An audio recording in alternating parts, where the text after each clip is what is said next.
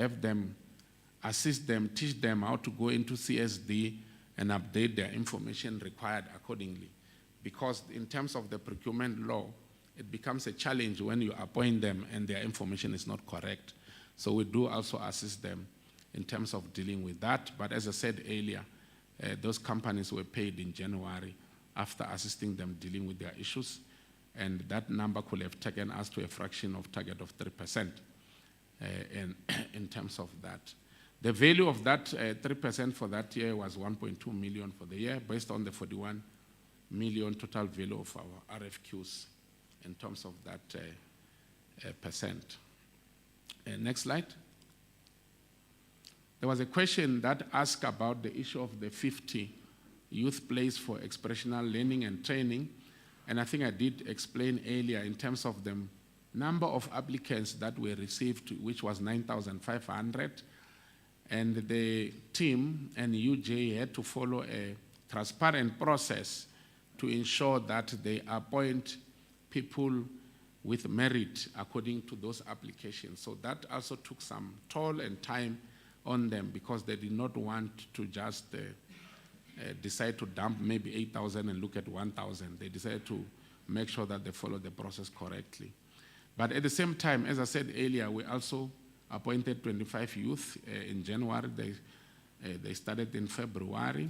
And there's also 50 e-ambassadors that were also appointed through the UJ contract that we have with UJ. The next slide. In terms of the 300 sites provided with WEN, I think the question was, the target was revised from 888 to 300. What informed the department to reduce the number of sites to be provided with LAN?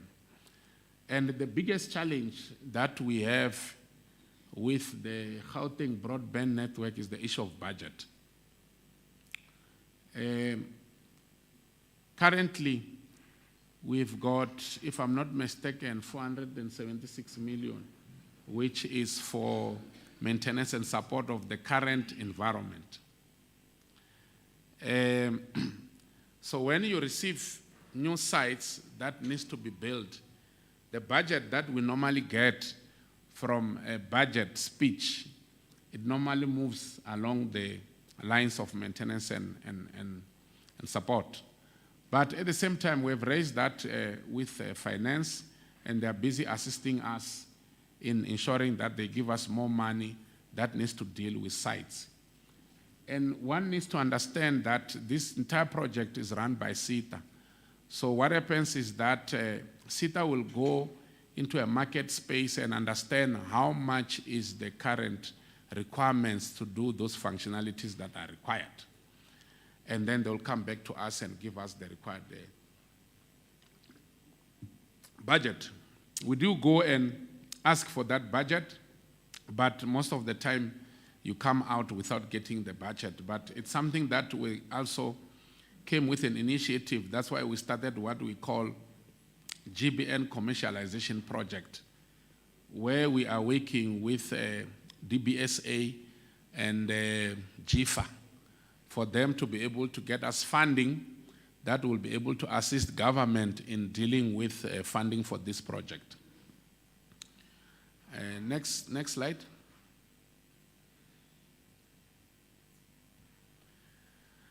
This question relates to that the department did not report on the target to upgrade the internet bandwidth to 20 gigabytes per second.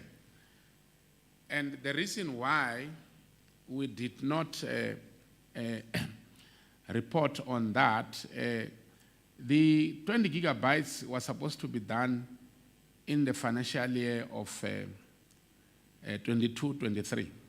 However, we have already bypassed we have already surpassed, because we have already managed to already move into 10 gig to 15 gig will be done in 23-24.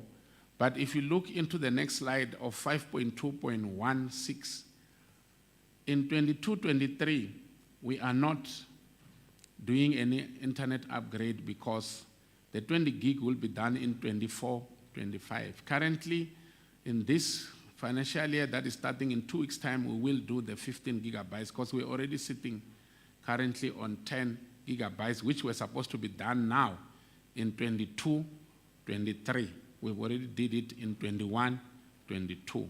So we'd already achieved that. I think the mistake that happened there was that it was not said in the report, and we do apologize for that.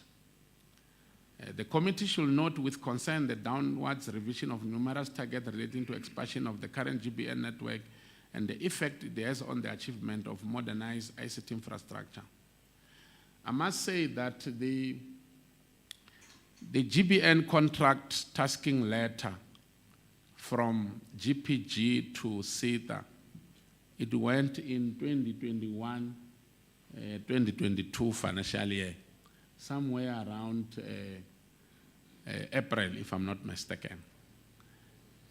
But there were a lot of challenges on the CoGTA side to conclude their procurement process, which they only concluded in the last 2 weeks, if I'm not mistaken. So it took them almost 2 years to conclude that procurement process. I know that the committee will ask a question, why? There are a lot of challenges that we are experiencing with CoGTA. This is one of the examples. I can give another example of firewall, which we issued the letter on the 24th of February 2022. But that process was only concluded 3 weeks ago.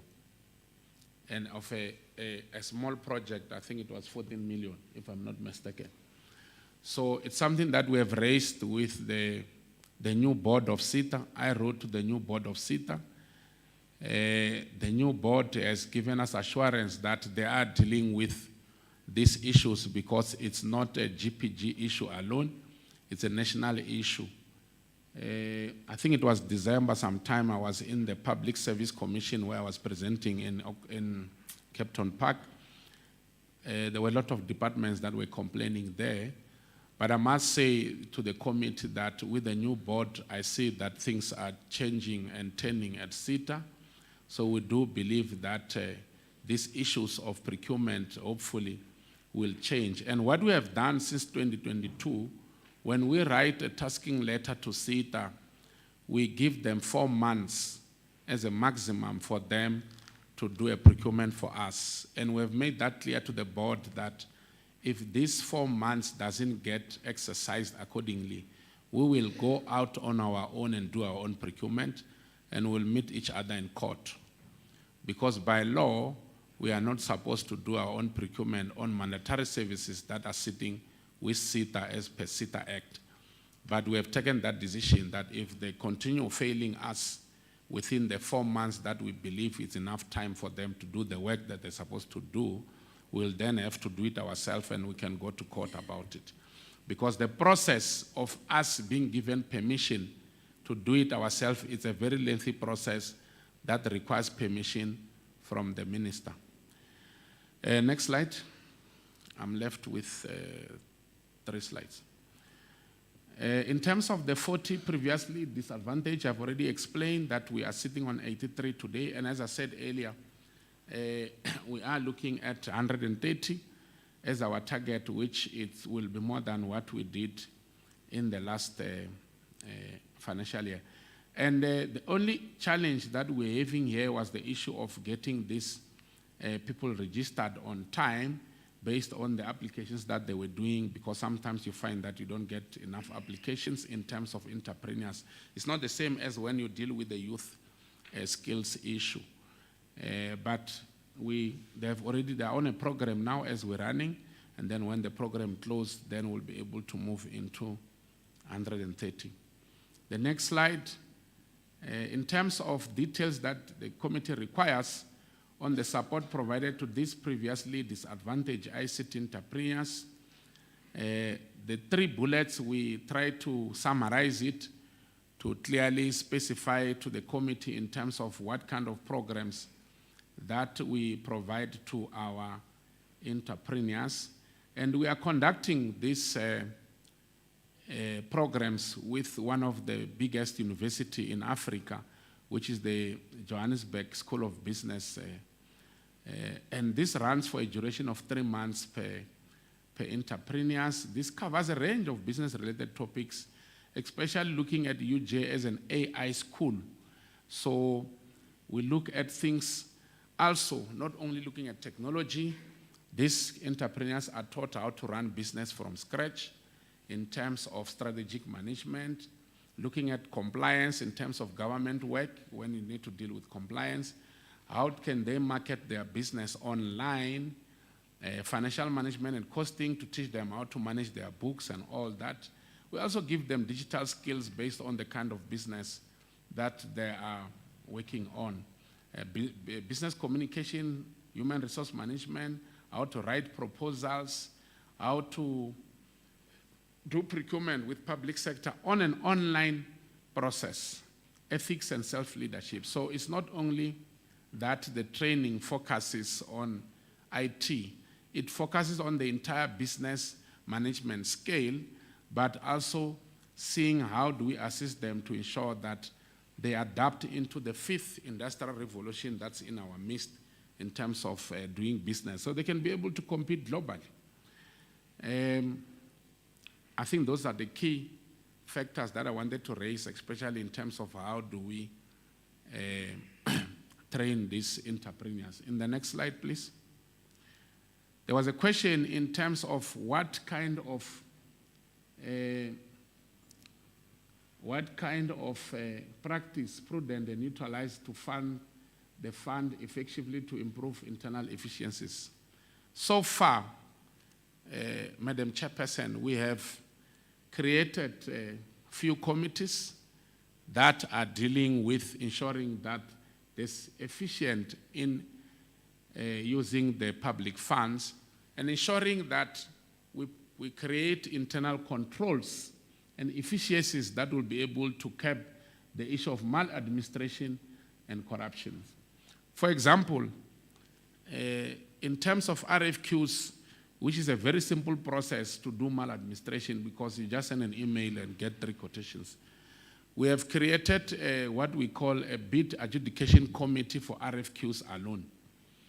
That before the appointment is done by the CFO, that committee must be able to vet that the work was done properly, and then the CFO can be able to appoint whoever the evaluation team has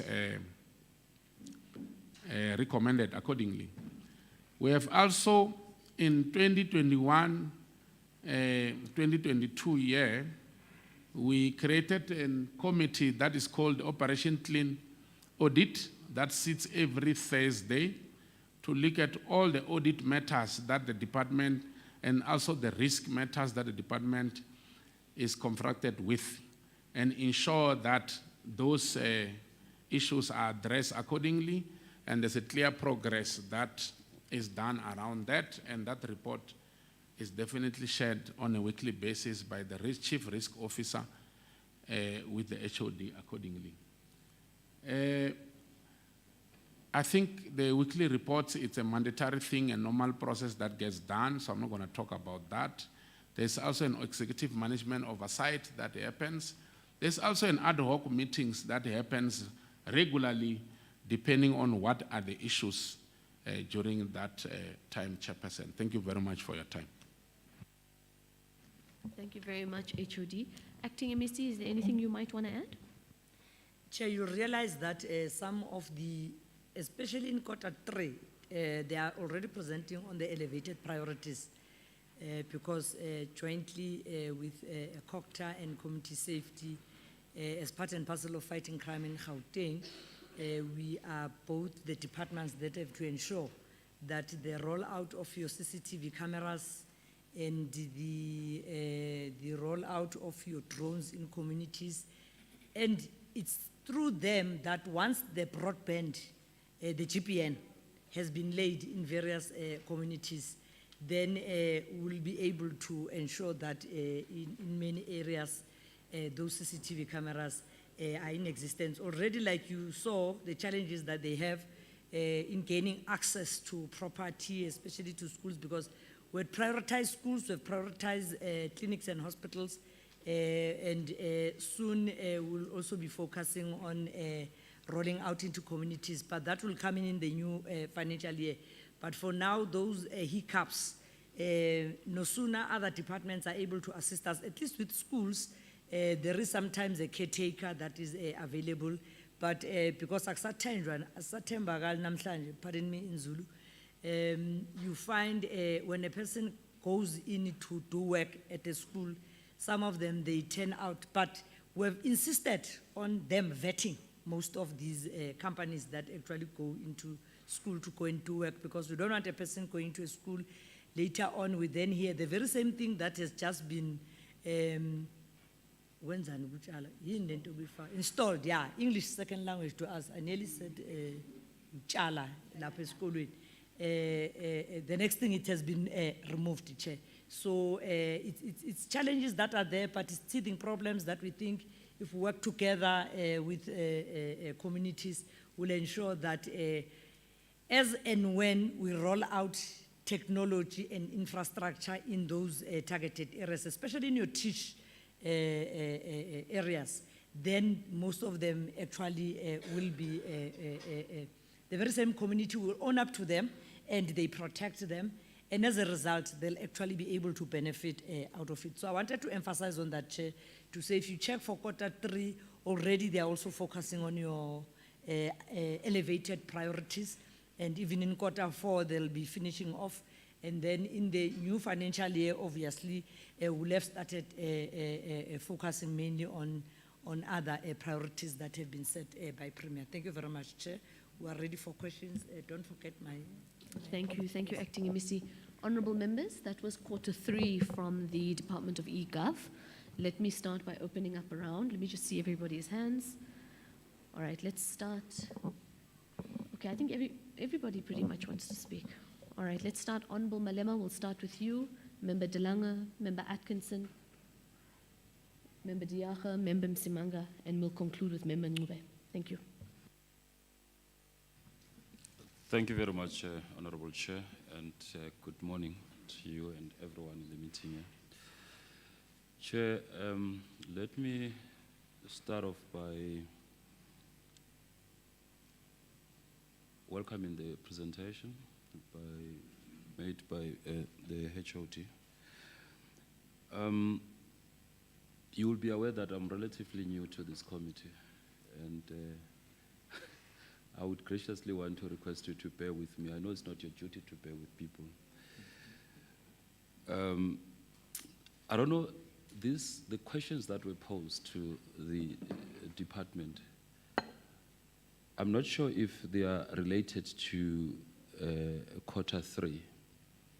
And if that is the case, that they are related to Q3, there is a presentation. I think there are two contradictory statements that have been made. I don't know if maybe I'm correct in my observation there. With regard to the wide area network sites that were supposed to be provided or established. Under your ICT shared services, you said there was no target there for a quarter under review with regard to the establishment of the wide area network sites. You can go back and check that. But you managed to implement, I think you managed to provide one, even though there was no target. Then you furnished us with reasons as to how did you arrive to that kind of an implementation. But then under achievement, you said the target achieved. So you have achieved a target which you did not set. That in itself, it's a problem. Because you could simply have just noted that even though you had no target set for that quarter, but there was a point where you had to implement one due to some unforeseen circumstance. But going to the question and answer part of the presentation, you've said something about the reduction of the size the reduction of the targets that were set. that it was not feasible that for you to implement, I think it was about, you were supposed to establish about 800, so that was reduced subsequently to 300. I'm trying to link the two, and if they are speaking to one another. So that's where my confusion is. So if I can be assisted there as to how do they relate, you know, that on one hand, they are saying there was a target of 800, it was subsequently reduced to 300 because of it was not feasible for them to implement that. But on the other hand, they are saying they did not set a target, but there's one that they have implemented, and then they even recorded that target achieved. That's my question, Honorable Chair. Thank you. But lastly, on the military veterans, I think this thing is a long-standing issue that this category of stakeholders, it's neglected in a way, or negated, if I should put it that way. It's like they are not even existing. And the one reason is that, one and only reason is that there's always a verification to check as to whether they are indeed military veterans or properly categorized and so on. Hence, you will always have underachievement on that one. And I don't know if maybe, what is it that ought to be done extraordinarily for these people to be properly or duly recognized in terms of making sure that in the value proposition and value chains are seriously taken into consideration. Thank you very much, Honorable Chair. Thank you very much, Member Malema. Member De Lange. Chair, thank you very much. I think Member Malema has just mentioned some of the issues that I also wanted to bring up, but just to reiterate on the target that was downscaled from 888 to 300. And then they said they achieved target. We need to understand from the department exactly how did they achieve, how did they go about, and also if I look at previous reports that we have from this department, there's a continuation of not performing. And I think if there's one thing, Madam Chair, we need to understand is that the IT world is probably one of the most expanding and fast-tracking industries. And it's clearly that this department is not keeping up. And I don't know if it's just in terms of rolling out of programs or whether it's also a matter of being able to do the work and develop as quick and as fast as they should. I mean, the governmental industry is also huge, and I don't think we should be the ones that are falling behind the way we do. I'm also concerned about the 10 gigabytes per second. Up to 15 gigabytes per second just does not seem enough. We need to address that. And then, Madam Chair, I would also like to make a proposal that as soon as possible that this department and committee do some sort of oversight, as you referred as well to Finland. We need to get some expertise and go over and learn so that we can get up to scratch as fast as possible, because like I say, we are falling behind. People are complaining because there is no proper service on the networks. Thank you. Thank you very much. Member Atkinson. Thanks very much, Chair. Chair, I think in the response to these questions, it kind of feels like the department's not really breaking a sweat at all in the kind of targets they've got and the fact that targets seem to be continually reduced. So if we look at the history of the department over the last 7 or 8 years, it really has been one where there has been some progress, but not exactly stellar progress. I mean, you know, as the most developed economy in the country, we would hope that the e-government in Gauteng would be the best developed of all the provinces. And what we hear is that the reasons for underperformance or no performance has really been pushed off onto other people, onto the seaters, for example. So in question 4, the answer is that the seaters and contract negotiations with service providers And they said, well, this is likely to take place. We're going to have to wait and see what the result is. There are obviously still targets to meet. So what exactly does that mean for us going forward with regards to targets? Does it mean that we'll continue to underperform? When are these contracts likely to be finally negotiated, and when are they're likely to be in place where the WLAN rollout sites will actually start to meet target, basically? So how long is this contract negotiation likely to delay us, basically? And then a similar question to the Honourable Member, De Lange, asking about the increase in the megabytes per second. So we've reached 15 megabytes per second now, but I see we've got to wait till 2024, 2025 to go up to 20. Why the delay? Why can't we do it this year? And again, that's what I'm talking about the fact that our targets don't seem to be particularly what we might call stretch targets. We're not really breaking a sweat if we've got to wait another year before we go up to 20 megabytes per second. And then the issue around this thing about not being able to get into schools, and I can understand during exam period, yeah, of course, you don't want to disturb the exams. But I would have thought the absolute best time to go and put your networks in would be during the school holidays, because there'd be the least amount of disruption to school children. And surely this thing can be quite easily resolved by talking to education department or whatever. But I do hope that if this issue does come up again, this excuse won't continue to be used. So we obviously need to learn our lessons as to exactly when the right times are to go into schools or hospitals or whatever. But it can't continue to be an excuse. And it just appears, with the responses that we've given, that the department doesn't appear to be aiming particularly high. Thank you. Thank you. Member De Jager. Thank you, Chair. I don't know how come Member Atkinson arrived late and then he covers most of the questions that I had written down, but nevertheless, I suppose it's great minds. Chair, I'm really it's always difficult, and I raised this before, it's always very difficult to deliberate on a third quarterly report a couple of weeks before the end of the financial year. So it's the cycle of reporting makes it very difficult, and then when the HOD, then it's very easy for you, HOD, all due respect, to say in the last week we have done X, Y, Z, and we're up to speed and we've reached our target.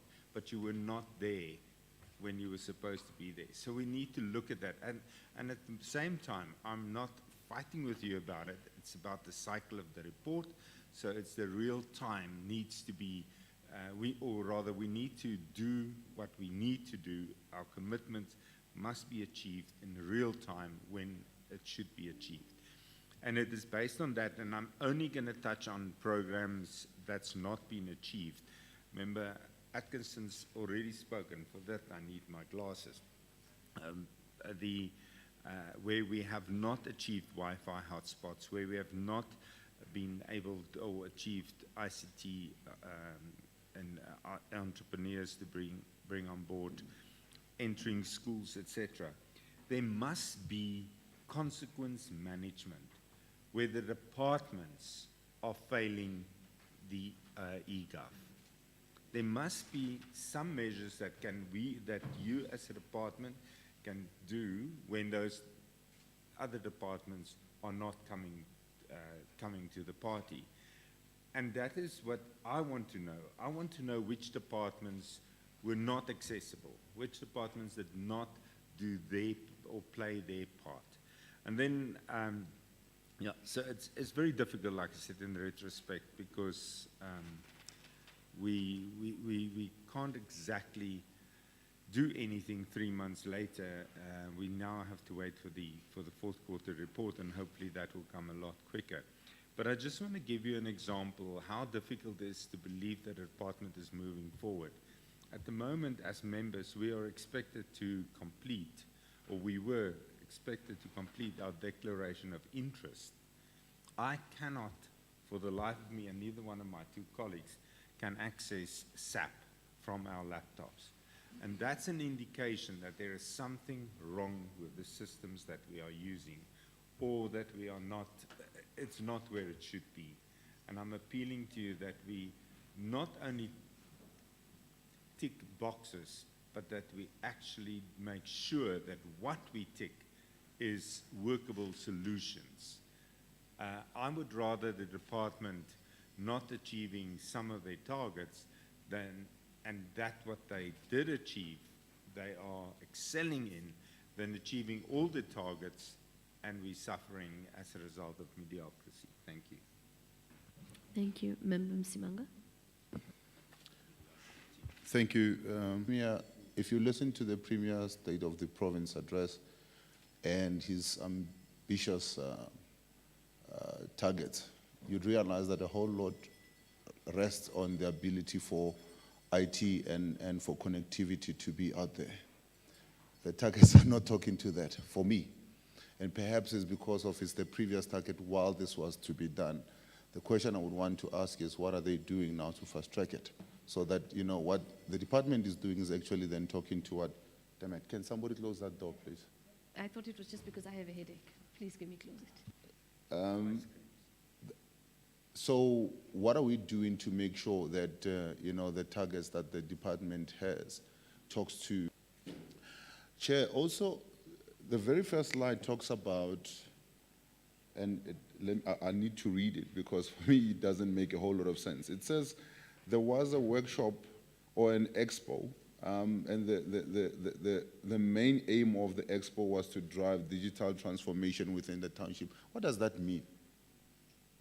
So you put a lot of computers in front of children, or what does it mean? I mean, when we talk about bridging the digital or getting to do a transformation, a digital transformation, what does it really mean? What does a young person who come to this leave feeling like I've been able to then achieve when I leave there? How do I contribute then to what Gauteng is trying to then achieve with this? And then we are told that youth were then part of this.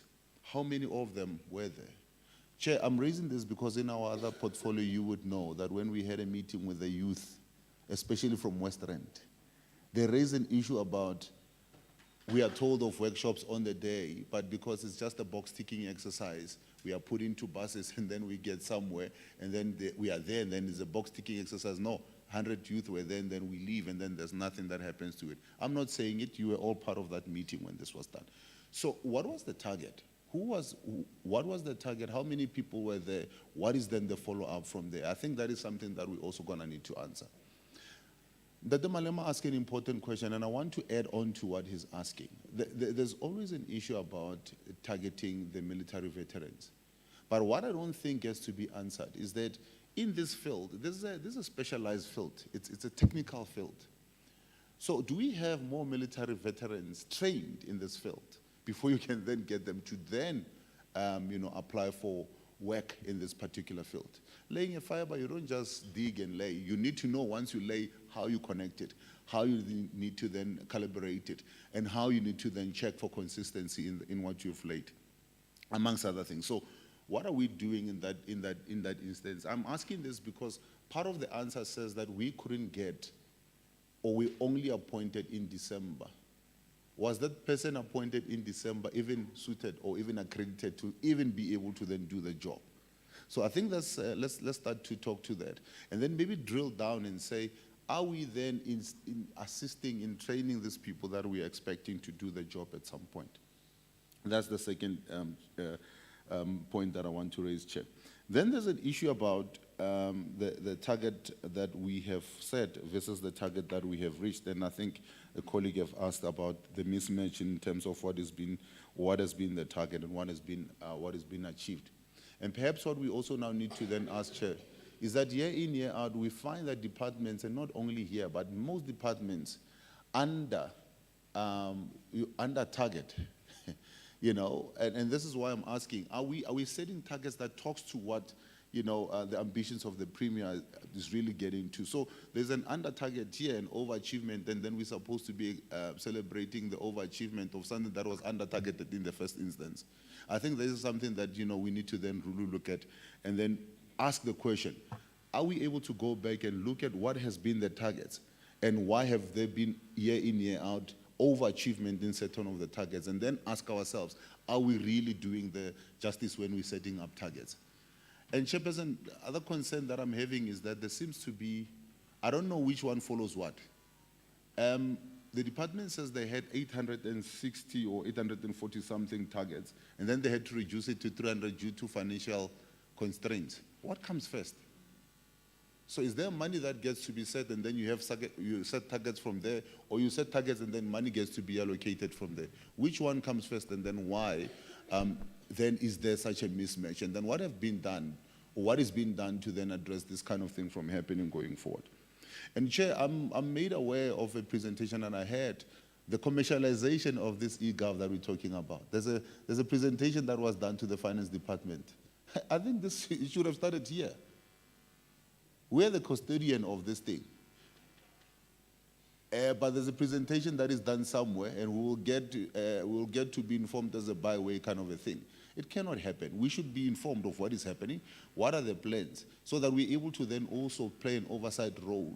So I would then make a formal proposal, Chair, that the presentation that was done to the commercialization program, that the presentation that was done to the Finance Department needs to be, to the EXCO committee, sorry, that needs to be brought here as well. So that will be the last proposal that I'm making, Chair. Thanks. Thank you very much, Member Msimanga. Member Ngube?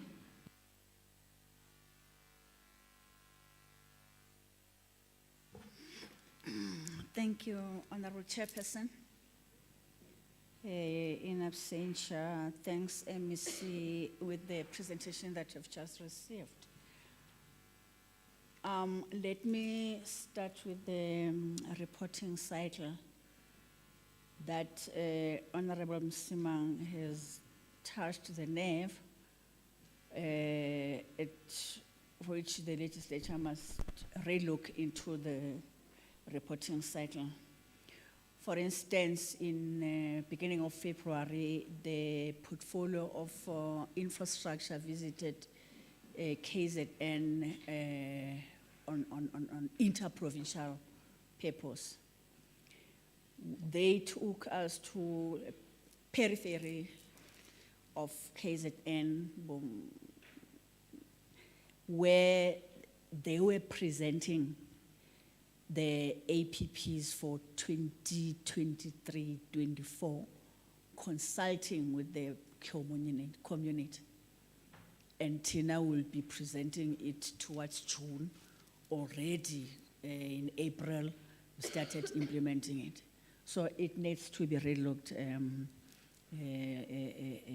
Chairperson, because when we adopt the budget and when it's APPs are presented to us, it's just a ticking box, because already, even if we say stop this project and address that project, it won't be done because it's already late.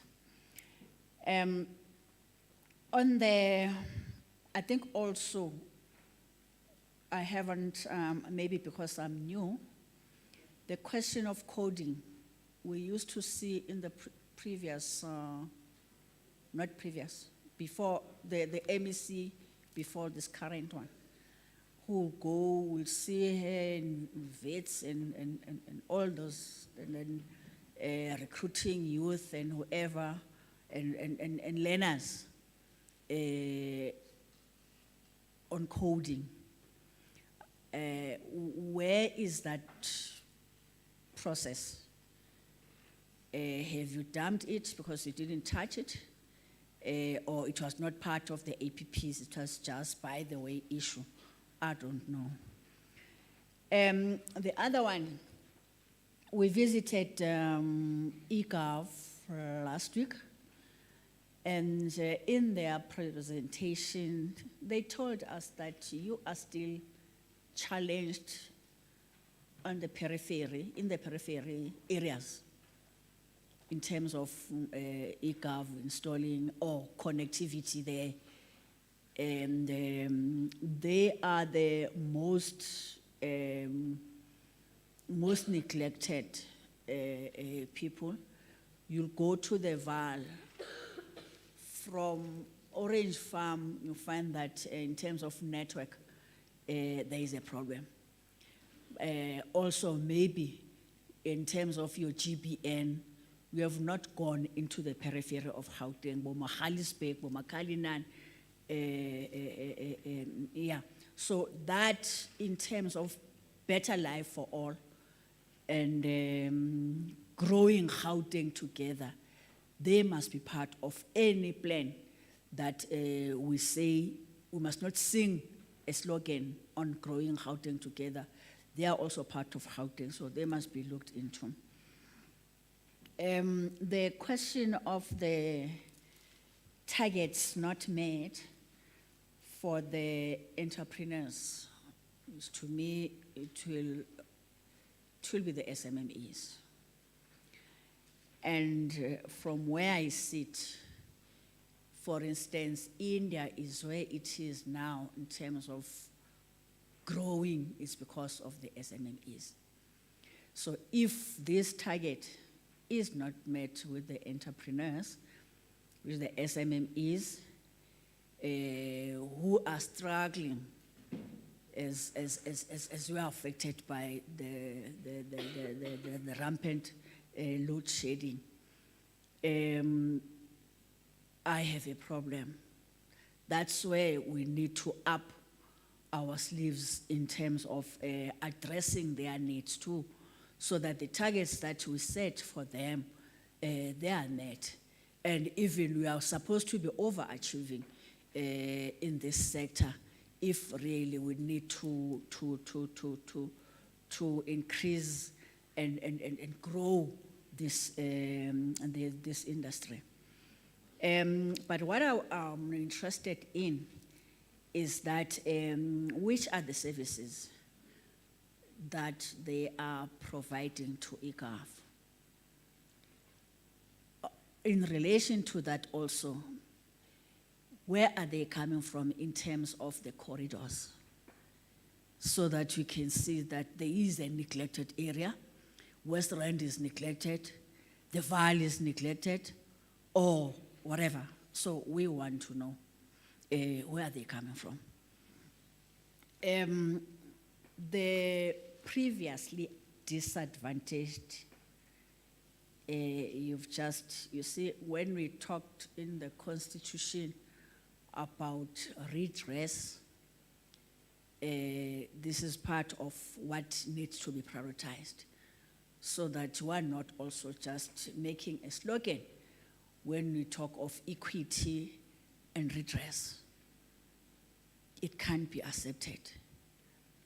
The entrepreneurs, the previously disadvantaged, are part of the Constitution and part of all the legislations that we do pass in Parliament and endorse in all provinces. Let me also go to the military veterans. What I will ask is that, what are these services that they are providing? And also, what type of training are you giving them? Because also on the question of redress, you empower, you expose them, and then you put them into the system. So what type of services are you getting from them? Linked into that also, where are these previously disadvantaged are located in terms of them reaching out to them, and on which services that they are providing. And then the question of the military veterans, we must not hide behind the IPOPI Act, because wherever we meet with them, they are fighting us. Remember, they held the minister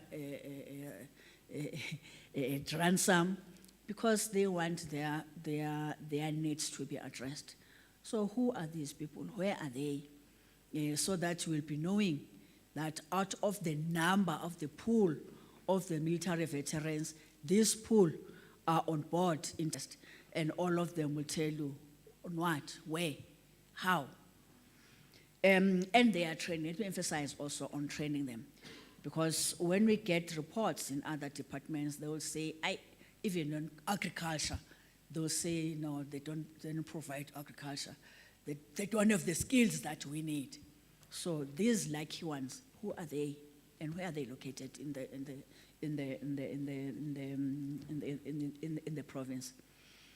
In terms of the Wi-Fi, which also touches to the periphery of the province. Yes, we had the Premier talking about now hostels are now having Wi-Fi. We want it from yourselves to say which are these hostels for our own oversight, so that we can go there and switch on and see whether really is it working in those hostels. The township economy, you said 60%, 60. When you say 60%, you may tell us that the 40 will be addressed in the fourth quarter. And what you have to tell us, what part of the province, in which corridors are is this township economy being serviced by yourself? On which services, where are they located? And I think that's the other thing, that when we crisscrossing the whole province as a portfolio then of economic development, they said, you just want to pass this legislation, you will never ever implement it. So our interest then is to say, if we happen to be in those areas where they are benefiting on eGov, we then say, but the department has reported about this area benefiting and that area benefiting on the township economy, which is not even the first thing. From the time in 2014 when the previous Premier took over, he emphasized that all the departments must also target and promote township economy. So it can't be then at 60%. In terms of the youth experiential learning, also, when we held the summit on youth as part of the OPOL, all of them were swearing at us. They nearly held us at hostage. They were very much angry. Even those that were coming from Tsepo 1 million were saying, we're trained just for a week, we don't have certificates, and we don't know really what is it. So, with yourselves, when you say it's 6,000 that 9,000 that applied, and the ones that benefited, that are placed now, in which corridors are they coming from? Would you see their list that Pinky Mnobe is in this university, Temba Mwango is in that university as part of your contribution as eGov? The interesting one, the policies that you signed last week. Remember that the reasons that we turned you back was the question of the slides vis-a-vis the full report. And that was last week. And these policies were signed last week. Is it a coincidence that today you're then telling us that no, you signed them last week?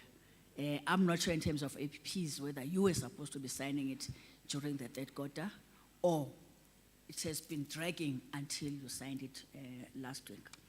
And if so, it can't be the speed of eGov. It's supposed to follow the title of eGov, faster and work smartly. The other one.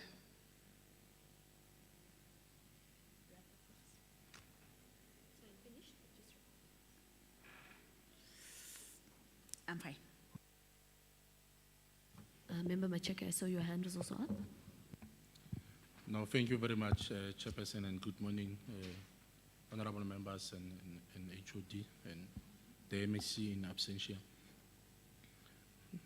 Chairperson, mine is not a comment related to the department's presentation, but having listened to Member Diage, Member Msimang, and Member Mngube and Member Malema, I think Member Makwala and Member Msimang, all of us, we must agree, and I've raised this in our previous session, that some of the challenges that we are raising are internal issues that we must deal with, especially as it relates to our sector oversight model.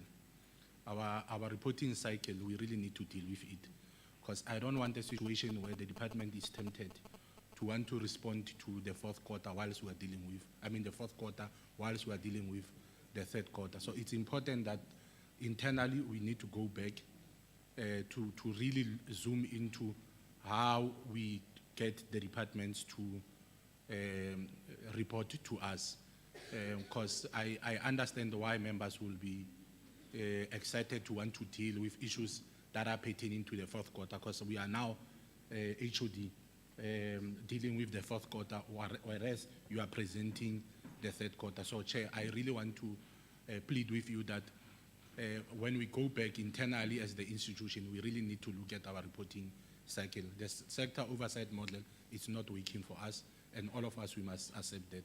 The second issue that I wanted to raise, just as a reminder, HOD, because I remember in my previous time when I was a member of this particular committee, the previous MEC, Nomantu, spoke at length, and I think you were part of her, on the commercialization related to this particular department. Maybe for future reference, Chair, not necessarily subjecting ourselves to our own reporting cycle. Let's have a breakaway with the department so that they are able to update us on all the commitments that they've made previously, so that we are not subjected to the imperatives of SOM, where we are dealing with the department on first, second, third, fourth annual report, budget, and focused intervention studies. But the department will be able to really present to us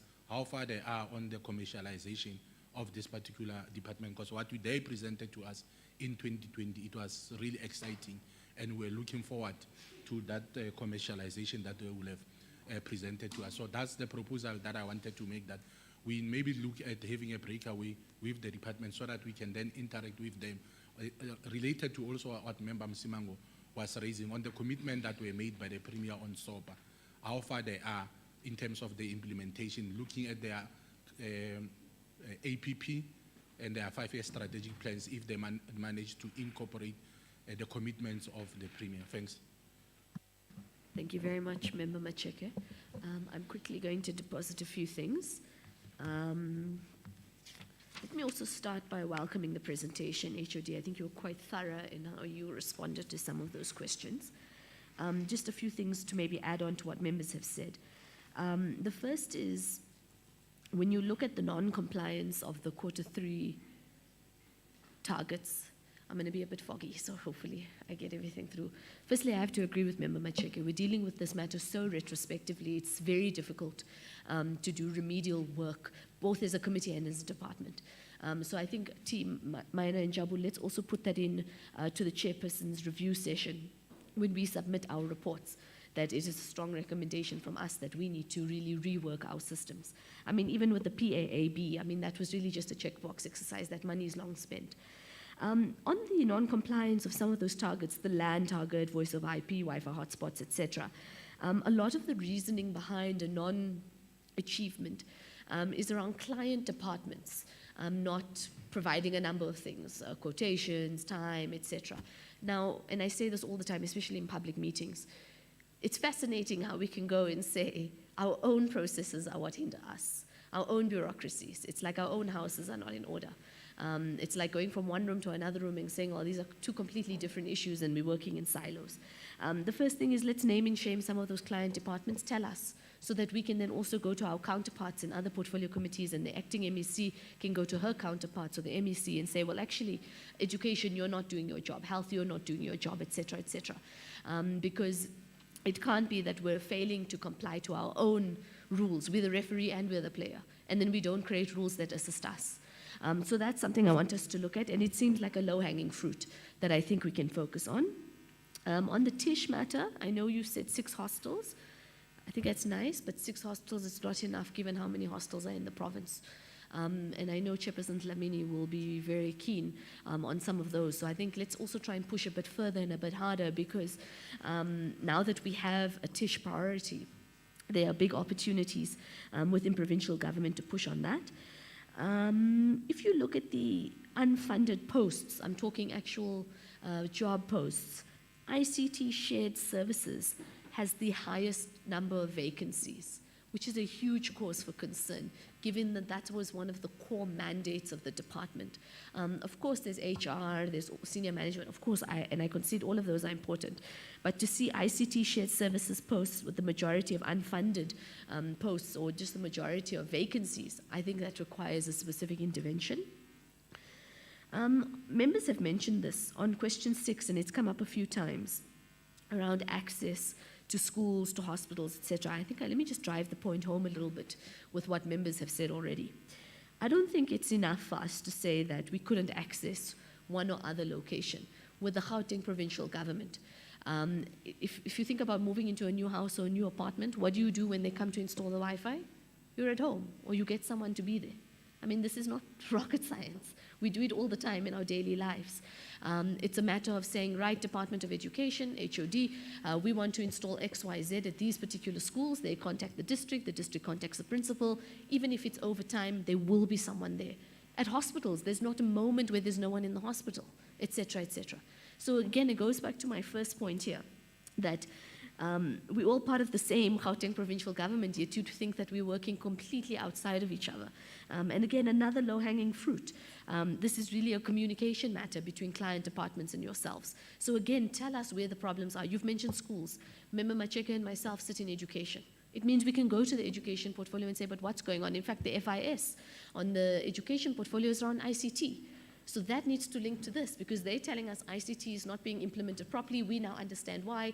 The problem actually is a communication and a scheduling matter. This is not rocket science. Again, it's not that we don't have enough money. It's not that we don't have the expertise to install it. It's that we're struggling to meet each other in very small nodal points.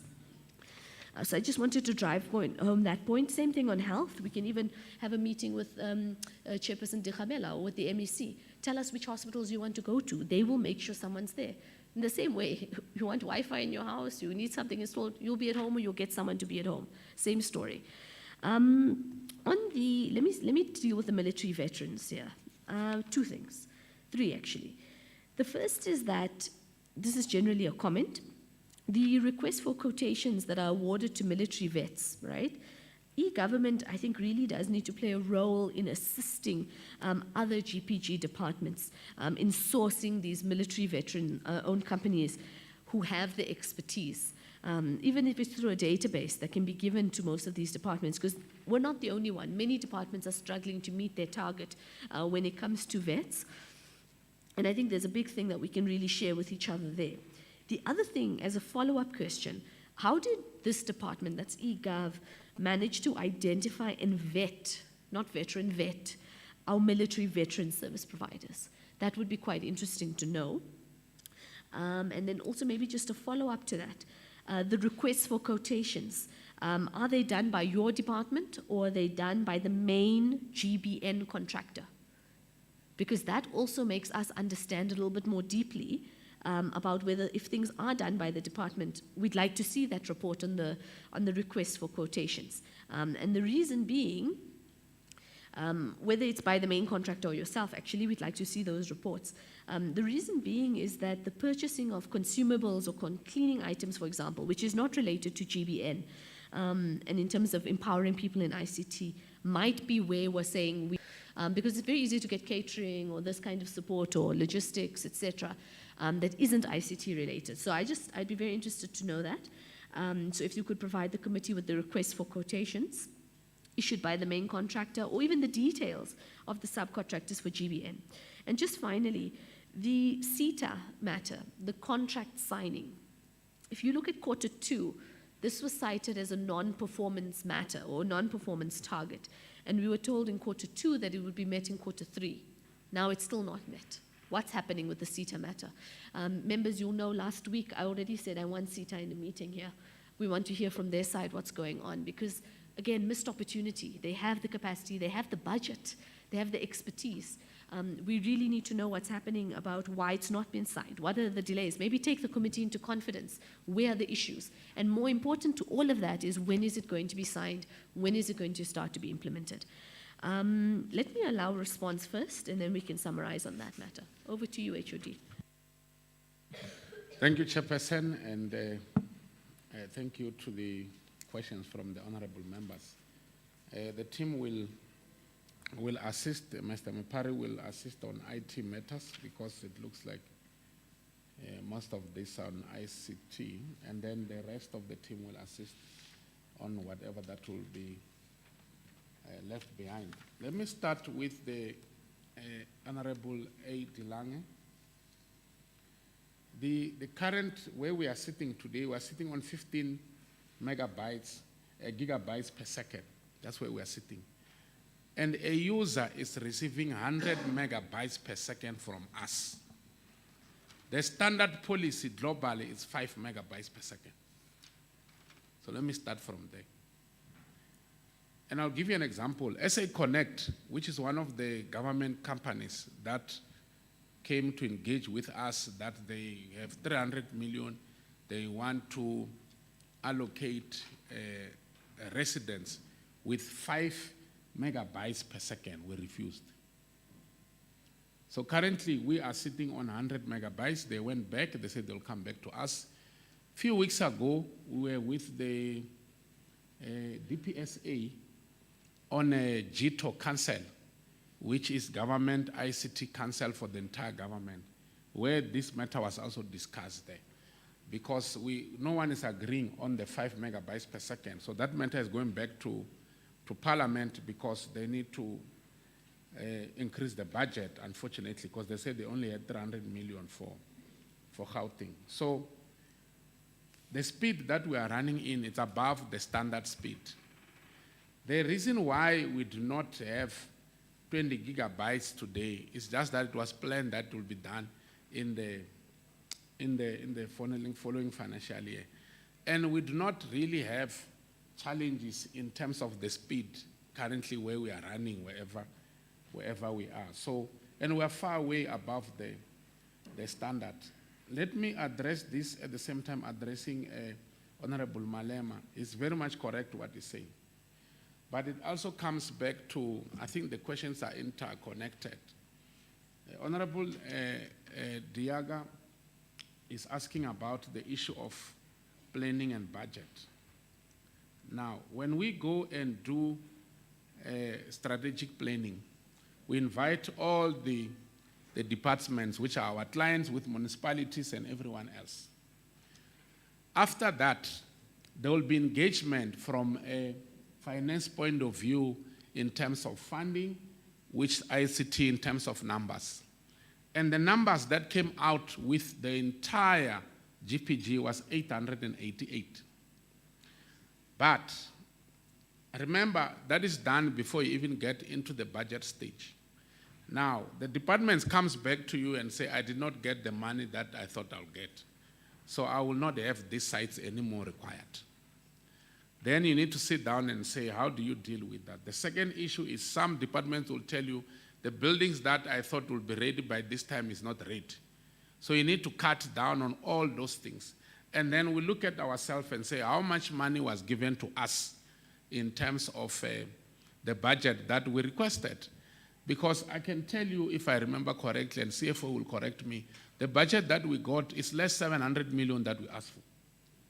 So when you are on the process, because remember you plan this thing with the entire GPG environment, and then you put it in there, hoping that the budget will come, and even your sister department will get the budget, and they did not get it, then they'll tell you, I don't need this anymore, I don't need this anymore, I don't need this anymore. Then you'll have to change your target, unfortunately. That is the process that is happening. However, the one the when that we said we achieve 1 on that, and that slide, where's that slide?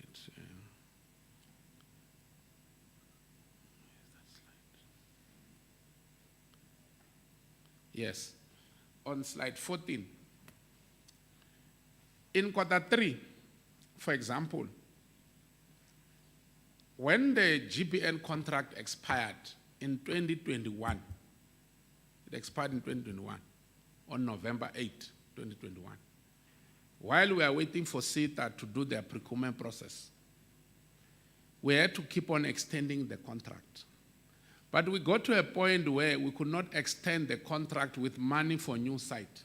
We could only extend the contract with maintenance and support, which we call it keep the lights on, because we did not have a choice. We could not allow the Gauteng provincial government to be switched off. So there was no money to build any new sites at that time. The only thing you could do is to do maintenance and support. And I can even show you how much money we pay every month for this maintenance and support.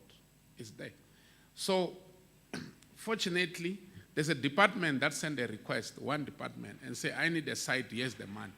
So you go and build that site for them, because they're giving you the money for you to build a site. You don't have the money. So that's why we put that as 1. And hence, maybe we put it as 100%. But the target was 0. But if a department comes to you and say, I've got the money, implement this thing for me, you can't say no, you have to go and do it, unfortunately. So we're reporting in terms of that.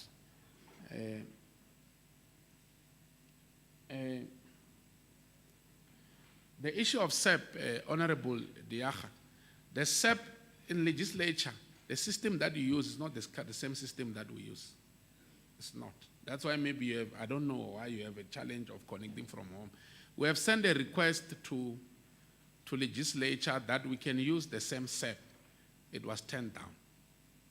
Not even this year, I think sometime early last year. Because the SEP that we are using is the most advanced SEP that is supported by SEP themselves that we are using. I can connect from here, I can connect from wherever on my SEP, do anything that I want to do. But unfortunately, the one that you are using is not the one that the entire GPG is using. We can share the letter of the request if you want.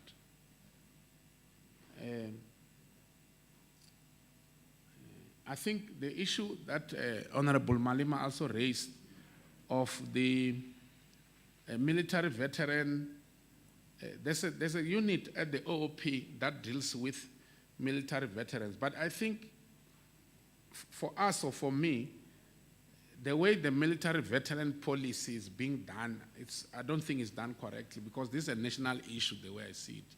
And there must be a different dialogue to say, how do we deal with this thing of military veterans? Because what we did as eGov, we went to look for a database. I think we had a database of 1,600 and something companies, you correct me. And then we look into those numbers. But you'll see that someone was born in 1990 and all that.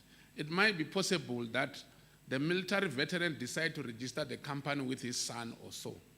But the problem on the system, it sees that person as the military veteran, because that's the owner of the company. So those are the things that the team from finance and OOP was dealing with. And I'm saying from national, provincially, and also local government, this needs a different discussion from a procurement point of view, because we also legislated by the procurement laws. So I think that's what I want to add, and the team can add on that if they want to add on that.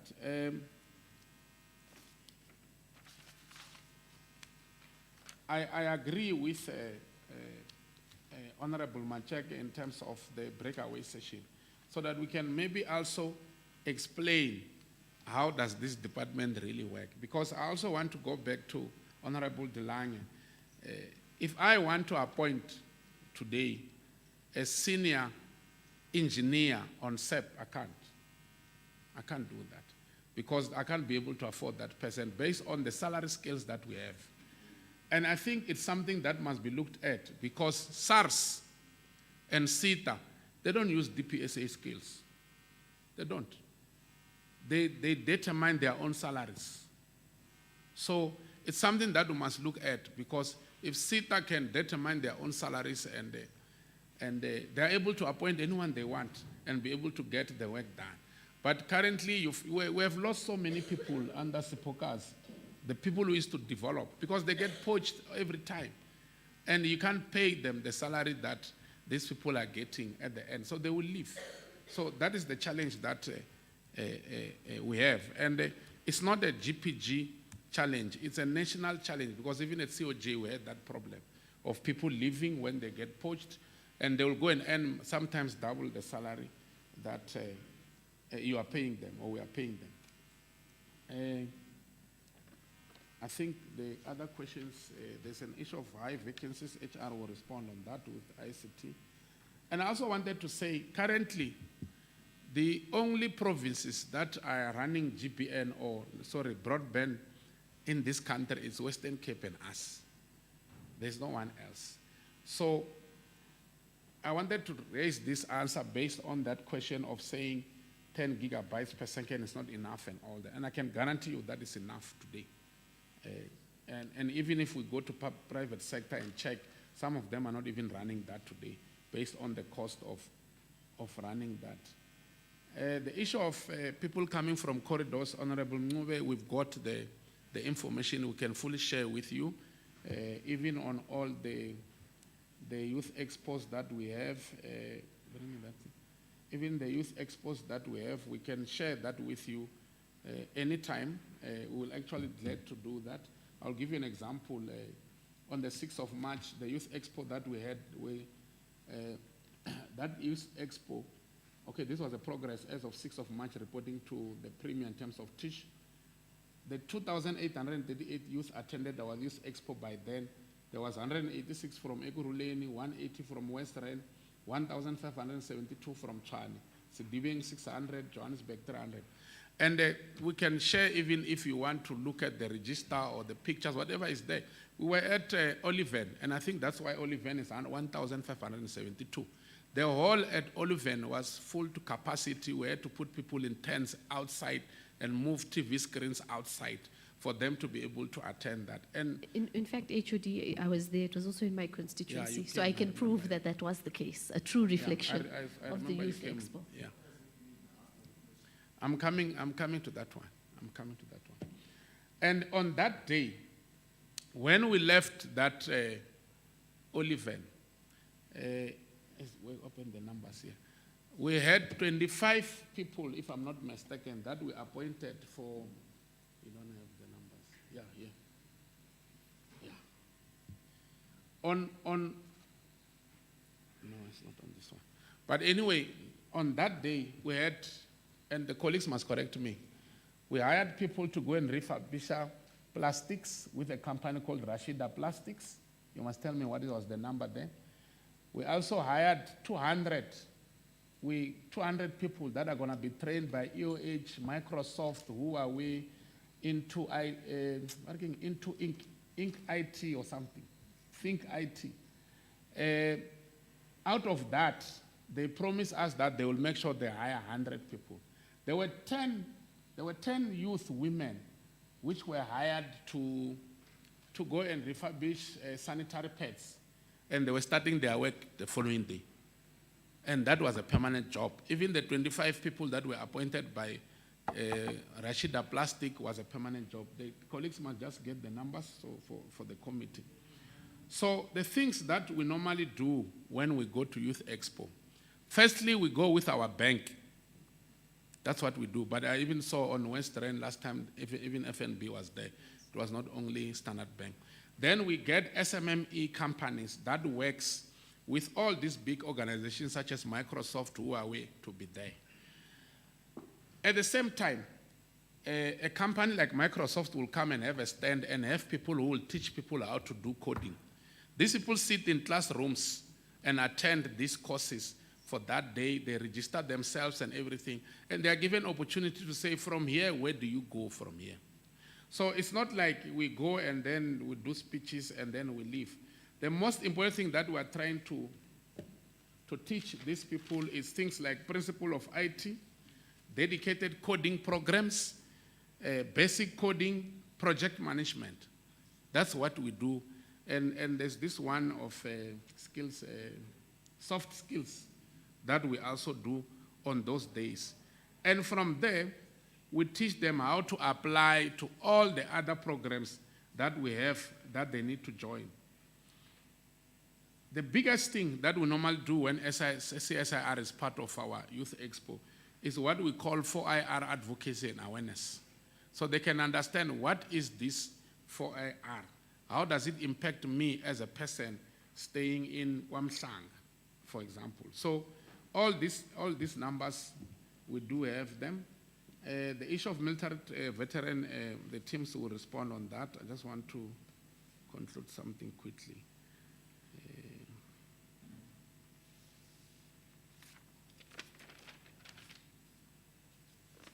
I think I'll also allow the ICT team to come in, and then I'll come back if need be, if I missed anything. But the entire team through you, Chairperson, can respond to whatever other questions that I might have missed. And the CFO, you might need to come in on one or two things there. Thank you, Chair. Thank you. Maybe start by introducing myself. I am Devante Mapari, Chief Director, ICT Business Alignment. I think one thing that the Chair, we really will appreciate is the intervention of unlocking the blockage that we have in accessing the sites, because you find the sites we do not have access simply because of one key at a school, for example, and this becomes a whole value chain, because we work with a building that is constructed by DID, of which the project sometimes are delayed and related. So we definitely need intervention in that. So there was a question of what are we transforming when we talk digital transformation. When we go to a site, obviously we do have a curriculum in terms of teaching the youth, the business, and the sectors, and we are also building the Center of Excellences. If you have seen 2 weeks ago, the MEC did open one that we're building in West Rand. This is truly to make sure that they have access to devices, not that we say we were here, we ticked the box and left. So we are also giving them a structure that has classroom where we are teaching. One asks, what are we teaching them? We do have an approved curriculum that follows a structured program. The coding, we have done coding in all the regions. Like the HOD says, we do have that evidence to demonstrate coding, which is one of the course that we are doing as part of our work. The hostels, we have done the provincial hostels in terms of Wi-Fi connection, and this is obviously part of the elevated projects, which we are not ending only on the Wi-Fi with hostels. We are also to be constructing the CCTV cameras, and of which they are excited to have that. The question on how is the quotation process works. What we do is we task SITA to say, SITA, here is a site, it wants the network, an assessment of what type of network gets done. Then the quotation gets submitted to us together with the client department. We agree for the implementation, then SITA gets to implement the site. When the site is completed, we therefore verify and sign off the site. The youth that we get in this financial year, all in all, we have around 175 youth, of which Microsoft also came in and say, we will do 100 with you. This is beyond the e-waste 25, the 50 ambassadors we are doing with UJ as well. So all these are from regions, and we do have details of which region are you from, what is your state in terms of the qualification. And these numbers that we shortlist from, we shortlisting not less than, we are receiving not less than 9,000 applicants. So that's why you find sometimes it delay, but just to make sure compliance is done, so we get to these numbers. Thank you.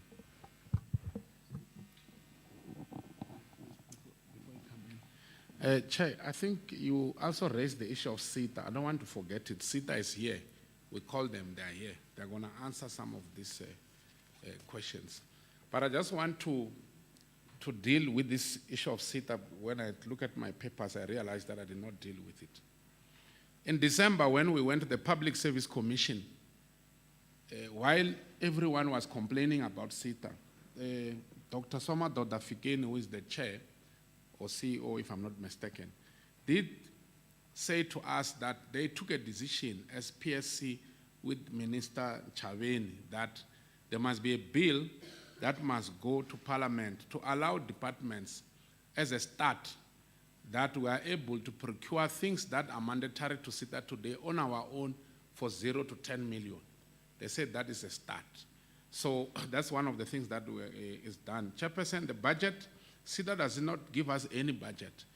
Everything that CETA does, we give them the budget, as Mr. Mapari has explained, Chair, and then they go and just a procure for follow-up us. to what the HOD was raising, if you allow.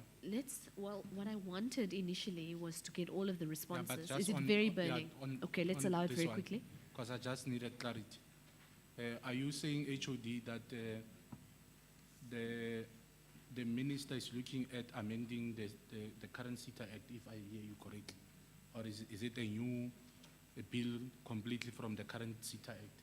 If you can just give me that clarity. Because the reason why I'm asking this, I think this will most definitely help, because we know the challenges that are related with contracting all related ICT via CETA has had on department like this one in Gauteng, dealing with eGov to really push service delivery in their own provinces. So if he can just give me that clarity related to this particular one. Okay, all right, let's do that then. Let's allow HOD to respond completely. Then I'll allow follow-ups because I know there's a number of follow-ups from members. Okay. I can't really commit Mr. Machake to say whether it's a new bill or an amendment. But when everyone was complaining, we asked what is the solution, and he said he has agreed, his commission has agreed with the minister that they will create a process whereby a department will be allowed to spend on their own from 0 to 10 million on mandatory services that today CETA are saying are mandatory. So I don't want to commit myself and say it's a new bill or amendment, but I can find that information for you and be able to advise. The RFQs that we do for military veterans, CFO will come into that, but they're not related at all to GBN. So they also cover some of the things that the chair was talking about. But I must also say that the GBN phase 3 that we are going into, which CETA is completed and they'll speak for themselves, we have changed the process from 1 and 2. Because you ask a question to say, and I think that was Honorable Ngove, the SMMEs or subcontractors that are appointed in this GBN, who appoints them and all those kind of things, that currently is done by CETA. We don't even know who they are. So we said, going forward, the challenge that we have is that if you go to Atteridgeville, you find another company digging. And that company that is digging, they will tell you they are from CETA and all that, but it doesn't really, I don't want to explain that. But the challenge that we agreed upon is if you go to Atteridgeville and dig, you must appoint a company from Atteridgeville. If you are saying that the company from Atteridgeville, there's no company that have skills, you do on-the-job training, because the job is not really very difficult. You dig, you configure a system, you lay the cables. So, frankly, the IT companies in the townships, there's no way they can fail to do that. So that agreement we have with CETA now, and the department will also be involved in ensuring that that process is followed to the teeth. But I think CETA will come into that. But in the current process, SITA will do the entire process. Ours was just to send a tasking letter to them. They do everything.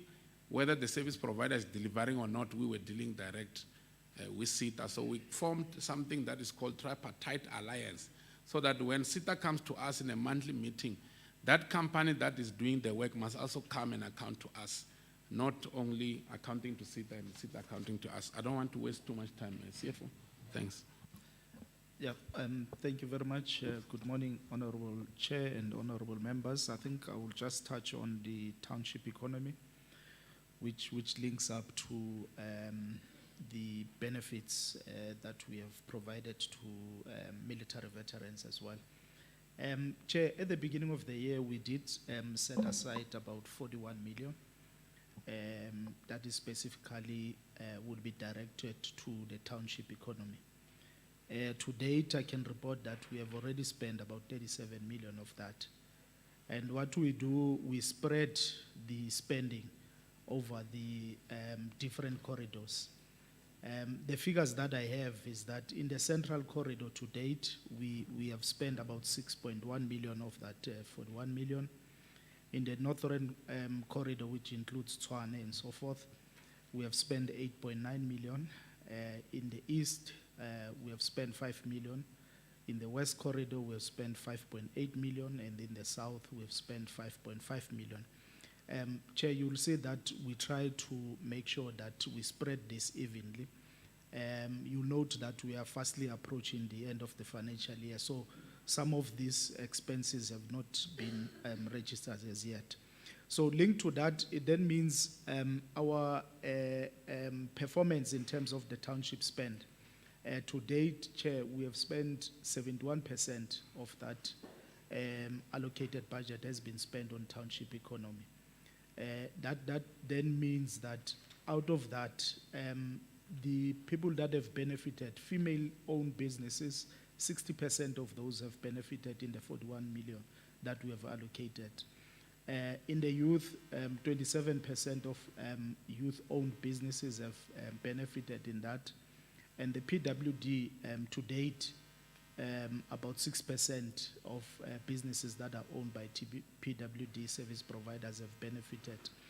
And in the military veterans, if you then taking it from April to date, we are pretty sitting at around about 2.5%.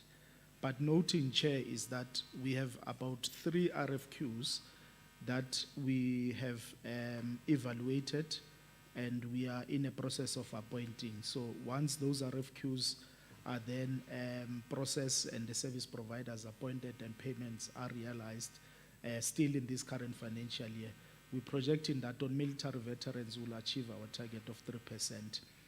Noting that on PWD we've already exceeded. Our target was also 3%, but we are sitting at 6%. So, Chair, with regard to the details, really, as to the type of services that we have provided, we can provide a list per corridor and which service providers that has benefited in all these PWD, including the female and military veterans service providers. Chair, there was a question with regard to how do we vet or verify the military veteran service providers. What we do is that the CSD, it now has a functionality where service providers are able to tick that they are either PWD, they are military veterans and so forth. So we do take that for verification, but we don't finalize on the CSD only. We also check the CSD report with the provincial database that we have. The HOD has indicated that we have a database that was compiled by Office of the Premier, including the Treasury Department, wherein we have also vetted that particular database. So we check amongst the database, including the CSD, in order to ensure that this business is correctly allocated to a deserving military veteran service provider. So I think those are the questions that I wanted to add on, Chairperson. Thank you very much. The Chair, the Honorable Mngube asked about the hostels. I will share with her. The hostels are Denver Hostel, George Koch GP, LTA Hostel, MBA Hostel, Marian Roberts. So all those 6 are done. There's 28 that we are engaging with the municipalities that are owned by some by city, the 3 cities. So we're engaging on that. Thank you very much, Chair. All right, HOD, I know there's quite a few follow-ups from members. Oh, Shambhala hasn't spoken as well. Let's take that, then I'll allow for follow-ups. Thank you, Chairperson. Chairperson, there was a question that I would have wanted to respond to from Honorable Ndate Solim Simang, and I thought it's quite an important question because it touches on impact of the work that we have been doing, particularly as far as it relates to the expos that we have been engaging in across the Gauteng province. I think the HOD has already indicated that we have been through all the corridors, but what is important that you must take out of that work is that it responds to the lack of skill that our youth is lacking, and which is necessary for future employment opportunities and business opportunities. Now, when we structure that type of work, we invite all these stakeholders, these tertiary institutions that focus on providing ICT skills. There is not a lot of talking that is happening in those forums. What we do is to have lectures, what you would in your other life would call go to different plenary sessions by this youth, and they are taught on skills that respond to the needs that they require in order for them to access employment opportunities, business opportunities, as far as they are informed by the 4IR strategy. So that would be your Internet of Things, that would be your coding, that would be the analysis of the data. And for SMMEs, we would go further to teach them the new ways of doing business with government, because remember, they do not know. We are moving alone as government, and e-government is trying to take these stakeholders with them. Now, in partnering with some of these organizations, we are also in a position to secure sponsorships. Some of these children get internships, others get job opportunities like HOD was mentioning. We've secured a placement of NQF5 accredited training on ICT skills, on external bursaries, through the collaborative and these partnership agreements that we are entering with the private sector, and we are paying nothing for that. So those are some of the achievements that we are proud of as e-government, and that you can be proud of from an impact perspective as well. Thank you very much. I thought I should clarify that point. Thanks very much, Shambhala. All right, members, I know there's quite a few follow-ups. Members Simanga, I'll note you first. Thanks. Wait, let me just check any other follow-ups on this side. Right, any follow-ups, Member Malema? All right, over to you, Member Simanga.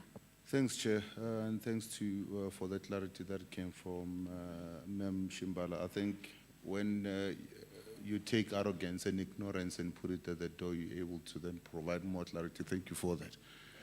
I was asking a question because you are told that thousands and thousands of people are trained. And this is not something I'm only raising with eGov. I've raised this with other programs as well. Government is good at bringing people in for a day and say we've filled the wall, we've done this, we've done that, and people walk out. What I would want to see one day is to then say, here's an attendance register. There was 1,500 people that had signed in. Out of 1,500, if you go a week from now on, a month from now on, 2 months from now on, there is follow-up in terms of what is happening. Not to then say, I've filled a hall with people, and that's what I was talking to. I filled a hall with people. They came in, there was nice, they were shown gadgets, there were all of that, and then they left, and then what? That's the impact that I'm talking to. If you are going to bring people, I was hearing the HOD talking about you teaching project management, you teaching this, I promise you, you can't do that in one day. That's exactly what I was asking. What is the impact? So did we pick people from there? If I were to ask, of the people that were initially there, how many of them are still somehow linked to a program that we're able to then follow up going forward? That's when you then say there is an impact that is on the ground. Who do you want to message? The HOD.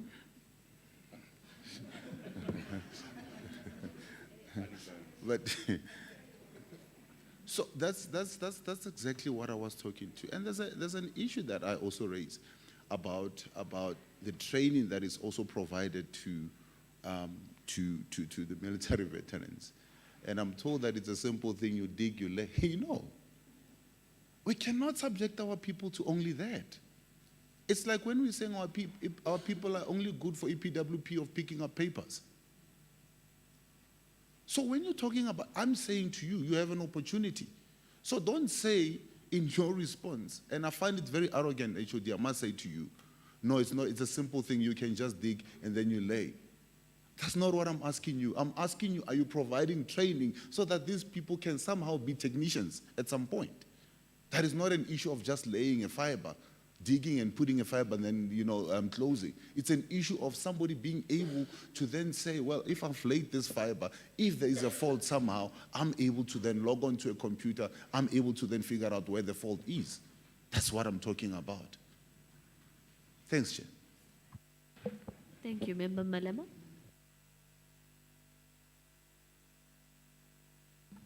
Thank you once more, Honorable Chair, for indulgence. It's not necessarily a follow-up, but I wanted to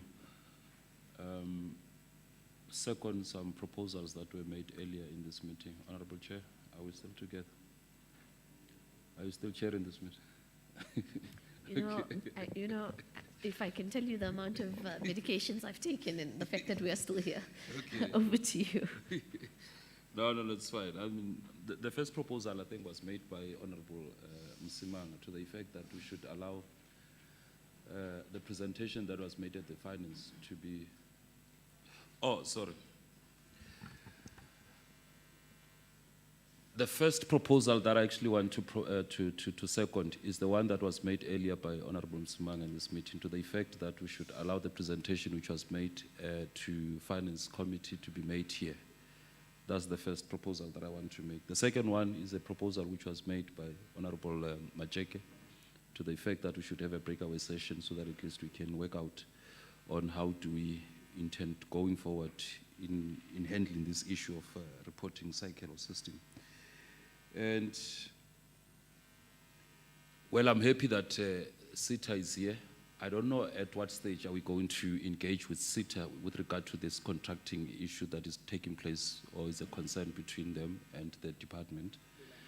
Maybe their presentation will have to be an extension of the presentation which was made by, especially on the issues related to this contracting thing, so that at least we are able to engage with them on that.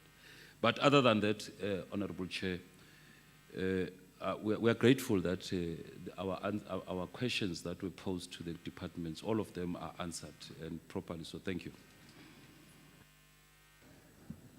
Thank you very much. I would like, HOD, you said CoGTA is here.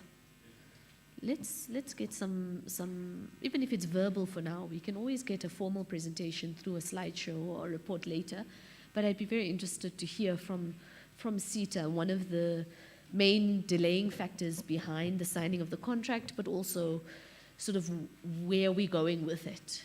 What's our timelines? And then maybe when you do come formally, you can then take us through, the mandate, the support, all of that we can deal with in a second presentation. But I think for today's purposes and for members' concerns, really around where we are, why we haven't gotten there. And then let's ensure that in the next meeting, maybe in that breakaway session, or even in the FIS, we invite CoGTA to come more formally and do a proper presentation. But for now, you can just introduce yourself and take us through, at least verbally, some of those issues.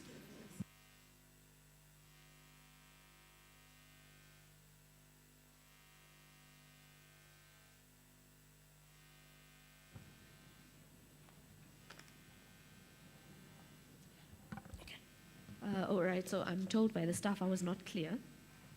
So, colleagues from CETA, what we want to know right now is more the challenge on the contracting and the signing of that MOU or MOA. We will invite you at a later stage to take us through the FIS element in the future and your core mandate in that later. But now we want to know, especially because this is now no more than 2 quarters in a row that there's been underperformance on this indicator. Maybe take us through that. Thank you. Okay. First, let me greet the House. Oh, let me maybe just take away this thing. Yes.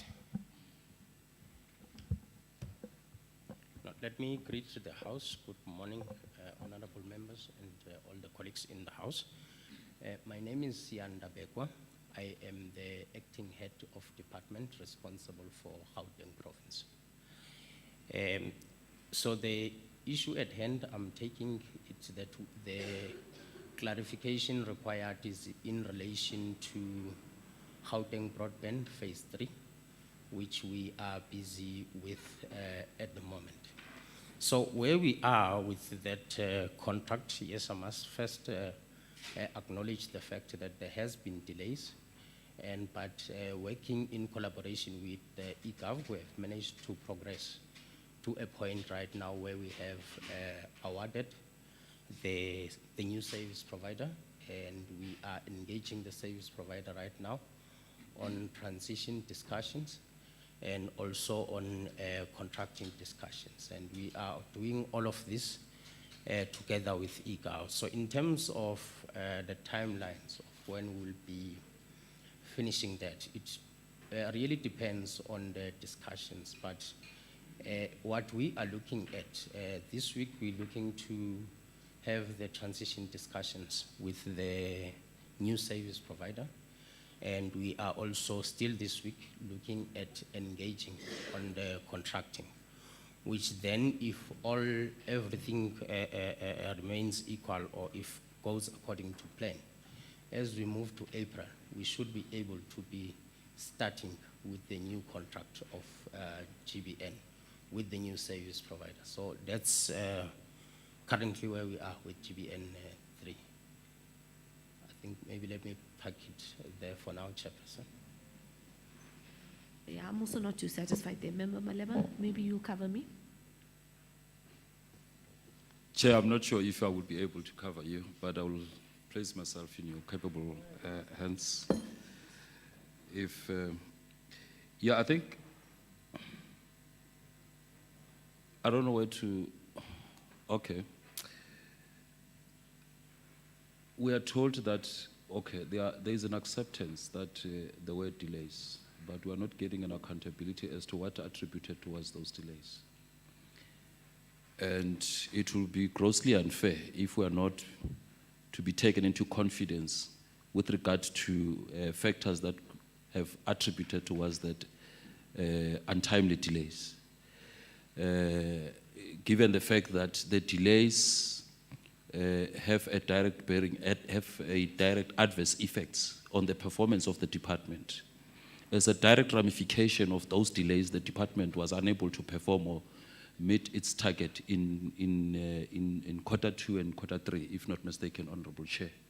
So I think it is important for us to be told as to, just to get an explanation as to the delays that attributed to, I mean the factors which attributed towards those delays. And as part, I don't know as to the contract that, I think, is it service level agreement? I don't know if you coin it in that fashion, a service level agreement between yourself as a department and CETA. If there are some kind of remedial clauses which will have to impose some punitive measures in the event that you are being prejudiced as a stakeholder to that agreement, resulting from the delays, those kind of delays coming from the side of CETA, because I think it's very important. It can't be that we are told there were delays and it's business as usual, and we are not even given an assurance as to going forward, are we still going to experience or encounter those kind of things? Like we're accepting there is delays, but then it goes on like it's business as usual. It's grossly unfair, especially to the department. Thank you. No, thanks, Member Malema. You did in fact cover me. I was also wanting to know the reasoning behind those delays. That could also help members understand why we find ourselves where we are. Over to you. Thanks. Thank you very much, Chair. Yeah, if I may highlight on the delays, I think the HOD did touch earlier on the fact that the first tasking that was sent to SITA for GBN3, it was in May 2021 when we got the first tasking. And we embarked on the procurement process immediately after we received that tasking. And at a point where we were at an evaluation stage of that request, it got to a point where it was cancelled. And the reason really it was cancelled, it's because between the parties, there was a view that the process was no longer transparent, was no longer fair, and therefore to continue with the process would then render the entire process irregular. Hence, that attempt of going out to the market to secure the service provider was then cancelled late in 2020, I would say early 2022 to this House. And I want to disclose to the members of this committee, I might not have the specific timelines here, and the reason for that is because when I came here, I prepared for a specific subject that I was asked to come and present. So these questions I'm answering as they come up, but I'll try to answer to the best of my ability. So that process was cancelled because it was no longer feasible to continue with that procurement, since we all know as we go out, the process must be transparent, must be fair, must meet all the supply chain requirements. And at the point in time, there were a view from both parties to say it was no longer meeting those requirements, therefore it got cancelled. And after that, we then got a tasking, the next tasking that we got after that. And maybe it's important to mention that parallel to this process, we had a contract extension of GBN Phase 2 while we are continuing with the procurement. So as we cancelled that process, we also engaged on extending the existing contract in order to make sure that we are still able to deliver on all the services that we are tasked to deliver on GBN. So we then got the other tasking in August 2022, which we have executed on that tasking. And this tasking, it was not really, we did not encounter too much of issues on this one, because if you count from August, we are in March right now, and we are at a point where we are about to contract and conclude the contract and now start working with the new service provider. So mainly the delays were in that first attempt that resulted in being the procurement process being cancelled, and on the new procurement process and also in improving from what the challenges that we have identified during the first attempt. We then worked closely with the department to ensure that this process is successful. So from the inception of the process we started in August, we have been working together with the department. The department officials, they've been forming part of all the preparations of the procurement documents. They formed part of the evaluation. Member Macheke. No, Chairperson, I think we are deviating from our mandate. We can't be discussing issues of tenders in these meetings. Our responsibility is to get a report on contracting for GBN, even when it happens. We can't be in a position really to now having to deal with the processes of how CoGTA and the department contract. And please, Chair, guide the meeting because we are really deviating from our mandate. I don't want tomorrow to be quoted that I sat in a meeting where we're discussing contracting with CoGTA. Please, Chair. Right, let me do this. I want to give CoGTA an opportunity and eGov an opportunity to maybe go back, get their house in order, because also what we are hearing as the committee, eGov is telling us the delays are on CoGTA side, CoGTA is telling us delays are on eGov side, etc., etc. So let's do this to avoid a back and a forth in that regard, but also to give you an opportunity to properly come back and give us a presentation, CoGTA, on your own. So you're going to tell us your mandate, etc., etc., of course. You'll start that like that, but we are more interested in the work of the implementation of the eGov contract. So it's not necessarily who does what in terms of which tender, but it's about how we realize in GBN, because part of the delays that eGov has cited in the lack of realization of GBN and its requisite elements is the lack of the SLA, or whatever you want to call it, between yourselves and them. So let's do that. You can then come back to us as a portfolio committee, give us that presentation. Please also ensure your documentation gets to us in time so that we as members also, then it's not like this, where members now interject and, they have a good opportunity to read. Give us as much detail in that regard, but also if there's other projects and other elements, even on the national government side that relate to Gauteng, please also tell us that as well, because we know that Treasury also does fund some other ICT elements that CoGTA may be working on in the province, albeit from a national government side. And why is that important? Because like I said earlier, we're all working in silos, and it's also part of our role as lawmakers and as portfolio committee to bring everything together. I think let's do that, because otherwise we might descend in today's meeting into areas that members are uncomfortable with, but also like yourself, you said, it is a little bit short notice for some of the questions that have been posed to you now. So let's do that. And then what we don't want to hear next time you come, eGov said this, CoGTA said that. No. This is also to the Department of eGov and to the acting MEC, or we must tell the MEC, when you're coming, the story must be very straight. An honest story, you must be honest, but it must be straight so we know where the problem is, and then we can intervene where that problem lies. Members, I'm going to summarize the particular issues in the following way. You've clearly quite heard what we've said about CoGTA, and they will come back to us. We're also looking, in fact, Member Macheka, you read our mind in last week's meeting. I mentioned we want to have a one full day session. Members, it's likely to happen during the constituency period. We'll contact everyone individually to see what's possible, but that can also be our breakaway session. Because like yourself, Member Malema, you're not the only one who's new to eGov. In fact, I'd argue with the exception of Member Atkinson, most of us are new to it.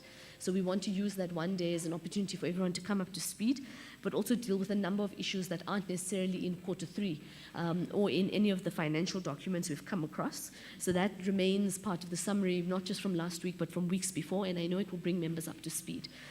So we'll do that. Also, I think Member Msimanga, and it was already supported by Member Malema, that the presentation HOD that you guys made to the the Committee on Finance around the commercialization of the network and its requisite services, you can also bring that to our committee. And that's the commercialization of the GBN. And I know it also did come up in last week's oversight visit. And we were also quite keen and interested to know how eventually the GBN can be self-sufficient and fund itself. So you can bring that through. And then also, this is now a separate matter that didn't quite come up today, but it is something we should look at. Stats SA has released all of their documentation now. And in fact, team, what I would like for us, for both CoGTA and eGov, but specifically for eGov, Max and Minor, if you could please just take a look at the Stats SA documentation high level, pull out what's relevant, and we ask Stats SA to come to us. Because I know they've done research on ICT access, on the mapping process in communities, et cetera, et cetera. We write to them, tell them what we want, and then maybe in the next quarter, when we open up again, they can come as a stakeholder to our meetings, or one of our meetings, and that can really help us. I think the department should be present, so that we're matching the work that we're doing, what we want to see, in between, because Stats SA is an objective third party that's saying this is what is the situation on the ground. So I think it's a good way to bring everything together, even though that necessarily didn't come up in our questions necessarily. I think there's a lot of work we need to do on a number of different things. But I know that the team has captured all of that, and that's also why we have the transcripts. So Maxon also is keeping an eye on that, and you'll see some of the issues raised by members today will continue to come through in formal questions and informal resolutions as well. Members, with that, let me just see if there's anything else I've forgotten about in terms of that summary. I see Member Malama just wants to add to that, and then after that we can move. Chair, thank you very much once again. I'm just trying to test my understanding here, because I need us to have a proper way or proper understanding of how we want to deal with these issues between the department and CoGTA. I hear what Honorable Member Majek is saying. I agree with that we don't have to find ourselves entangled in these things of our tenders and so on. But in an event where we have to hold the department accountable, and the department comes to us and say, we could not perform because of CoGTA. And we find ourselves in a situation whereby we should not even attempt to engage CoGTA. How are we going to get to have this thing resolved? I mean, Q2, they did not perform with regard to those services. And when we do our oversight, we are told the reason is because of CoGTA. Had it not been that the CoGTA delayed and so on, would have performed. Come Q3, same thing. Come Q4, perhaps, I don't want to sound like a fortune teller, but it's most likely that we may find ourselves where we are today. So I'm saying going forward, taking into account the precautionary measures that we're trying to take here, by not wanting to act ultra-vires or acting beyond our powers. What is it that we should be doing in ensuring that at the end of the day, the department gets to perform when it comes to that particular mandate or set targets, which have CoGTA linked to it as well? I think it's a predicament that ought to be resolved, Honorable Chair. Thank you. Thank you. I see Member Ngube also has something to add to the conversation. Thanks, Honorable Chairperson. I think I heard the official from CoGTA saying there's a presentation that he's having. But I can see also now that they are breathing each other as we're here, which then means there hasn't been any disengagement until we're here. I think in the AG's report, the question of the challenges of the eGov and the CoGTA came out.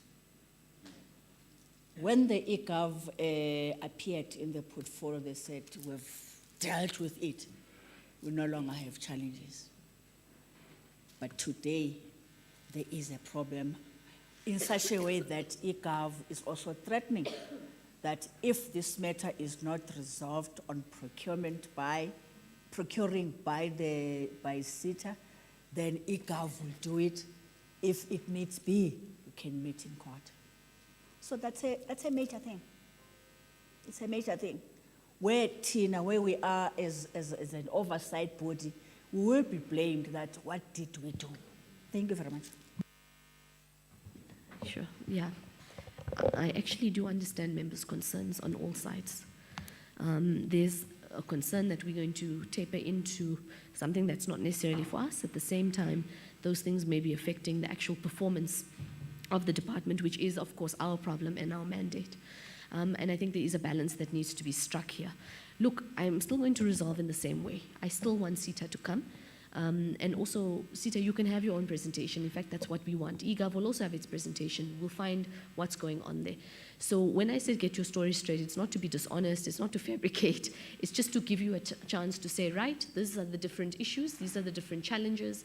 And then remember, you're coming to a body that has the ability to call other portfolio committees, other governmental departments on a number of levels, municipalities, national, etc., But we're also able to say to a provincial department, actually, these are the types of interventions you need to consider and think about. And why am I saying this to you?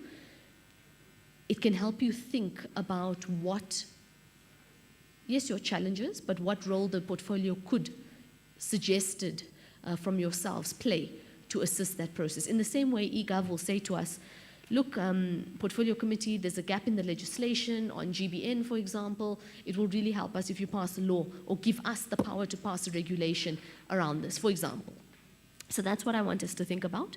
I also don't want us to descend here. I really want us to give ourselves time so that you can send us the documentation in advance, we can read on it, members can think, we can do a bit of our research, and when we come back to the table, it's a more fair conversation on all sides so that members' concerns are covered, while at the same time we're able to say, department, where you haven't performed, this is what needs to happen. And then we can also hold each other accountable on goals and achievements that we agree collectively on, that say this is what's possible in the short term and this is what's possible in the long term.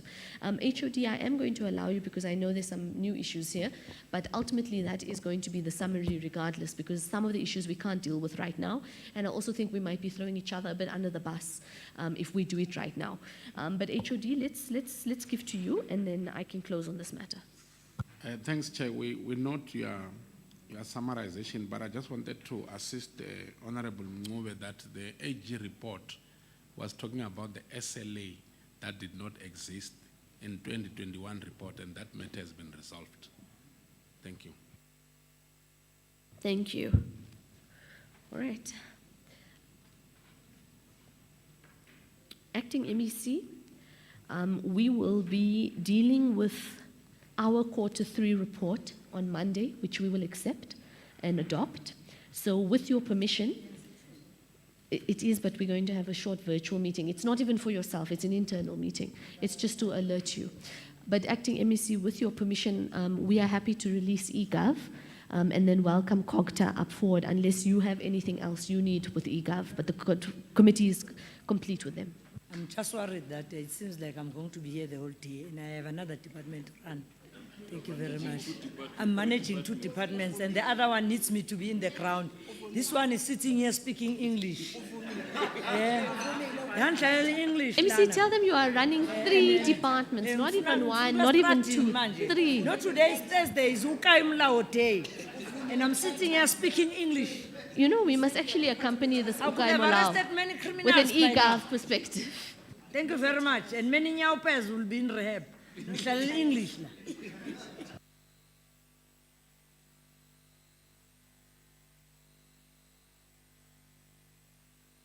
All right, members, let's take a 5-minute comfort break. You can go to the bathroom, grab a tea, and then it allows CoGTA to transition into the spot here.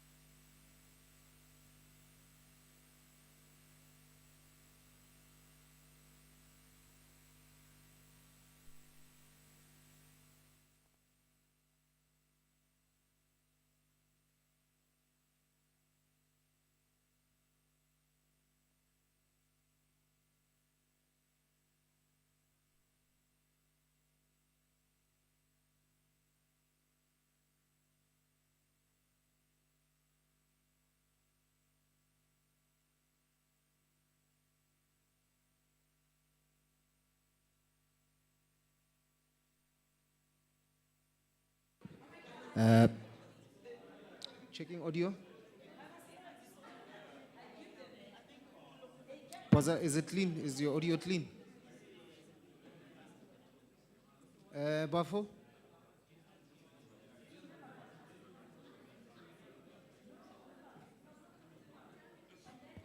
Yebo, yebo. Ikahle, is it clean?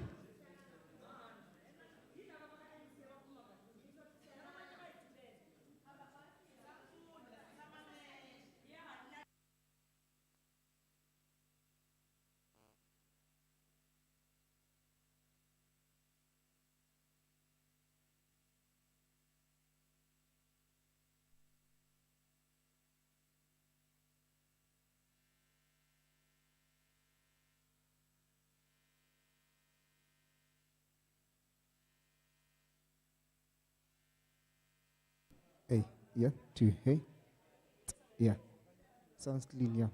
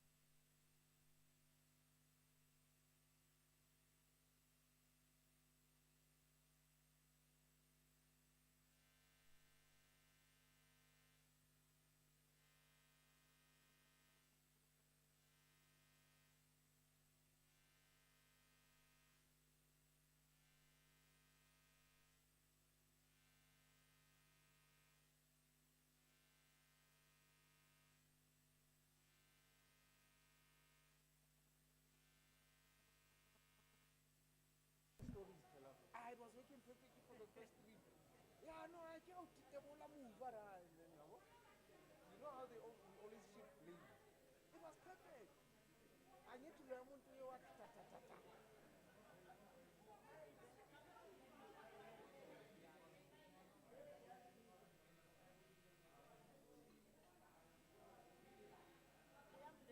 Yeah.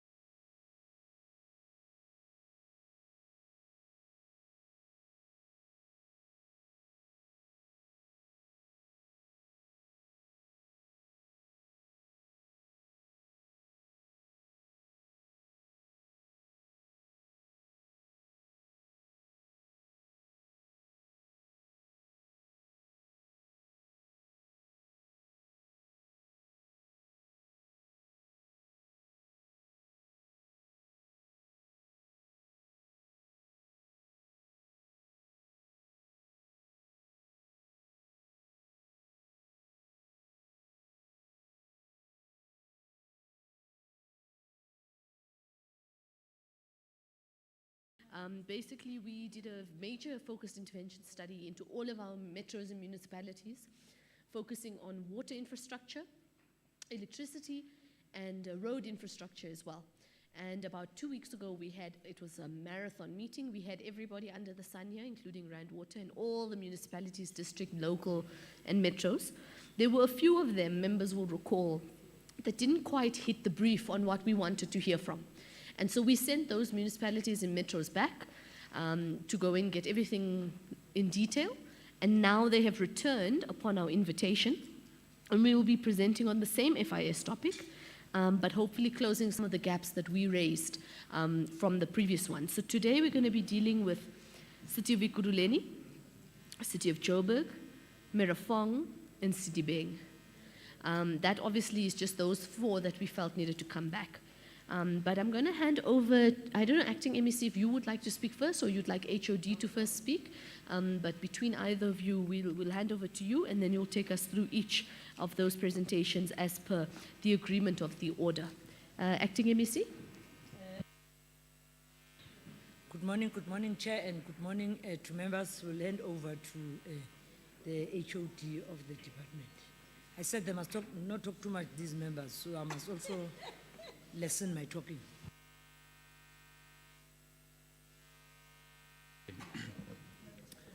Good morning, Honorable Chairperson, and good morning, Honorable Members. Chairperson, thank you very much. Chairperson, you have indicated that COE, the City of Joburg, and Sedibeng has been invited. Chair, I can say that I want to ask the Portfolio Committee that we start with the City of Ekurhuleni. And I am having the City of Ekurhuleni next to me, Mr. Seguela, that's dealing with water in the city, and Mr. Malautsi that's dealing with energy. It will then be followed by the City of Joburg, Chair, and it will then be followed by Lesedi. And Chair, with Lesedi, you will notice that the district, the executive mayor submitted a formal apology because the entire area is having an impact today. And they have asked that they be given a separate opportunity to come and present. But due to the urgency of the audit that's coming up, they have asked that they are excused. So Lesedi is here in attendance and they will then present. In Merafong, the municipal manager also indicated that there is a council meeting today, but we do have a representation. Chair, we have also formally asked the municipal managers to request either the MMCs or the executive mayors to be in attendance as requested by the Portfolio Committee, but the only apology that we have received was from the executive mayor of Sedibeng. So at this stage, this is the teams that we have. Chair, we have also as CoGTA taken note of the comments raised by the Portfolio Committee in the last meeting, and based on some of the gaps that we have found in the presentation, we thought it was important that we just give some sort of a background to the municipalities in terms of what they need to present so that we can at least compare apples with apples. So we have just contextualized slightly more the framework that the Portfolio Committee is asking for, looking at the overall budget over the last 5 years, the breakdown per department, the relationship to infrastructure spending, what was spent, what was not spent, and what was the reasons for the underspending. And then, of course, not looking at the USDG only, I asked them that they also look at all the other grants that they would have in the municipality. What were the strategic projects, specifically focus on water and on electricity, and some of the improvements that has been made over the last 5 years, but mainly looking at basic municipal infrastructure, mitigation strategies, but then also looking at how they address water and sanitation issues, particularly electricity. So Chair, that is the framework. If you will allow me, let me ask Ekurhuleni to start, and they will take us through the presentation. Thank you, Chair.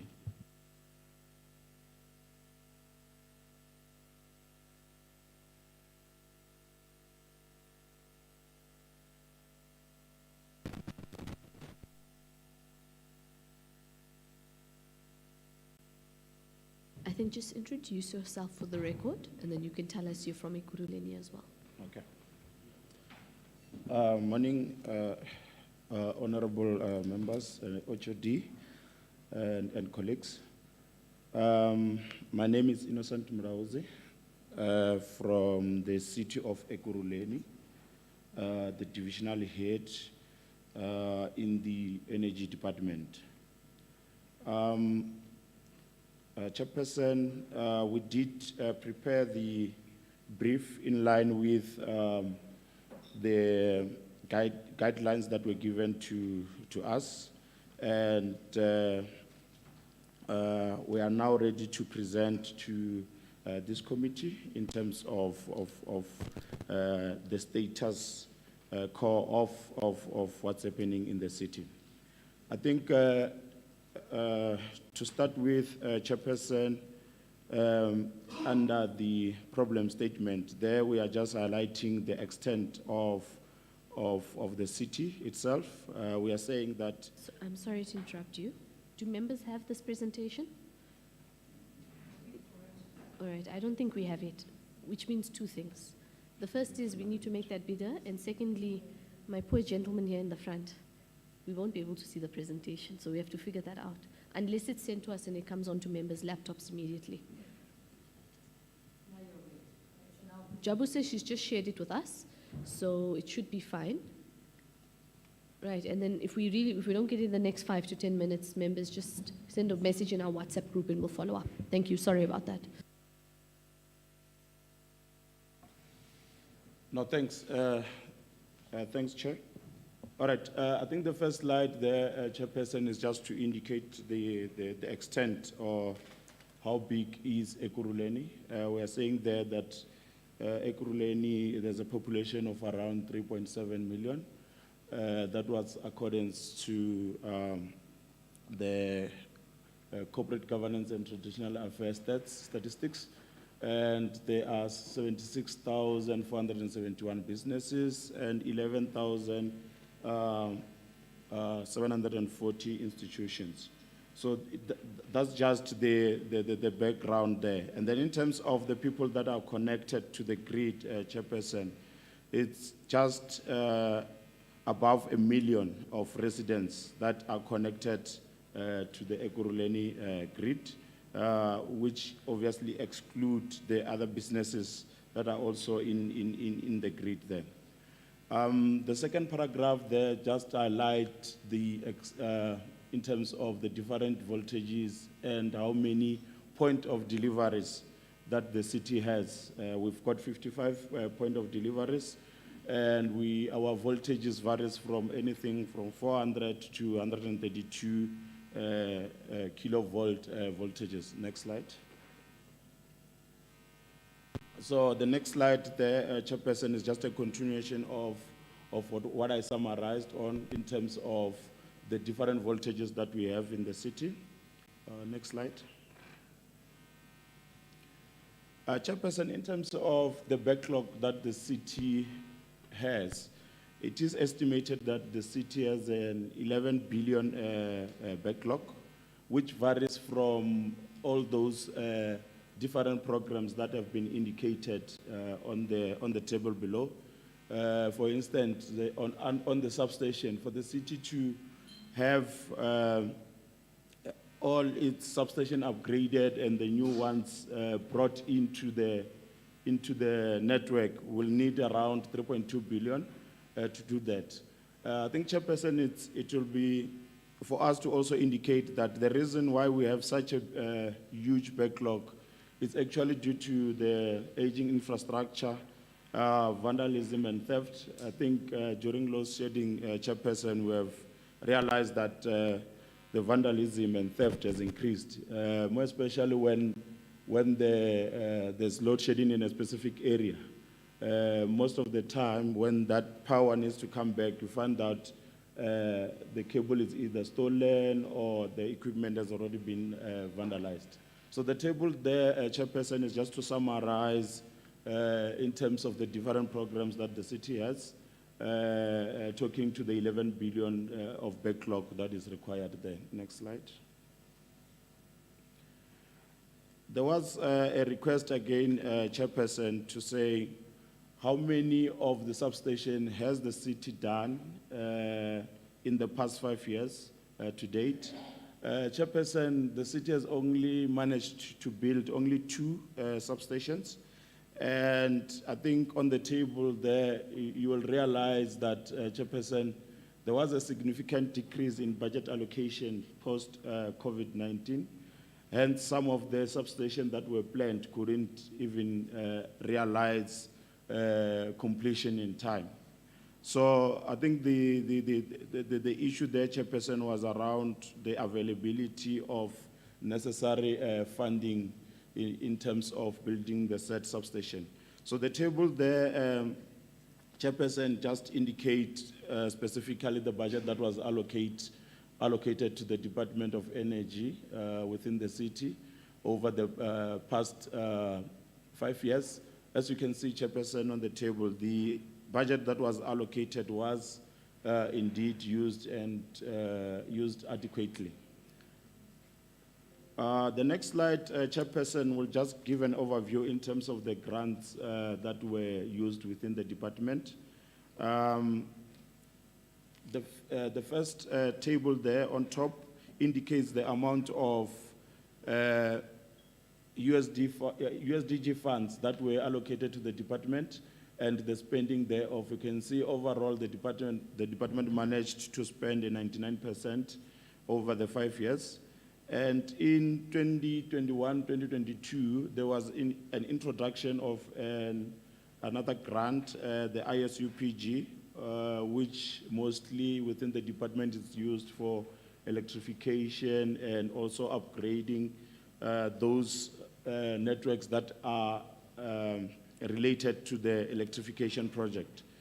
On that, Chairperson, on the next slide is just to show the different performance over the years. In 2017-18, on the USDG, the city managed to install 30 high mast, street light 1,585, RDPs that were connected, it's 6463, and then the PV solar lighting. These are the systems that are installed in the informal settlement, Chairperson, where the informal settlement is not ready to be connected to the electricity, either because it's in a wetland or within a servitude and so forth. So those are the systems that we obviously give to those informal settlements that we cannot provide the electricity. Next slide. On the 18-19 Chairperson, we continued with the program where 86 high masts were installed in different townships in the city, and also 2096 street lights were also installed within the city. I think the same goes to the 1920 annual performance. So you can see, Chairperson, that there was a significant participation in terms of what was allocated in line with the grant funded. We also indicate there that the number of households that received electricity, 5489, and then high mast installed 100, and street light 722. Okay, next slide. And then in 2021, there we did 5,317 households in line with what was allocated. And then next slide, also we did 2,649 in 2021-22 in line with the budget that was allocated. There was also a grant in line with energy efficiency demand side grant that was also allocated to the city. As you can see, Chairperson, in terms of the funding, the grant was spent adequately. Basically, this grant is more on retrofitting municipal building lighting to energy efficient lights, and also installing of solar high masts in informal settlements where the electricity is still not in place. And yes, thanks, Chairperson. The next slide, we also looked at the issues that are dealing with the effect of load shedding and also the demand thereof. I think what we're trying to say there, Chairperson, in that slide is due to load shedding, there's an exponential increase in terms of cable theft and the infrastructure vandalism.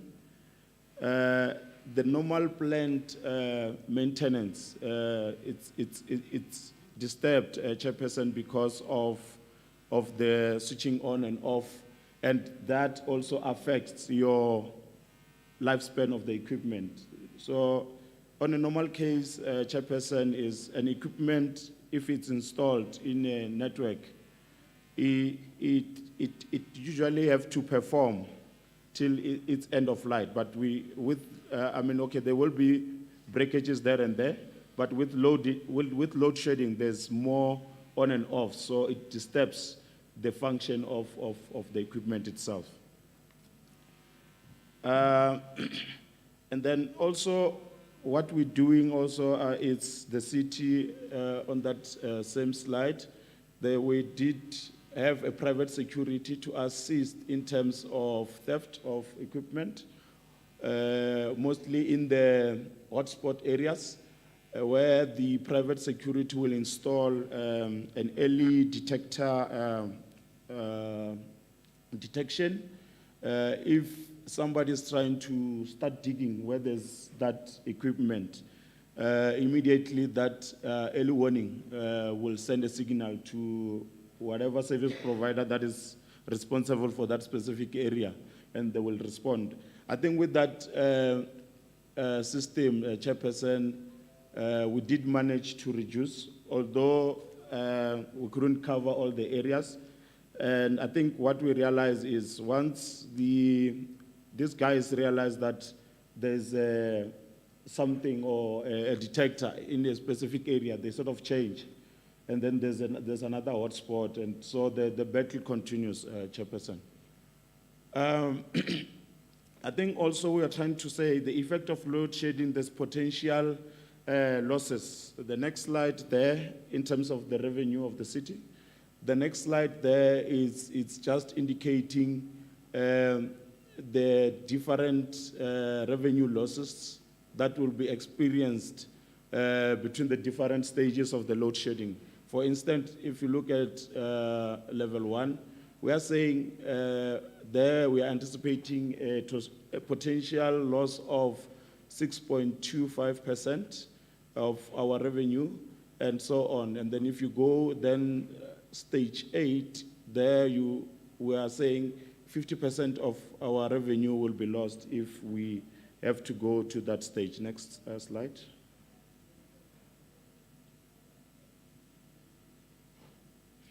So the next slide, Chairperson, we're just trying to indicate the cost that comes in terms of the load shedding, or that are triggered by the load shedding. So, as I said, there is a very high vandalism, and there's also very high cable theft. So those are the costs that were never anticipated in the city. So, but because they do happen and at a very high rate, they have to be attended to. So we are saying that there's a huge cost that comes with the load shedding, and for the fact that equipment is switching on and off, it sort of reduces the lifespan, so the maintenance gets too high. So there we are also spending a lot of money in terms of repairing those things.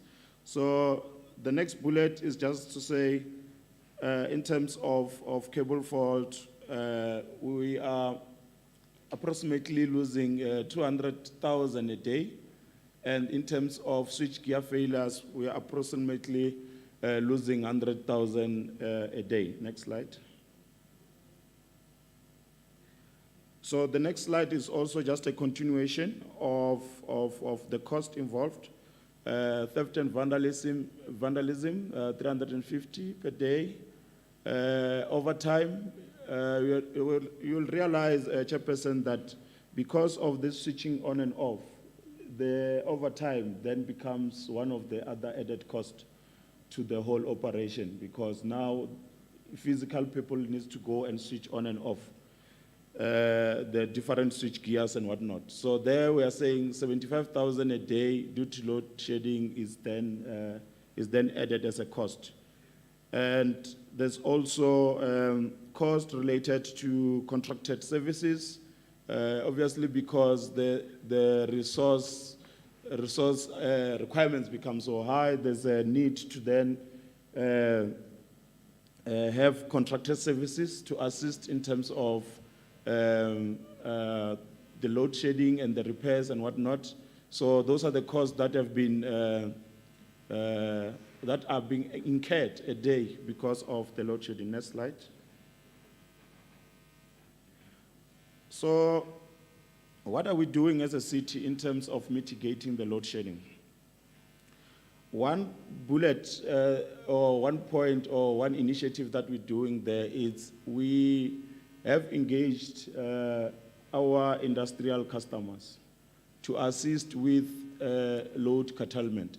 So basically what load curtailment means is if you know that your load shedding is going to come at a specific time, we then engage those particular industrial customers to say, can you then give us at least 30% off so that when we switch off, we are able to exempt some of you from the load shedding. That assists to get other guys to run even during load shedding. So we are basically saying give us some megawatts so that when Eskom looks at the grid, that availability is there. Then they don't do a total load shedding on from our point of deliveries. The second one is it's with regard to SCADA. So in the city, over the years, we did roll out SCADA, but it was not the fully functional SCADA. So it was more on the substation side, but not all the substation will have the SCADA. So if we implement that, we should be able to manage some of this load curtailment from our side. That's when your customers are not responding to your request in terms of what we require. So we also have an IPP program. That program, the city plans to procure 600 megawatts. Chairperson, the table there is just to indicate the different programs or technologies that have been contracted. So the PPAs have been signed with these people. So these guys sometime last year, and these guys are now going out to the funders to source out funding so that they can start implementing the different technologies that they have proposed. So all in all, there's 47 of them, and a total of 683. If should all of them come into the party, the city will be able to generate that much. On the city side, Chairperson, next slide, we also have own generation project that we have embarked on. These are the projects we install solar rooftops in most of our buildings.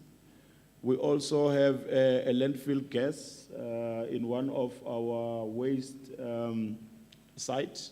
That landfill gas, it's extracting the methane from the landfill and generating that to electricity. So that is just a 1 megawatt generator.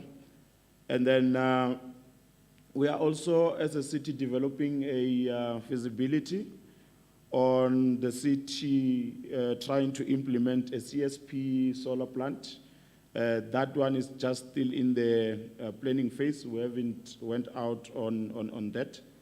So another bullet there in terms of mitigation is we have just finalized a willing framework, Chairperson, whereby IPPs, if you're an IPP and you want to will your power to, say, somebody in Limpopo, so the city has now a framework that addresses that.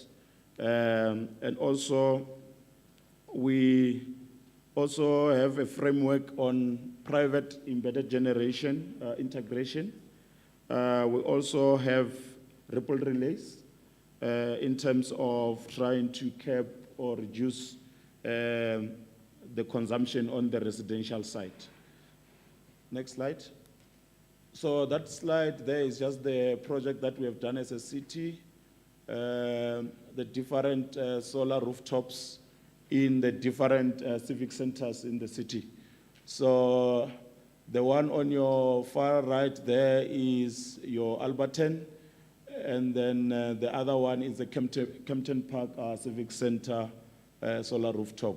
So the list there, we've got Alberton, Tembisa, Boxbeck, Brakpan, Kempton Park, and so forth. So those are the areas that we've already installed solar rooftop. I have to mention there, Chairperson, that those solar rooftops are just merely to assist in reducing the consumption of a building during the day. It doesn't have a storage capacity as in yet. So we only offset what we are taking from the grid by those solar rooftops. The next slide. The next slide is the generation, the landfill generation. The methane generating generator that I spoke about.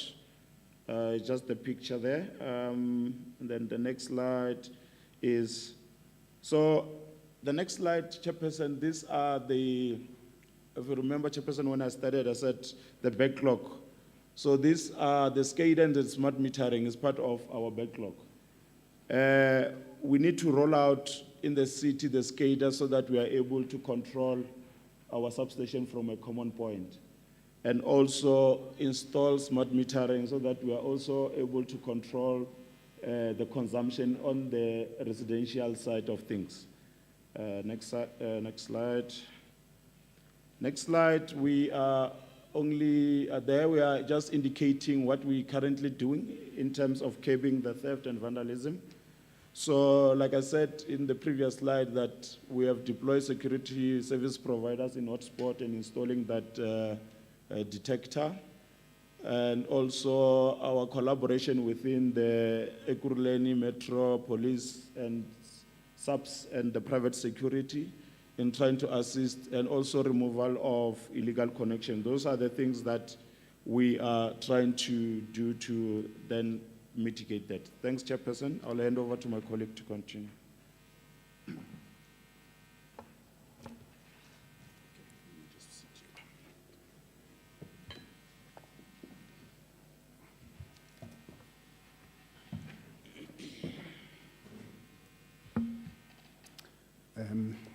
Afternoon, Chairperson, and all protocol observed. My name is Asra Sokwela, so I'm also from the city of Ekurhuleni, under the Water and Sanitation Department.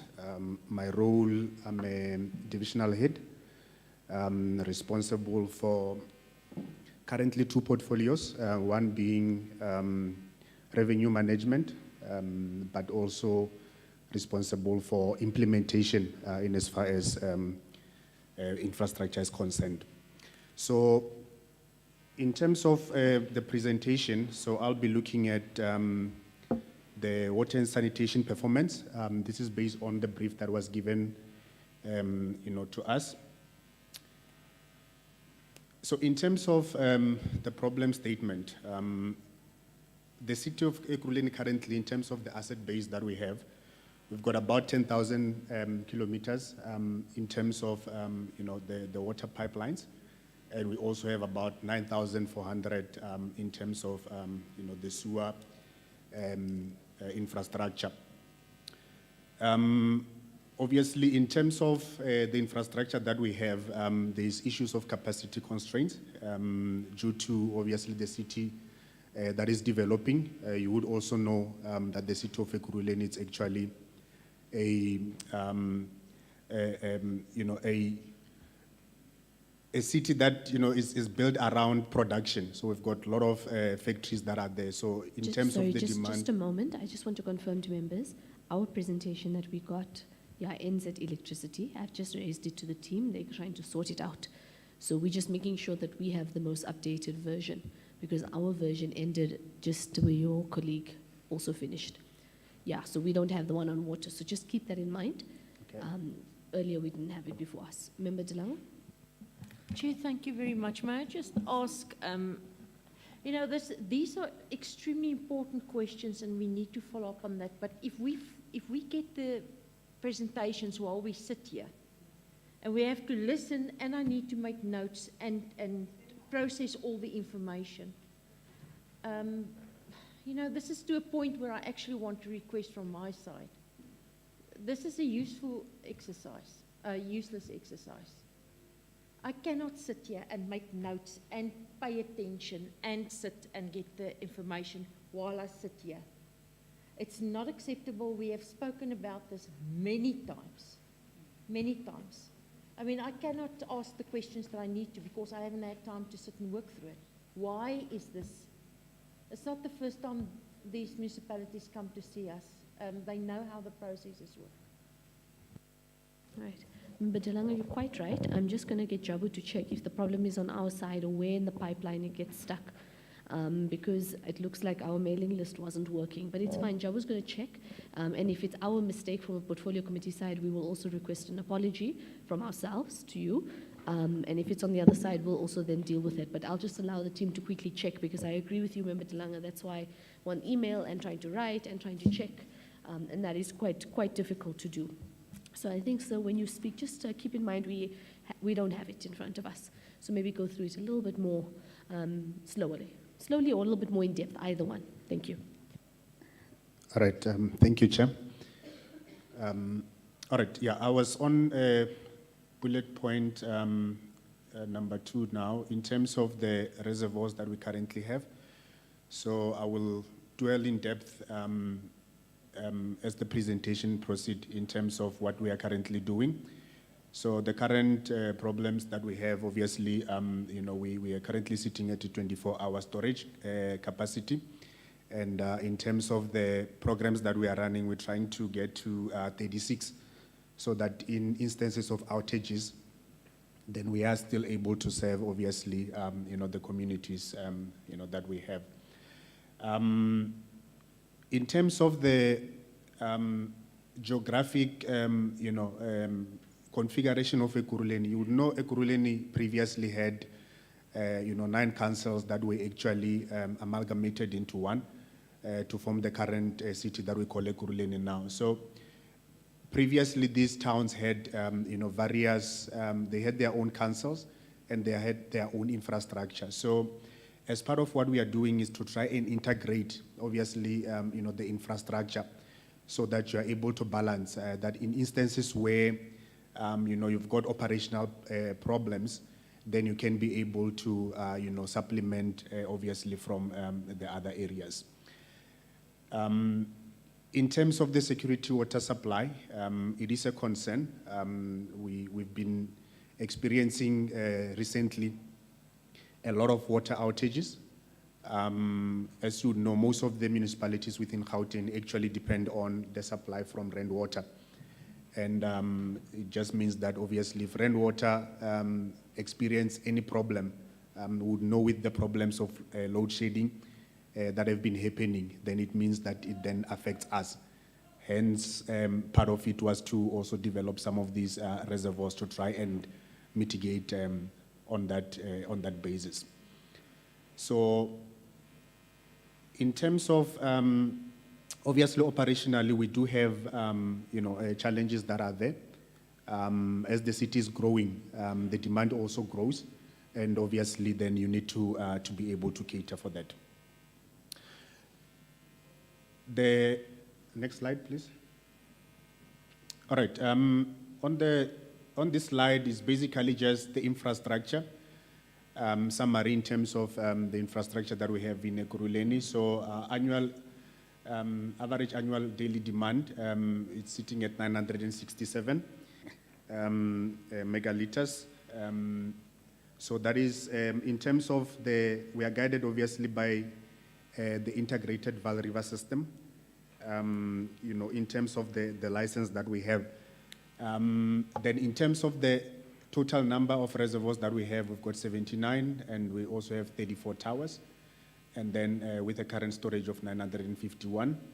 And pump stations, in terms of water, we're sitting at 74, and then obviously the pipe length, I've dealt with that. And in terms of the staff, currently we're sitting at 1.1. Obviously, that varies with regards to any as people go on pension and as we recruit, then that number will then vary. But currently sitting at average around 1.1, which makes it about 9 staff per kilometer. And then in terms of the replacement value, that is also indicated. Then we're also looking at the sewer, so it will be basically the same table that will then indicate, in terms of the sewer. So expanding a bit on the water and sanitation infrastructure, problem, we've spoken about, the issue in terms of the planning, the extension, in order to support, obviously, urbanization, and obviously the Erotopolis, which is, one of the goals of the city in terms of, getting the city into the Erotopolis, development.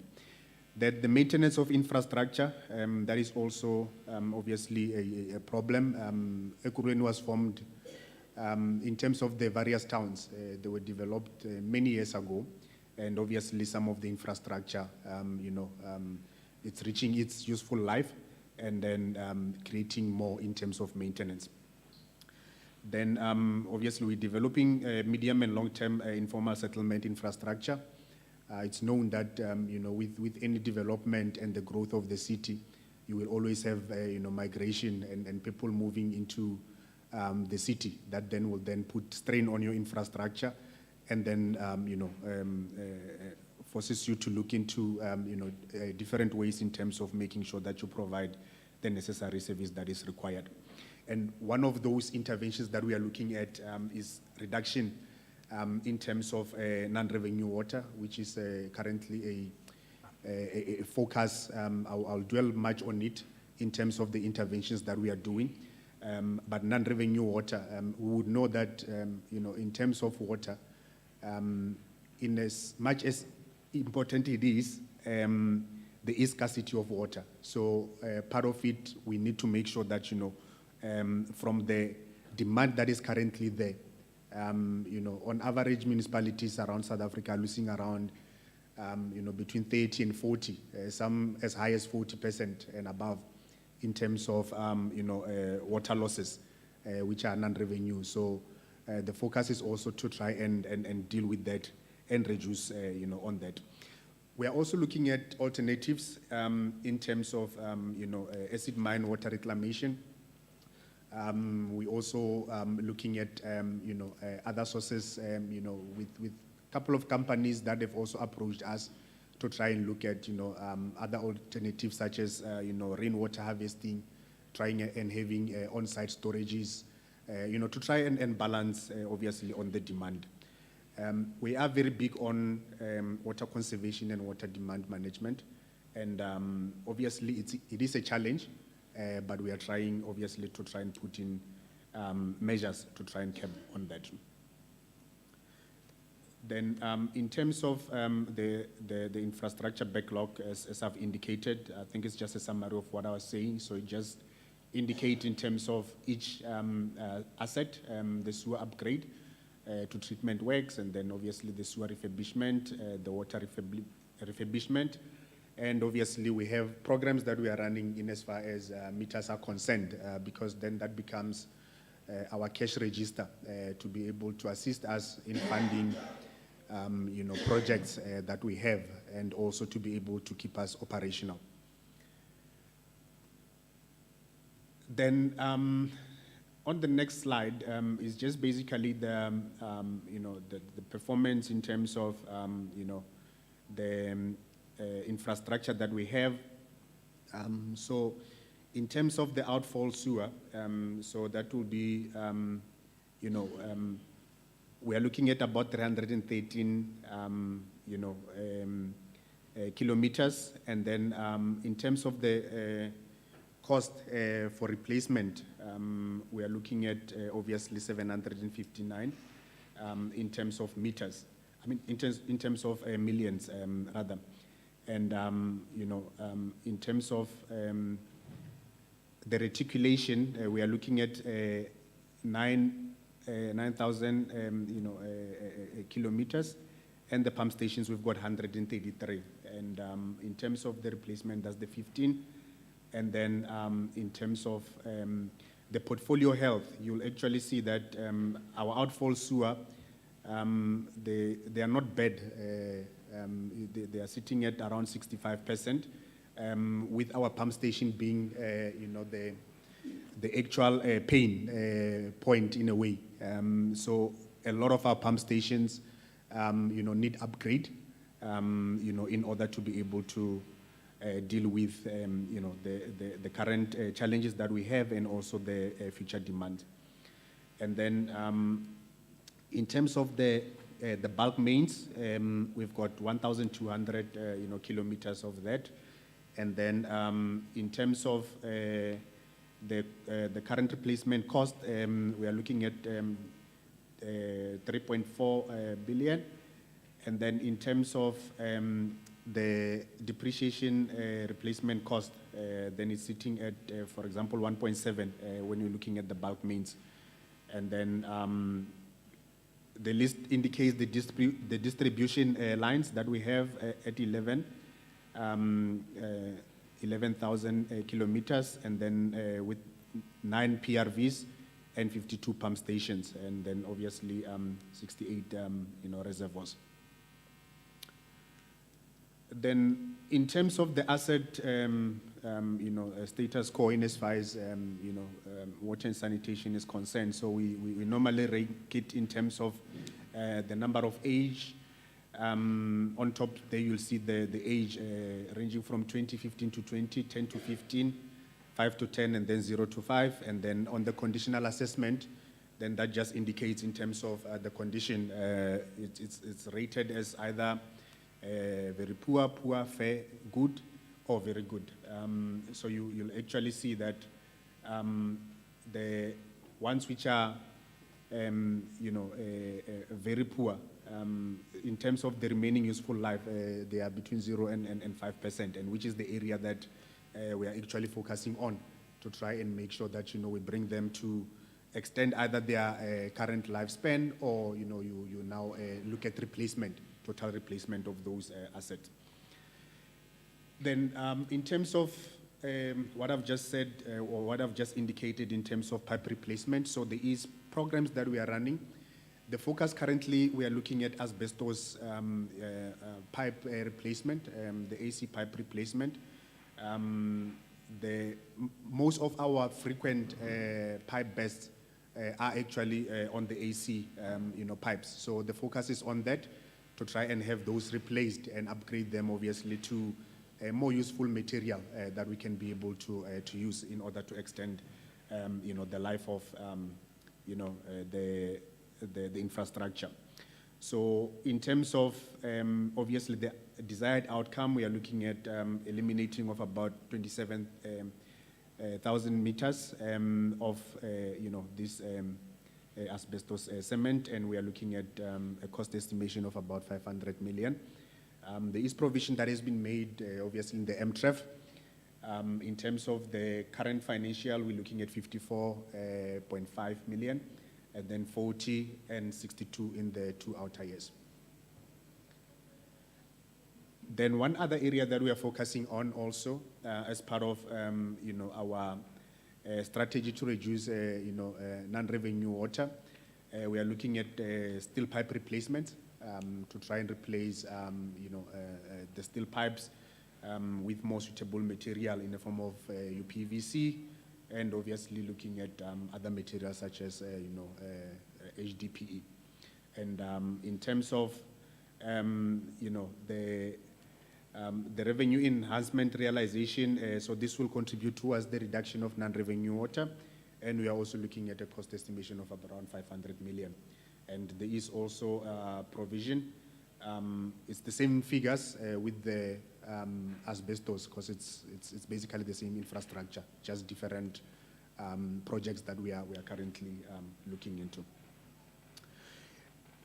Then another one that assists us in terms of dealing with water losses, it's also the what we call replacement of pit blocks.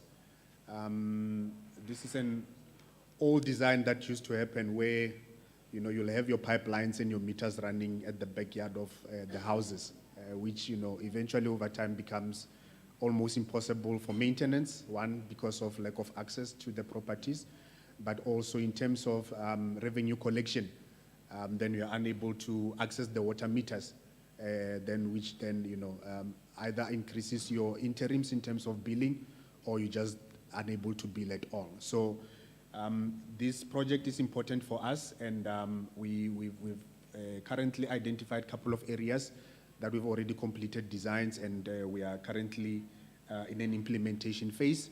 And we are looking at the installation of about 96 kilometers of pipelines and moving of about 16,000 meters, to the front so that they can be read.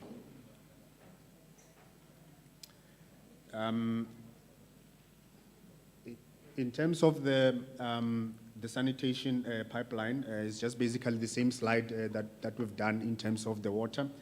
You'll actually see that, in terms of the 0 to 5, we've got the very poor ones that needs, attention. And we are looking at, 57,000 meters of the total of the 9.8 million meters that we have. Then in terms of the number of households that are connected, we've got around 557,000 meters. So obviously they vary, in terms of sizes and in terms of the uses. So this is divided into businesses, obviously residential. We've got about 20,000 businesses that are connected. They vary from institutional churches, to residential municipalities, and we look at obviously other arrangements such as your cross-border arrangements with Joburg and Lesedi, and So in terms of the asset base that we have, we've got 557,000 as I've indicated. I've touched slightly on the reservoir program that we are currently running. So in terms of the current challenge that we have, as indicated, we are currently sitting on average on 24-hour storage. That just means that if for whatever reason we don't have a supply for 24 hours, then it might be a problem in terms of supplying to the greater community of Ekurhuleni. So as a result, because we're depending heavily on rainwater, so we embarked on a reservoir construction program, and to try and increase our storage to about the 36 hours as required. So in addition, that will then add about 479 megaliters of storage to the current existing 958 as indicated. So that will then eventually bring us to the 36-hour storage, that we want. Next slide. That's just on the left is just the picture in terms of some of the construction that we are doing. And on the right, you'll actually see the table that just indicate the different towns that we have that form the municipality. It indicates the current reservoir capacity that we have, and then whether we've got the spare or where we have obviously a deficit. And in terms of getting us to the desired hours, which is 36 hours, then we've got the amount of megaliters that we require for us to be able to get, to the required 36. So the places where we have, a lot of deficit, it's, for example, if you look at the Benoni area, currently we are even falling short. We are sitting at around a supply of around 20.5, which is far from the normal 24 hours that is required. So in terms of prioritization, those are the areas that, we look at and make sure that, we supplement in terms of the construction of these reservoirs. Then in terms of the informal settlement, currently there is 196, informal settlement. And in terms of the services that we have, we're servicing this obviously through three, means. One being through the standpipes in informal settlements that are closer to where we've got infrastructure. And, others we are servicing them through either mobile, tankers or... So we have the presentation now, so you can move to a more high-level way of presenting for us. Right. The presentation is with us now. All right. I'm sitting on informal settlement. Yeah. So in terms of the informal... Okay, all right. No, thanks. Yeah, I was saying in terms of the informal settlement, there's 196, and then we are supplying them through, standpipes in, informal settlements that are near to infrastructure. And then where obviously we don't have adequate infrastructure to supply, then we supply through, tankers, either through mobile tankers or we have static tankers that are filled, from time to time. And then in terms of the numbers, there's about 2,233, standpipes that are supplying obviously this informal settlement. And in terms of sanitation, they are serviced obviously from chemical toilets, and we've got about 46,000 of those. Then in terms of wastewater treatment plants, you will be aware that the city has an entity called ERVAT. So I'm just going to touch on a high level in terms of, where ERVAT is, in as far as wastewater treatment capacity challenges are. So in terms of the current wastewater treatment that we have, we've got about 19 of them. And then in terms of the current condition, so you'll see the green ones actually show that, the plant is operating at around 80% of the design. And then the orange ones about 80 to 100. And then the red ones are, the ones that are actually needing urgent attention in terms of either maintenance or upgrade of those. And then in terms of the capacity, and obviously just indicating in terms of the ones that are in the red and the river courses that might be at risk in terms of contamination. I think the legends, they just indicate to say the ones with red and, the rivers that, if those are failing in a results, may be impacted as a result of, this treatment works. Then there is obviously a 50-year master plan that has been adopted, by council. So in a nutshell, it's to try and reduce the number from 19 to 10, but obviously the 10 that are there then will then be upgraded in terms of, dealing with the current requirements that are there. So in terms of the capital cost for upgrading, we're looking at around 14 billion. There is some work that has been done already in terms of designs for those specific plants, and we are anticipating that they should be able to go into construction in the next year or two. Then in terms of the pump stations, so this is just to give an overall, asset, that we have in terms of, the pump stations that we have. Of the 150 that are there, most of them, about 110, the capacity is okay, which is, amounting to about 73%, and just about 10% of those that needs, attention. So in terms of the planning, so obviously there are, the existing pump stations, that obviously need to be looked at upgrading. And then the new pump stations, there's about 19 that we are looking at. And about 53 of them, they don't require any action at all.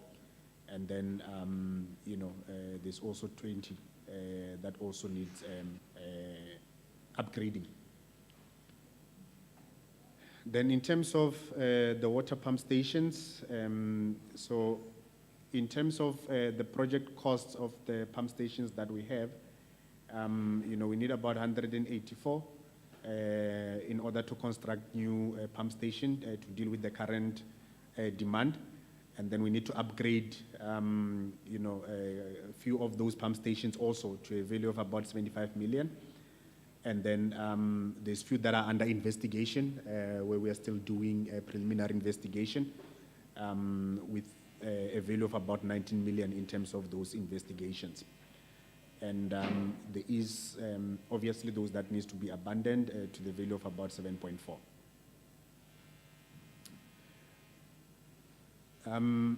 I've spoken about, in terms of the water demand, which I've indicated the importance in terms of what we are doing. So in terms of the IVRS, which is the integrated Vaal River system, generally it indicates that the demand it's very high, which exceeds the current available supply. And there is obviously plans that are being implemented in order to increase, obviously, the capacity. One of those projects being, the Lesotho Highlands Water Project, Phase 2, which I believe it's currently, at implementation stage, at the early stage of implementation. In terms of the restriction to rent water, in terms of what they are able to abstract, so they are able to abstract the 1,600 million cubes of water per annum, which must then be shared, obviously, with their customers. And currently, if you look at it, we are sitting at 368, which is slightly within the condition of the license. So meaning that we are able to manage, obviously, our demand to still be, below, what our license actually requires. Just on, in terms of the journey, so you'd actually see that at some point we're sitting at around 40%, in terms of, the non-revenue water. And, we are currently sitting at around 32, but obviously with the intention of reaching, 25% around, the 2025 year. So in terms of the programs that we are currently running to try and address the non-revenue water, so obviously we're looking at, the real losses, and we look at apparent losses, and then obviously other interventions that we are doing in order to support, some of this work that we are doing. So there is pipe replacement, which I've touched quite a lot on, to try and address, obviously, these technical losses. We're also doing, proactive leak detection. There's a sectorization program that we are also doing currently, and, to assist us in terms of better managing, the different systems that we have, just to make sure that they are sectorized and we are able to manage them.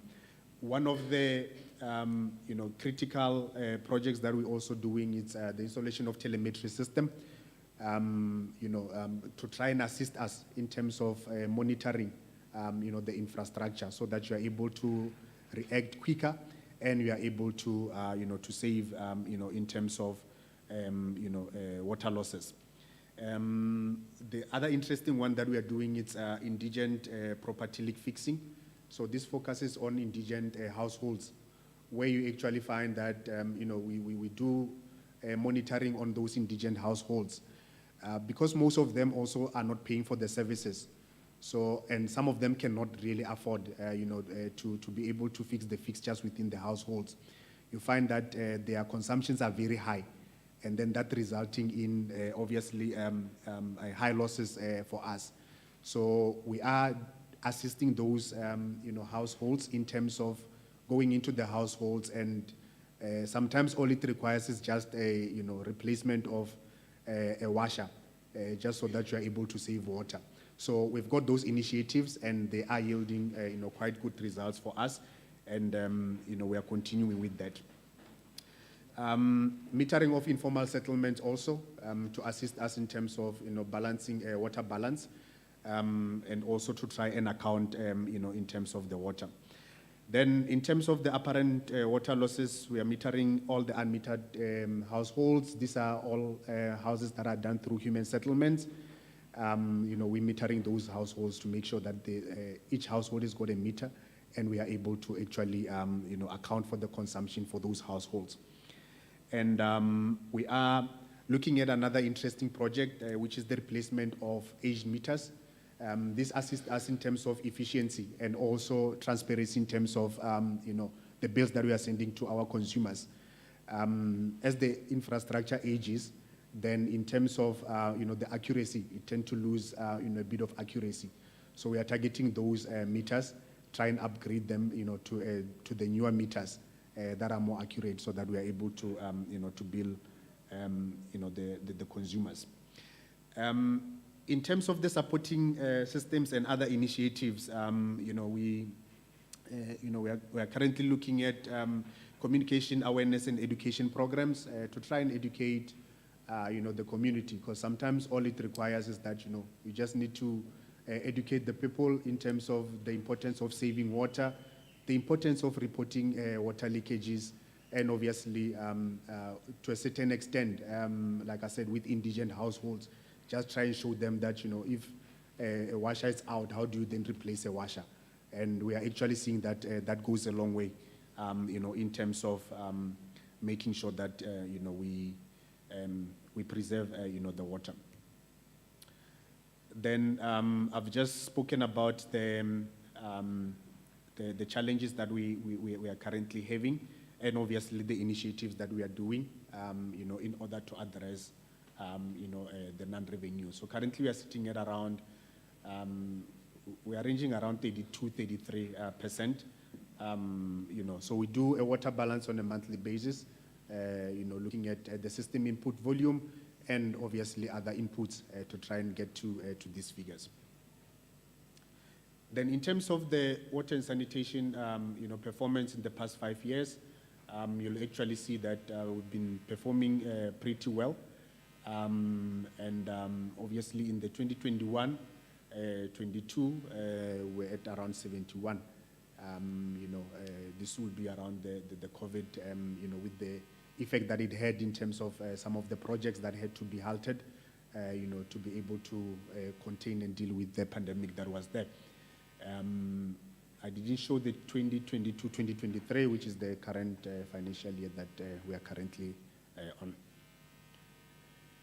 Then in terms of dealing with vandalism, I think we all know there's been a huge increase in terms of vandalism. What we are picking up is that most of the infrastructure that is targeted on our side are pump stations, which, as my colleague from electricity has indicated, they are actually looking at the mechanical equipment. They are also looking at the electrical equipment. Cables are actually what they are really targeting. To a certain extent, pumps are also targeted. And you would know that, for example, with sewer, sewer doesn't have valves, so you can't really say you are closing sewer. It normally uses gravity in many cases, and where you've got pump station, if those pump stations are vandalized, then you are now exposing yourself to to basically having problems with the environment in terms of polluting the environment, and having sewer ended up in rivers as a result. So in terms of the initiatives that we are doing, as indicated, we are obviously having security guards.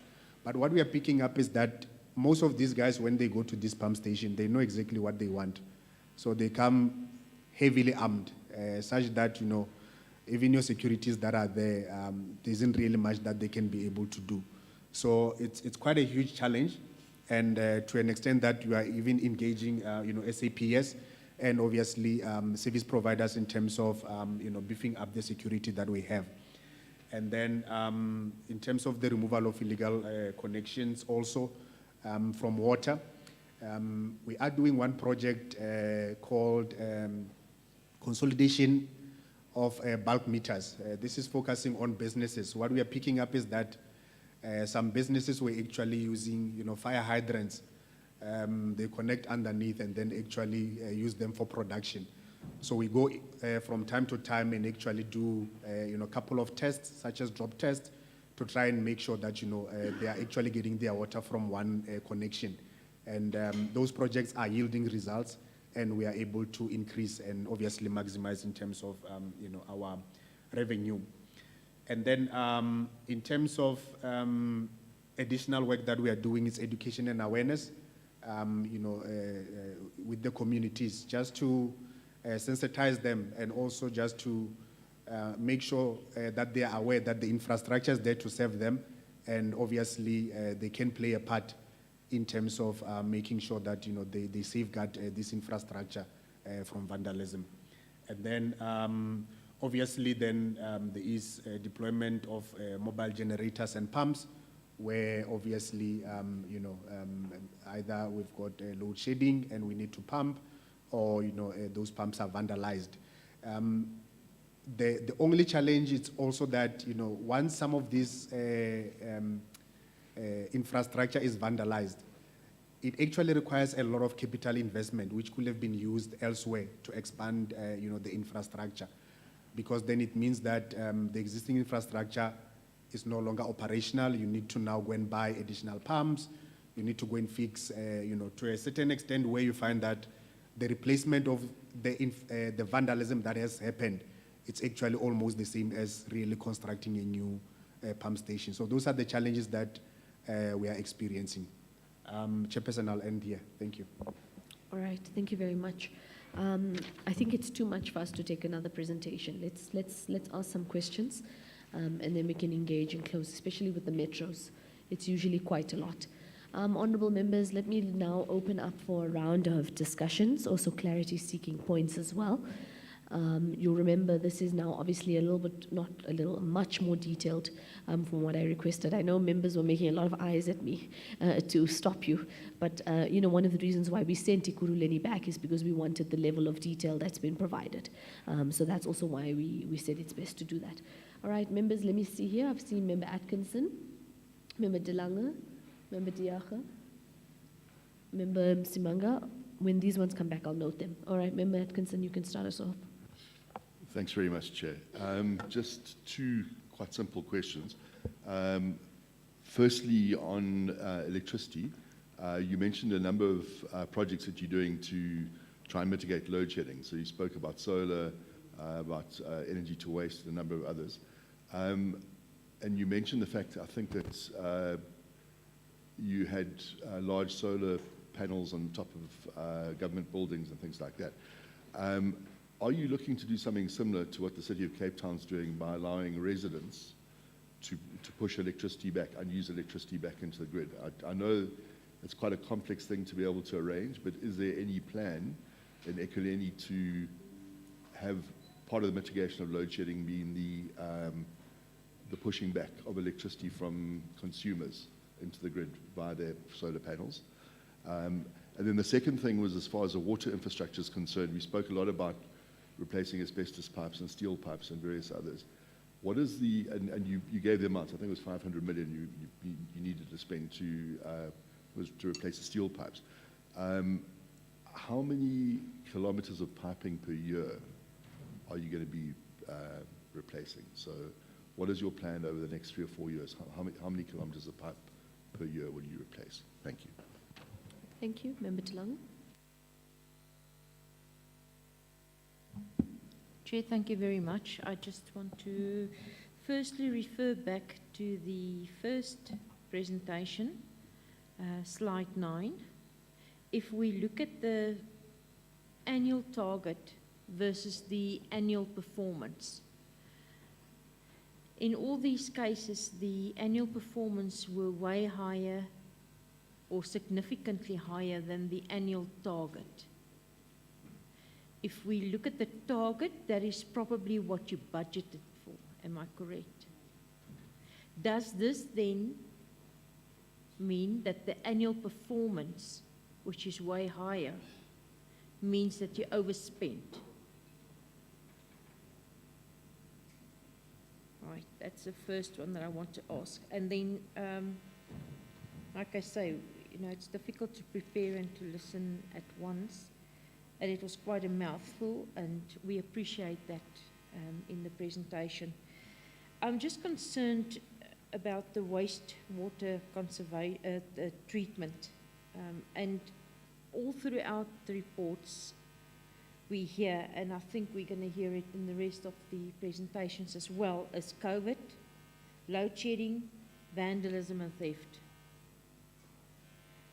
It seems like it's convenient to use those, and I'm not making accusations, it's just we've seen it at previous presentations as well, that is a very convenient thing to say, and it is quite costly, correctly so. But I'm just concerned that is it not also a matter of it's very easy and convenient to use COVID, load shedding, vandalism and theft as part of waste of funds. And we need to look at that. We need to be conscientious about that. As a matter of fact, I don't even want to hear those 3-4 words again. We need to say that this is the fact, and not blame it onto. We need results for that. We need results for vandalism, and now we need to see why is there vandalism and theft. It's not just because of COVID and load shedding. This has been for many, many years. This has been ongoing, and I need to say that from my side, I would rather want to hear what are you doing to curb vandalism and theft, the continuation of that, and not as in we are employing security companies and having security deployed at the points. We've been on oversight visits there, and it's a waste of money. We need to deal with the culprits, and I would rather want to see in these reports that it's also reported back to say, how do you deal? How many people have been put in jail and sit there and going to sit there for the rest of their time to be served because of vandalism and theft? I don't ever hear that people are caught and action is taken against them for these actions. And then also in communities.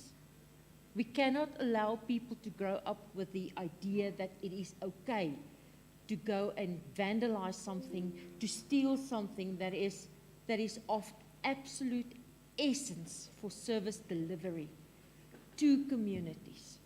It is not acceptable.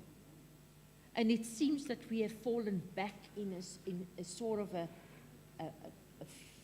just a mindset where it is accepted as part of every single day. And it is not. It is not acceptable. Thank you, Madam Chair. Thank you very much, Member Delanga. Before I come to you, Member Diache, I've just been informed that lunch is going to close at 2 p.m. So for those who are not presenting, they can go and grab lunch. For other members, we can quietly grab a plate and come back in, and again treat it as a working lunch. But please, members, just be aware that it does in fact close at 2, and then you can bring your plate here. Member Diache, over to you. Thank you, Chair. Thank you for the presentations. I'm going to tackle them separately. Just on the electricity issue, you know, as much as we have challenges, one of the worst things that's coming out of Ekurhuleni is the lack of communication with the residents and also with councillors, specifically with councillors, because they are the go-between. And over the last couple of days, for instance, and I'll use an example, Benoni had no water. There was a communication at 8:30 in the morning from Ekurhuleni Water, and at 18:45, I received a message from one of the councillors that the last communication they got from Ekurhuleni Water was at 8:30 in the morning. So more than 10 hours later, no communication. Councillors, they are all complaining about the same thing, the lack of communication. And it goes both ways, both on water and electricity. So my request is, I'm not going to tell you how to do your job, but I am going to tell you that you need to communicate better. And it's the same thing for Rand Water. As much as a lot of what you are dealing with, and especially on the side of Ekurhuleni Water, relates to breakdowns on the system on the side of Rand Water. Now, that doesn't mean to say that we don't have to communicate.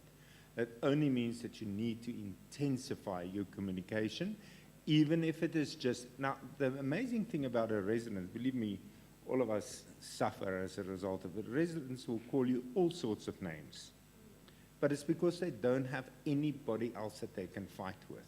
They don't know who else to swear at, so they're going to be swearing at the councillor, and in the end, the councillor who might never have met you or seen you is going to be swearing at you. And we need to avoid that. But also the thing about residents, if you keep them updated, they actually become quite pleasant. And I've seen that and experienced that over the past 20 years. When you say on the, and that was on both the entities, when you talk about building 2 substations over the last couple of years, I just wanted to find out whether they were both completed and where they are, just as a matter of interest. In terms of electricity control or consumption, remote geyser control, do you have that in your plans? Do you have it in the system? Also, your smart meter program, on both entities talk about the replacement of meters, both water and power. What I didn't get a clear indication is that meters that you replace, and especially on the side of water, whether that will be smart meters. Now, that would mean that you can't only replace a meter when it's defunct, but you should have a systematic approach in the rolling out of your smart meter program that would make it possible to read meters remote. You talk about the 16,000 meters. I'm sure that you're more in the region of 150,000 across the city, and that's just in my estimate if you supply part of and not by all of your meters. Also, in terms of the smart meters, on the electricity side, you will not be able to feed back into the system if you don't have a smart meter. Only smart meters can feed back in the system, and we know how that works. So just in terms of illegal connections, on the electricity side, illegal connection is a reality. It happens. People don't do it because they want to steal. They do it because they've never had access, and it's our duty as public office bearers, and it's your duty as officials to make sure that people have dignity. And one of the things that we find, and what we can give people, in informal settlements or not, is to give them some form of access to, for instance, electricity. Have you considered doing a PPP, a pilot program, and using off-grid solutions for informal settlements? It is one way of reducing costs to the municipality, but it's also another way of giving, especially areas that's remote and where it's not always easy to do electricity connections, that we give people access to electricity. Just getting back to water, Jay, as much as climate change is a reality, my colleague used issues of COVID, etc., as an excuse. Sometimes climate change is the easiest excuse in the book. The reality is that when you lose 40% of your water, that it's got nothing to do with climate change. It's got everything to do with years and years of neglect of maintenance and upgrades on your existing infrastructure. So I'm therefore appealing that we focus attention on the war of leaks that you spoke about. We all need to work together in dealing with the war on leaks, and then especially in areas where you have flat rates or where people cannot afford to pay. It is not to their advantage, or they can't see the use and what benefits it to them to report the leak. People might not always understand. And we see that across the province, across all municipalities, where you have areas that make use of flat rates, that people are not reporting leaks. That is when your war of leaks and your team becomes so critical. Another issue is on your first line of response teams. If you've got any plans to put that in place, first line of response team would give you the opportunity to isolate a burst, contain a burst, because the reticulation system works like a spider web, and you will be able to feed or close off one system. You know what I'm talking about. The first line of response teams that can isolate, especially major bursts, while we have problems of water bursts to the extent that we have. The 220 million rand on a water meter replacement, and that's more or less what I wanted to also then come back to water replacement, is that on smart meters or is just replacing all defunct meters? Chair, yeah, and then do you have a drought master plan or management plan in place? And yeah, because we do know, I think it was 2016-17, Member Msimanga, you'll remember, 2016-17 we had a drought in the province. We were on water restrictions, and we must never be too shy to have a level 1 restriction in place at all times. Level 1 restriction is a way of highlighting and making communities aware of the issue around water conservation. Yesterday was World Water Day, and I'm surprised nobody mentioned that. So please, can we just focus our attention on water conservation? The Minister, and in closing, Madam Chair, the Minister last week for Water and Sanitation announced a 28 billion rand investment into new reservoirs in Gauteng, or for Rand Water. Now that's welcome. We always welcome new investment. The reality is that while we're losing 40% of the water, we don't really need any more reservoirs. What we do need is investment into existing infrastructure to keep them, to manage them, to upgrade them, and to maintain them. And then we start focusing. Those are the low-hanging fruits. But then also what we need to look at municipalities, especially where you have new developments, is a dual pipe system where you can, whatever grey water you can pump back into the system, that we can do that and reuse water, and it shouldn't only be used once. Thank you very much, Chair. Thank you. Member Msimanga. Thank you very much, Chairperson. Chair, I will slightly differ with my colleague, and I'll qualify that. But let me start off, and myself and him have been in government before, so you have a great appreciation of what you're going through, you know, in municipalities. And I find it strange when somebody says, when are you able to prosecute and all of that? You're not going to prosecute anybody. But perhaps we might need to invite your JMPD at some point to then say, what are they doing in order to then assist you? But what I want to then ask, Chair, is that part of government at a local level is also to future-proof its ability to supply infrastructure, or to be able to have infrastructure that is future-proof. What do I mean by that? Gauteng, Chairperson, whether we like it or not, will continue to be a growing province. And when people come here, they will go to Ekurhuleni, they will go to Tshwane, they will go to Johannesburg. what are we doing? And this is where I want to slightly differ with my colleague. Yes, I agree. There needs to be plans in order to, to maintain our existing infrastructure. But what are we doing for new infrastructure? So what are we doing? Do we have plans for new reservoirs? A dam in Ekurhuleni that is, an Ekurhuleni dam as an example.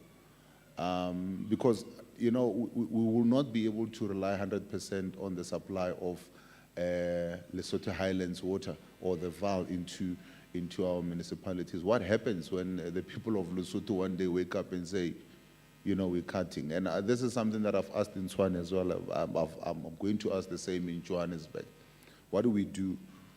Have we ever costed the backlog of infrastructure? So electricity, water, have we ever costed that? So I can tell you right now, Tshwane is sitting with 107 billion. If I were to then look at the reservoirs, if I were to look at the replacement of asbestos pipes, if I was to look at the issue of building or refurbishing and also even upgrading your electricity, capability. Has Ekurhuleni ever done that? Because if you have done that, you then get to a stage where you're then saying, is my maintenance and my building working towards achieving or reducing that backlog? Is that something that Ekurhuleni has ever done, or is it in the process of doing? Do we even have a master plan of, what Ekurhuleni of 2050 should look like? Because I think for me that's what everybody must be doing.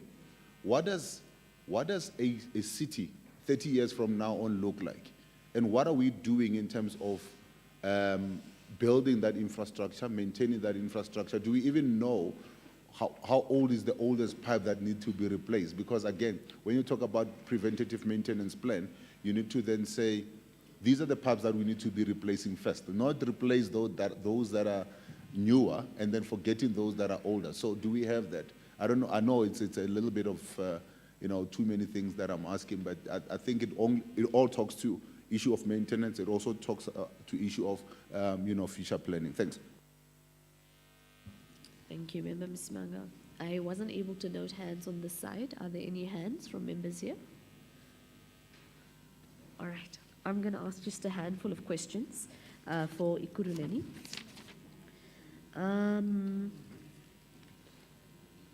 I think I noticed at the first part of your presentation on electricity, we do need to, again, I said it a couple of weeks ago, we need to be comparing apples with apples. So if we're talking about electrifying an informal settlement, we need to see that from 2017 all the way up to now. If you're talking about street lights or mast lights, you can't give us one stat of 2017-18 and then tell us a different thing for the same year, because then we can't compare anything, right? We can't see what progress there has been officially. So that's just important to note, that when you report to us, we need to know 2018, you put up 5 street lights, 2018-19, 10.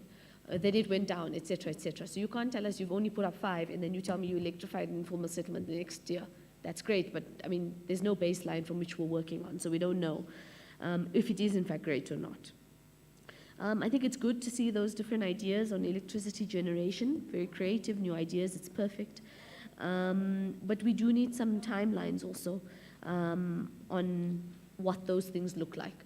Otherwise, they become ideas just in the sky, especially given now the Treasury has allowed not just the tax rebates, but they've allowed a number of different support systems. I think it is quite important to know and understand. When it comes to water, we also need some timelines on the replacement of steel pipes with PVC pipes. We need to know timeframes. It's interesting, Member Diago also mentioned Benoni, originally from there, and my family regularly doesn't have water. I mean, my own grandparents this past weekend had a crisis. And so when you look at the slides, I mean, it confirms what we know, that there's a huge deficit of water. But if you look at slide 36, it says that there are 29 reservoirs that would be constructed and ready by Jan 2022. We're 1 year down the line, there are none of those. And we know the water crisis is acute even now. So what is the plan to close that deficit? What are the timelines, etc.? And how do we hold you accountable to that? Because Member Diago raises a very big point, that communities focus their anger on us as politicians, and politicians are fast running out of patience. Before you know it, that anger is going to be on your doorstep outside your house. Because I can speak, maybe I shouldn't speak for everybody, I'll speak for myself and a number of the people I lead with on my side here. It becomes very difficult to defend an administration who also doesn't work with you as an equal partner. And I can tell you the people's fury and their might cannot be undermined. And you think you are isolated from it until there are people outside your house. And that's how it works. It's literally how it works. So I think it is very important to have a solid plan, communicate that plan, and to know what's happening. In terms of chemical toilets and informal settlements, how frequently are those cleaned and changed? We know often that they are under-serviced. Also on the sewerage pump systems, the ones that are overflowing. If you look at where the new pumps are planned, not all of them, some are, but not all of them are in the areas where there are overflowing sewerage pump stations. Why is that? Because surely if you're seeing an issue now, you should be putting in new or further serviced sewerage pumps. Let me also understand, especially with the political instability, I think before we knew this, but I need to understand now. All municipalities, I mean, do you guys have a database of the indigent or the poor residents in your area? Is it automatic that they're getting free electricity and water? I know what the systems were before, but I mean, now with all the political instability, it's very important to understand. And last few questions, sorry, back to, let me finish water, and then I have one more on electrification. Back to water, how do you address inaccurate billing on the water provision of residents? And then on electrification, if you can briefly just share the process of the formalization process of informal settlements, so how you're distinguishing the two, and maybe you can also give us a short list of some of the informal settlements that have been electrified and how much it cost to do that. And then last question is, did you procure any of those services from communities to electrify as part of local economic development, and how many of those might have been women-owned companies as per that national policy? I can repeat those questions, but that is it from my side, and then we can hand over back to Ekurhuleni for response. Members, remember, lunch is closing at 2, so I don't mind if you go grab a plate and come back. Thank you.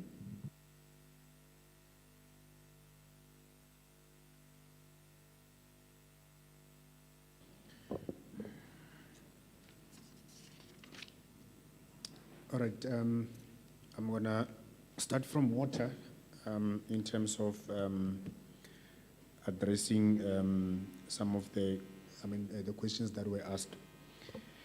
So, not in particular order, Honorable Deyache, you were mentioning the issue of meters. Currently, we are using conventional meters. In terms of smart metering, there is obviously some investigations that we've done. So we've got a preliminary report that indicates in terms of the cost, of installing the smart meters, that is one. But in terms of the infrastructure that is required, you would know that obviously in terms of the smart water meters, some are operating from softwares, and which will then need to be upgraded. We had few at some point called it was called WCM water meters, and we had problems. I'm talking serious problems. A meter just shut off in the middle of nowhere. Sometimes they'll tell you the battery is going to last 8 years. 6 months, it's a long time. The battery's out. And the investment that was put into those smart meters, we still haven't recovered as a result. So there is obviously a look in terms of what is currently there. But the question I always ask, when it comes to smart meters is really what is smart meter? Because how do you define a smart meter?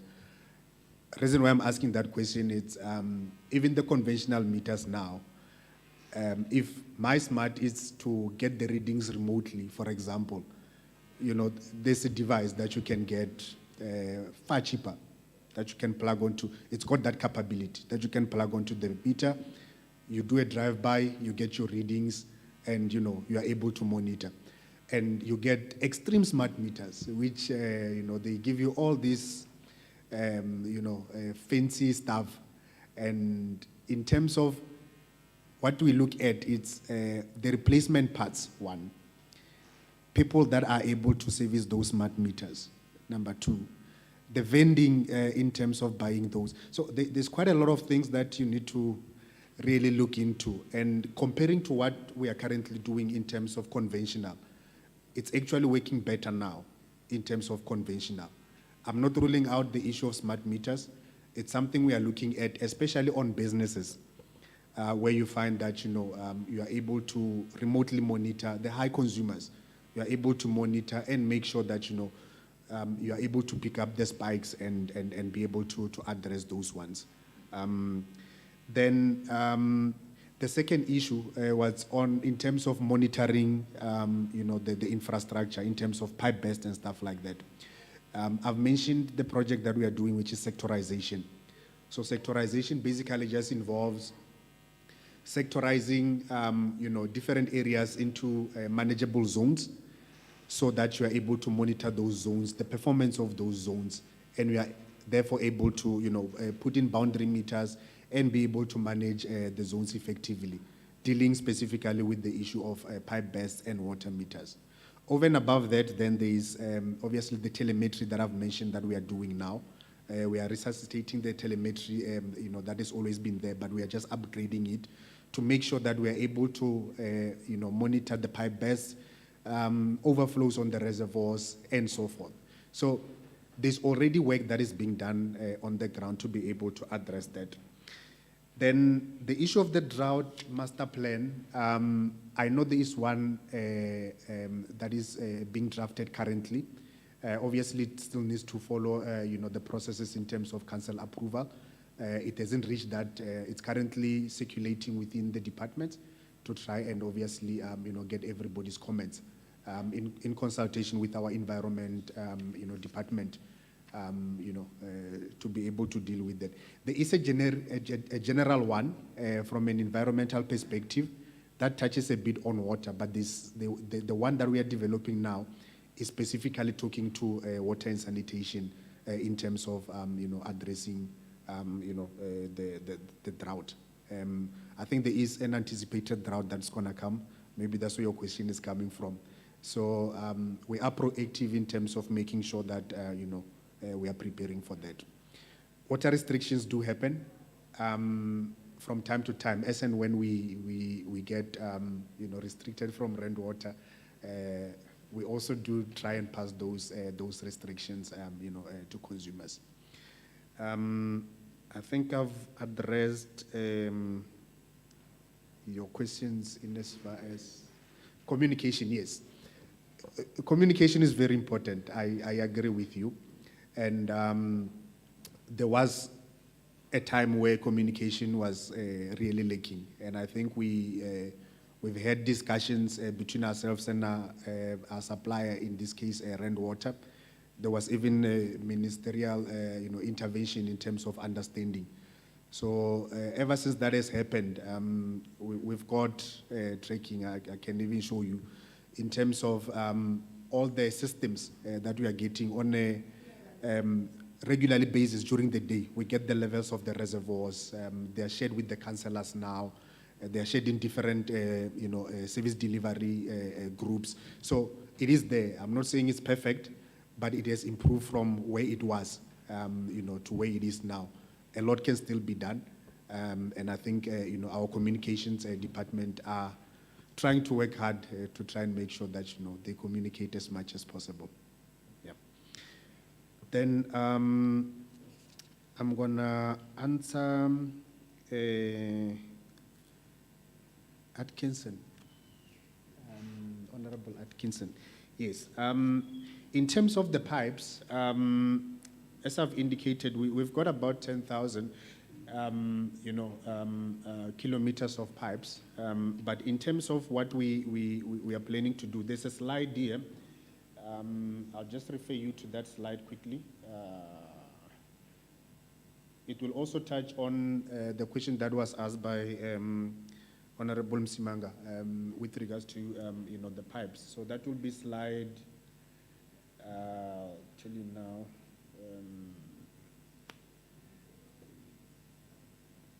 There's slide 29. You'll see in terms of the pipelines, it will show you, in terms of the meters. So we've got the age. We look at 20 years, we look at 15 to 20 years, how many pipelines are in that. So that informs in terms of our pipe replacement program.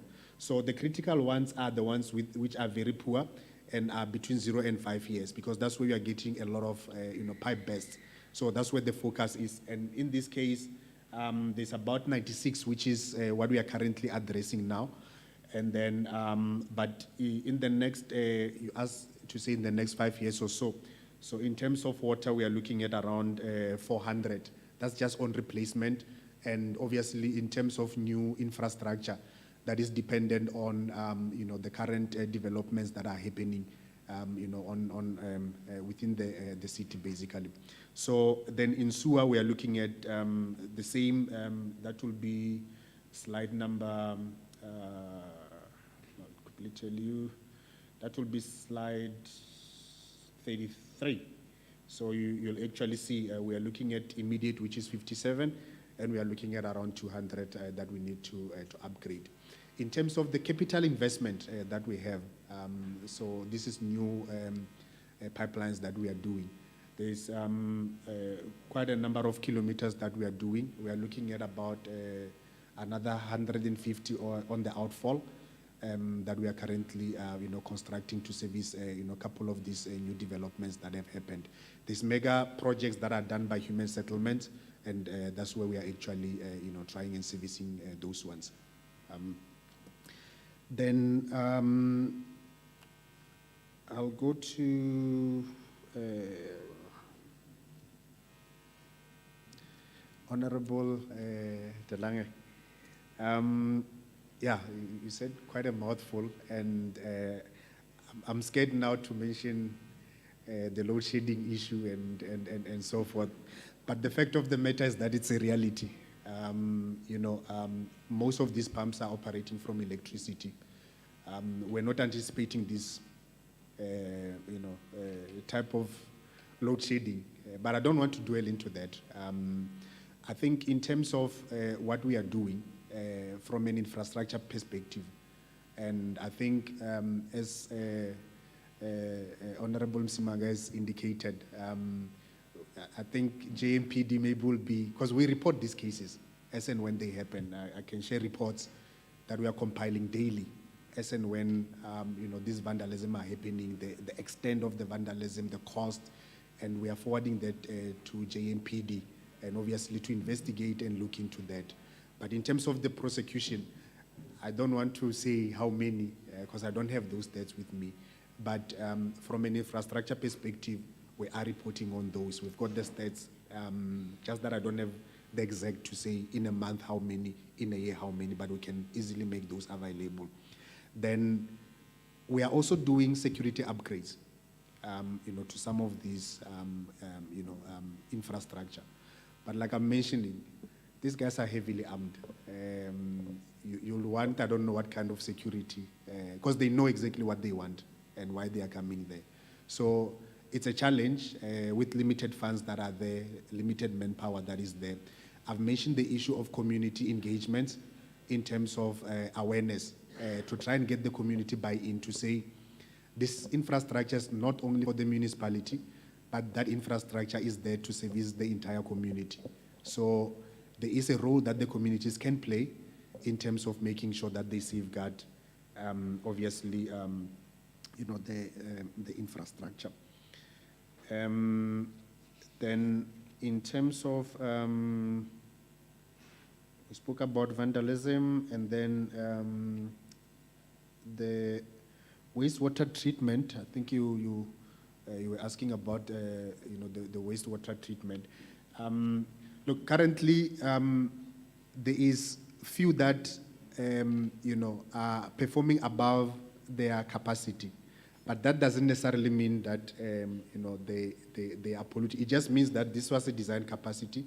They are slightly higher. But in terms of what we're still discharging, we make sure that, the final treatment, it's up to standard in terms of the requirements. You would know, we go through the normal green drop assessment, and I think the previous one, we managed to get about, 7, green drop certification. And, so there is work that is being done. Just to add to what, I think it was Honorable Msimanga, in terms of the upgrades to some of these treatment works, and also Honorable Hassan has also mentioned on that.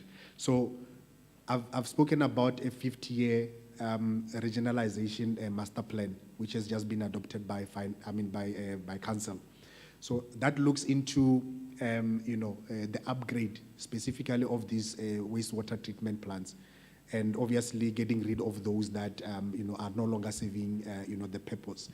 But the whole intention is to try and upgrade these treatment plants, looking at the next 50 years. So it's looking at the current demand, and then obviously looking at the future demand. So currently, there is already work that is being done on the ground. We just came from another meeting, I think last week, where the preliminary designs are actually being presented to be able to get to that 50-year master plan.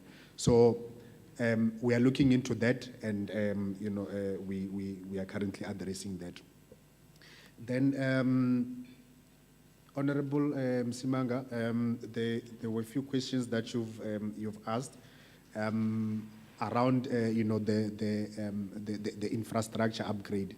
I've mentioned that we are looking at about 20 billion in as far as water and sanitation is concerned. There is a slide. I'll just quickly refer you to the slide that looks at the different components of the water and sanitation. That we are looking at. That will be on, I think if you look at slide 27, it will show you the backlog in terms of, the infrastructure that we have. So we are looking at that. And this is guided by the master plan. I think if in the absence of a master plan, you are really creating serious problems for yourself, because then you don't have a blueprint in terms of what you want to do or what you are trying to achieve, or even tell, the kind of assets that you have, the type of material, the age of the infrastructure. So the asset management plan and the master plan then guides in terms of the projects that we do. So we are guided by that, and this is updated on a regular basis. As and when we upgrade pipes or we replace pipes, we therefore go and update, the master plan, and make sure that we've got the most latest master plan in terms of the information that we have. So that will talk to both water and sewer, and also looking at other, supporting infrastructure such as your pump stations, your reservoirs, and so forth. And your water quality also, as you test, you'll also be able to see if you've got steel pipes, for example. If you start picking up some bit of dirt in it, then you can also use that information to also inform what is happening within your system. So all of that is there. We can be able to share on that. And also in terms of we've got a system called IMS, where consumers are also reporting infrastructure failures. To talk to the issue Honorable Diak was talking about, in terms of having teams that are actually addressing So on that, we've got what we call service delivery standard times. For example, you cannot have a meter that is leaking and leave it for over 24 hours. You actually get monitored. AG comes and actually check that you're addressing those, and we've got measures and systems to measure to make sure that pipe bursts are addressed within 24 hours as soon as possible, and obviously meters also the same. You will get, obviously, from time to time, service delivery standards, yes. So,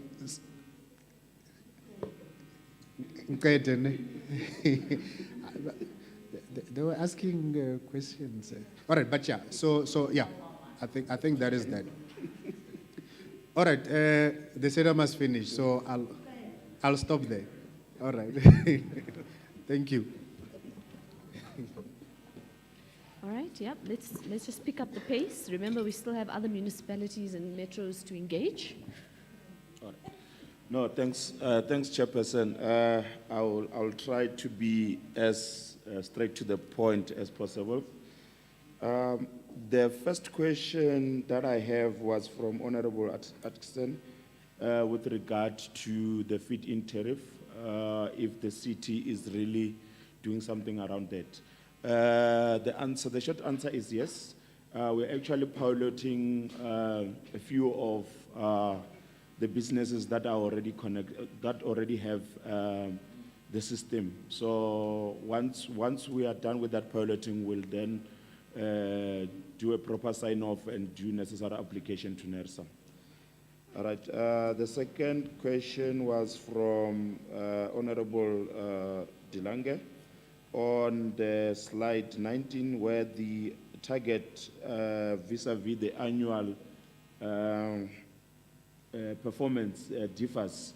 That was purely because I think during a financial year, there's always those departments that within the city that wouldn't perform and will then request any other department to assist in terms of expenditure. So during adjustment, obviously the money gets moved to the performing department, and that's where you find that sometimes our targets are more than what we had planned at the time. It's not an over expenditure, I can confirm that. All right. The other question was, I think my colleague, the second question was around the theft and vandalism. I think my colleague did touch on that. And maybe just to add is, there are already cases that are on the system through the service, the assistant of the MPD and the private security. There are already cases that are in the system, just waiting to be processed. And then Honorable Diak, lack of communication, I think we take note of that. Will improve. We believe that there's a need to improve in the level of communication that we're offering. But yes, I think over time we do improve in terms of the level of communication that we provide out there. And then in terms of the substation that are completed, yes, those substations are complete. One is in Edenvale, it's called Edenvale Munich Substation, and the one is in Alberton, in the Eden Park area. It's called Eden Park Substation. So yes, they are complete. And then in terms of remote controlling of the ripple controllers, you'll know that ripple controllers are very old system. And some of them are already out of service. So, but the towns like Benoni and a bit of Kempton Park, they still have those and are still in operational. But other towns, we are in a process of replacing and repairing them.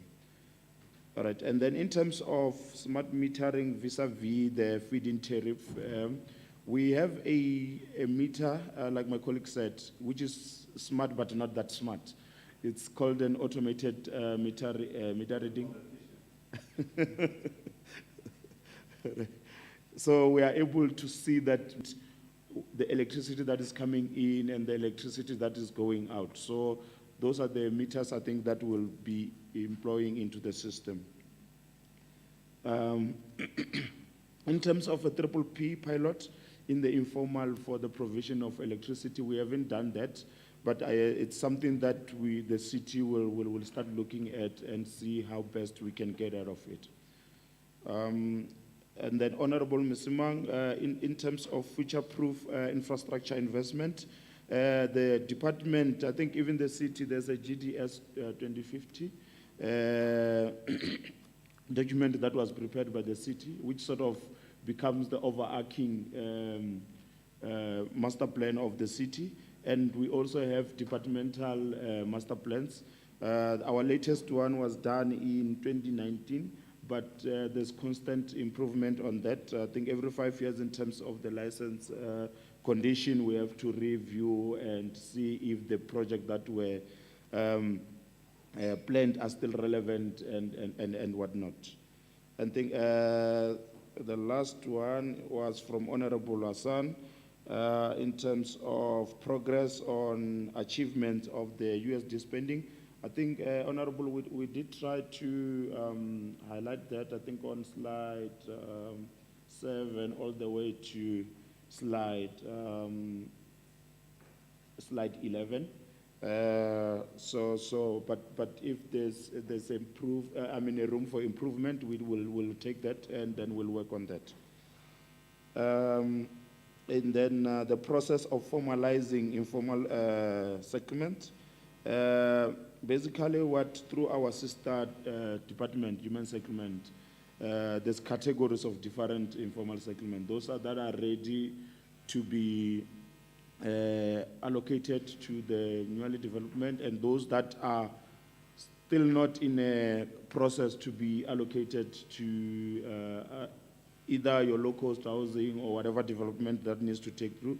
And you also have those ones that are either in a wetland or under servitude and whatnot.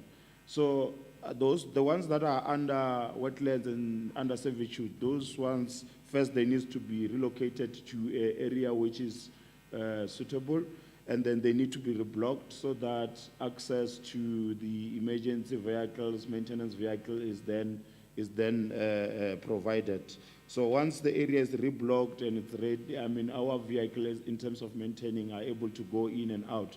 We then do a proper design for that settlement.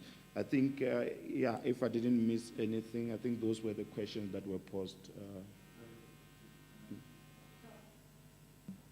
So I didn't ask this question, but I really do want to ask that whether you've looked at battery storage to store electricity during off-peak times and discharge during peak times when it is quite expensive. And whether you've done a calculation whether something like that could work in some of your, especially your high-demand areas. Thank you. Through you, Honorable. Yes, Honorable, we have done that.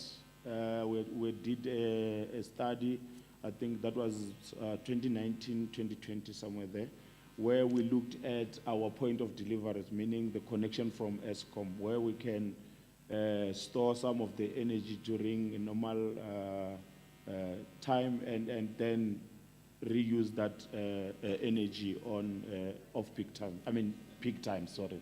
Yeah, no, we did the study. Yeah, thanks.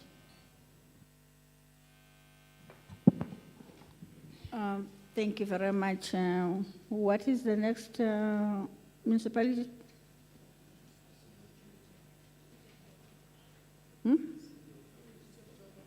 COJ.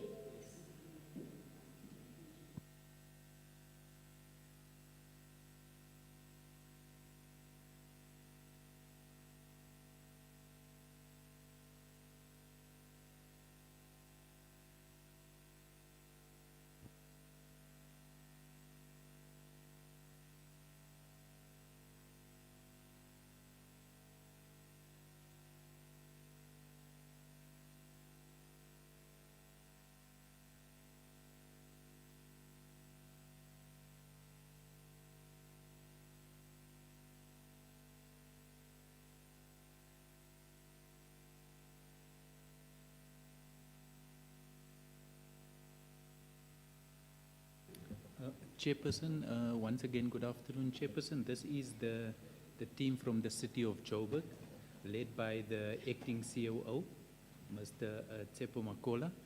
But there's one presentation, Chair, and it will be tabled by one person. So I think, without any further ado, can we take the presentation, Chair? Thanks. Before that, we didn't get the apology from the political head, MMC. Yeah, Chair, whilst we have engaged with the MM's office, we did not receive the formal apology from Joburg, only from Sedibeng, yeah, Chair. Maybe the colleagues here can explain why we have not received it, but we have requested the attendance. Yeah, no, thanks, Chair, and good afternoon to yourselves and the members of the committee. Actually, we have a two-day council today that started yesterday and today. So today is the second day. Hence, the CET manager could not also attend, and the EM and the MMC. So I thought the apology had been sent, but apologies for that. Warrants the written apology. Otherwise, it's just you snapped us. Yeah, no, I will make sure I fix that when we get to the office to make sure they send the written apology. And Dutu will just take us through the presentation. We've just consolidated for all the infrastructure departments, and then we'll take questions from there. Thanks.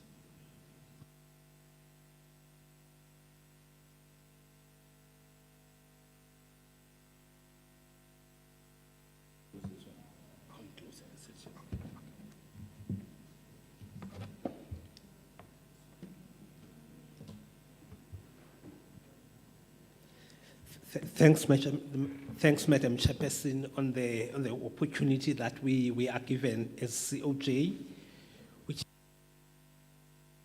which is a second chance, having been invited for the first time, and we have tried to improve in most of the questions that were being asked. With me also is a team at the support at the back for questions. I hope probably they have just gone for lunch, but we were a little bit of a bigger team, and also under the leadership of the co. The next page, the next page is just the format of the presentation that we were given and the issues that we were to address. I also note that there are questions that are raised on water or on the roads, but it was not core on the invite that highlight. So this is what guides the presentation that I've prepared, and probably the areas that we will cover. As a start, probably, although all the projects under the COJ, they are mostly core-funded, we went back and just on the principles of the USDG. USDG is a grant that focuses in the main on the underprivileged areas, and it was introduced around the years 1st July 2011 by the National Department of Human Settlement. Since then, it was meant to complement the infrastructure, but it has always had that character of being a human settlement grant. And in terms of the DORA framework, there are outputs and outcomes that are identified that should be there, and those outputs and the framework, they need to align. The next slide, please. Next slide, please. Yes, that's the slide that I am. Yes. And those outputs, they should also align to the DORA requirements and also align to the city's strategies as per the COJ, GDS 2040. Next slide. Then in this next slide, we still continue to summarize the USDG objectives. In the main is to supplement the municipalities' capital budget and to subsidize the cost of providing basic services and improving on developmental outcomes, and also to be aligned with the COJ GDS 2040. Next slide. On the next slide, we highlight some of the challenges that we have. Although they may look similar with other municipalities, it's the issue of outdated technology, the old age infrastructure, and for JRA and the road sector, it's mostly the issue of bridges that in the main, they are beyond useful life. We had a lot of information on the bridges that is there, and also on the graveling and other programs that are there, that is there. We also emphasize elements of overpopulation in the city, over an old infrastructure, and other areas, lower income areas, posing risk of humanitarian nature and probably hijacked buildings. There is a recognition that is the level of poverty, whether you call it urban poverty, There is or energy poverty. Those are the kind of poverty that we have.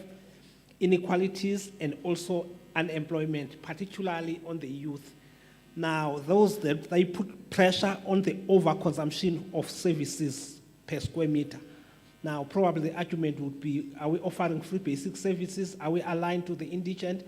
And all those kind of instruments that are there in the government.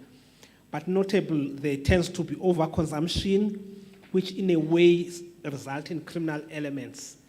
As a city, we are battling with issue of limited resources and underinvestment in disaster-prone areas, including housing, which means the rate or as the size of our budgets that we approve annually is not matching the level of the demands that is there, especially if one considers old age infrastructure.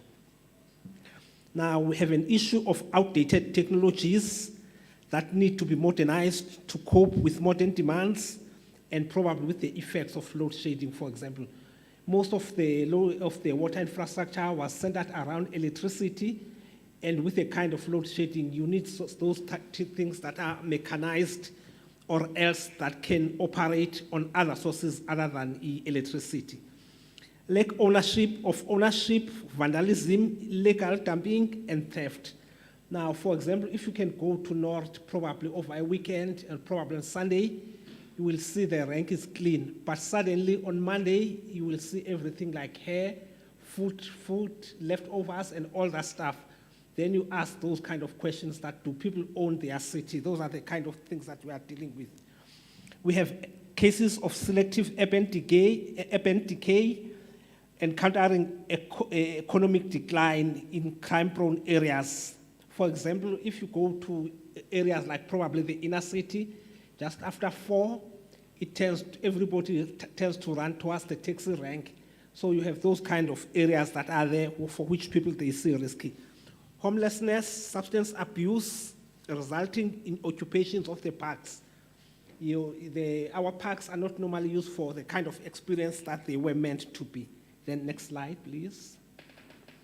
Then we also attach other environmental concerns, issues of polluted rivers that are there, water scarcity, which is drought risk, flooding, groundwater seepage, degradation of open space, and loss of open spaces and conservation. The next slide, please. Those are the kind of areas. Now, here we do emphasize our approach to capital planning so that when we deal with the backlogs and future required investments, we contextualize what we are requiring. The city is guided by the city's own planning and investment framework. It's called Capital Expenditure Framework. And also in that, there are what we call deprivation areas, which means those are the areas that are marginalized, which they may need to be a little bit improvised, including those areas that were previously economic nodes that are there. The actual funding that we normally have in a year, although it may involve all other sources of funding, is guided by the projections that are what we are required to develop, which is the financial development plan. So that will set the limits. For example, in the years 15-16, there was an announcement that we need to about 170 billion to invest in our infrastructure, and that was broken into sector. In terms of that plans, we're required to invest not lesser than 10 billion until the years 2022/23, and financial pressure was such that, for example, we couldn't stick to that 10 billion, which was the target if we're following that path. The other thing that guides us is the implementation capacity and the project readiness. Though that would talk to issues like EIA and all the permits that you need, including the sequences that you may need in the implementation of other projects. We always have a desire to increase the size of the capital budget. However, it tends to compensate with elements of the operating budget. As a result, we don't maintain those required capital split. Also, we also tend to require the preservation of the resources at the disposal of the city when we look on issues like borrowing, grant, and internally generated funds. Internally generated funds would be things like cash, would be things like contribution, and also would be any other thing, for example, that we normally get from our own resources as the city. The next slide, please. Here we were just zooming to the electricity sector, and we're trying to give a picture of how we approach investment into the electricity sector. On the financial sustainability pillar, we note issues like energy balancing, which is the customer network link, the issue of billing, and we also consider issues like non-technical losses. We also consider elements of customer engagement. We also consider efforts that talks to maximize customer collection. For example, those look and feel centers that we normally build, those integration centers of the customer centers that we invest on. And lately, we also look at the issue of alternative funding requirements, given that probably we can explore some of the off-balance sheet financing mechanisms. They are not that popular, but it's an area that we are trying to explore, and they take longer than the normal traditional approaches where we procure ourselves. On service delivery, we look at the issues like upgrading and refurbishment of the current electricity network, repairs and maintenance, electrification of informal settlement, and also mega projects, sport and repair and street lights, and the continuous traffic maintenance. Those are the areas which we tend to focus on when we are focusing on service delivery pillar. We have the pillar that talks to extended social package, which is the response to those issues like indigency, unemployment, and the city of Johannesburg uses what is called expanded social package, which is broader than the indigent offered by the national government. We also, at the level of the safer city, we look at the elements that talk to provision of public lighting, installations, and bulk luminaire replacement. Those are the items that we look under the pillar safer cities. Under SME, the opportunity and economic development, we try as much as we can to come up with methods that while we are delivering on our primary mandate as local government, we empower communities in those, and we respond to issues of youth development and expanded public programs, and also empowering SMEs. The next slide. Then getting a little bit detailed and costing the backlog that we have, we require as a city. It has been just categorized into 6 pillars. The first pillar, which is SCADA, it's a communication via the technology so that we are aware of the weak points that are there. And we are highlighting that probably we need an amount of roughly around about 70 million. Currently, we have a coverage of about 33. Now, we are always asked the question, for example, that should residents wait until they die to get the experience that we are? That's the challenge that we normally have as a result of resources. Under substations, we have about 37 of our substations are over the expected useful life, 80% firm transformer capacity, and we also have about 20% of the existing capacity. The expected investment, at least to complete designs, is about 3.7 billion that is there. Now, these are the things that make shortfalls or else weaknesses in service delivery that are there. On the medium voltage network is any network probably that is just above 11 kV and probably not more than something like 33 kV. Those would be the network that is supposed at least to support medium industrial capacity that is there. We indicated that there are 23,300 dilapidated load centers within City Power, and the estimated cost that we need, and currently about 33% of those, they are over 45 years and need a replacement cost of about 2 billion. Lower voltage would be the kind of infrastructure that at least is just above the line that goes to household and probably go to the next power substation that is there. and we require about 2,1, and we have about 2,300 kilometers that is under conversion. Now, under electrification, one would recall that electrification previously, there was an INEP grant that was in the range of about 40 million that was later incorporated into USDG grant for municipalities. We are indicating to the committee that we have about 211 informal settlements that exist, and we have 44% of those individual units fall within city power supply areas, and the current backlog, if we were to electrify, is about 4.4 billion, and the current backlog on formal settlements would be about 2.7 billion. Then under the program on the public lights, City Power have an estimated of about 270,000 street lights. And for LED replacement, you would require an estimate of about 1 billion, and the current backlog is about 1.2 billion. In total, for the electricity sector, as expressed by City Power, we roughly need about 40 billion. That's the amount that we need. The next slide, please. Then if we were to quantify the infrastructure, for example, what would it take us, for example, to meet those kind of demands, for example, at the rate that we are investing on, it indicates that under secondary plants, which are just plants probably, that are just below the bigger power plants, but just enough to support a settlement, you would need probably about 15 years. And if you are talking about bulk, you would need something like about 12 years. And probably if you are talking about medium voltage network, about 100 years, and in lower voltage network, you need about 25. And for public lights, at the rate that we are, we would need about 44, and electrification would need about 24.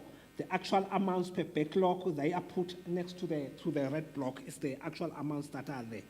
Now, we are saying the backlog far exceeds the 26 billion mark, and therefore a lack of future capex budget will further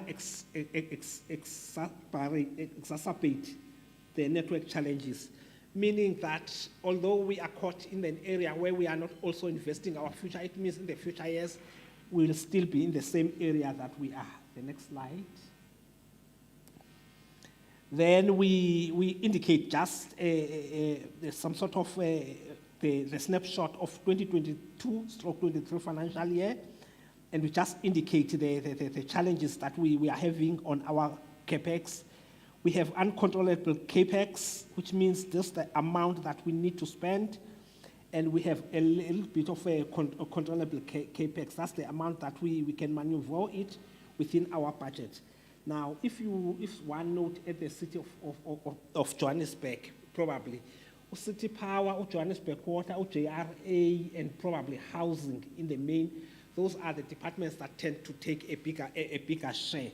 Now, also when you are talking about these controllable capex and uncontrollable capex, you are balancing the concept of avoidable and unavoidable expenditure. Now, we take that picture and we translate just in a financial year, just to give you a sense. Now, if you take the Hastings substation upgrade, you'll find that probably it was affected by budget cuts.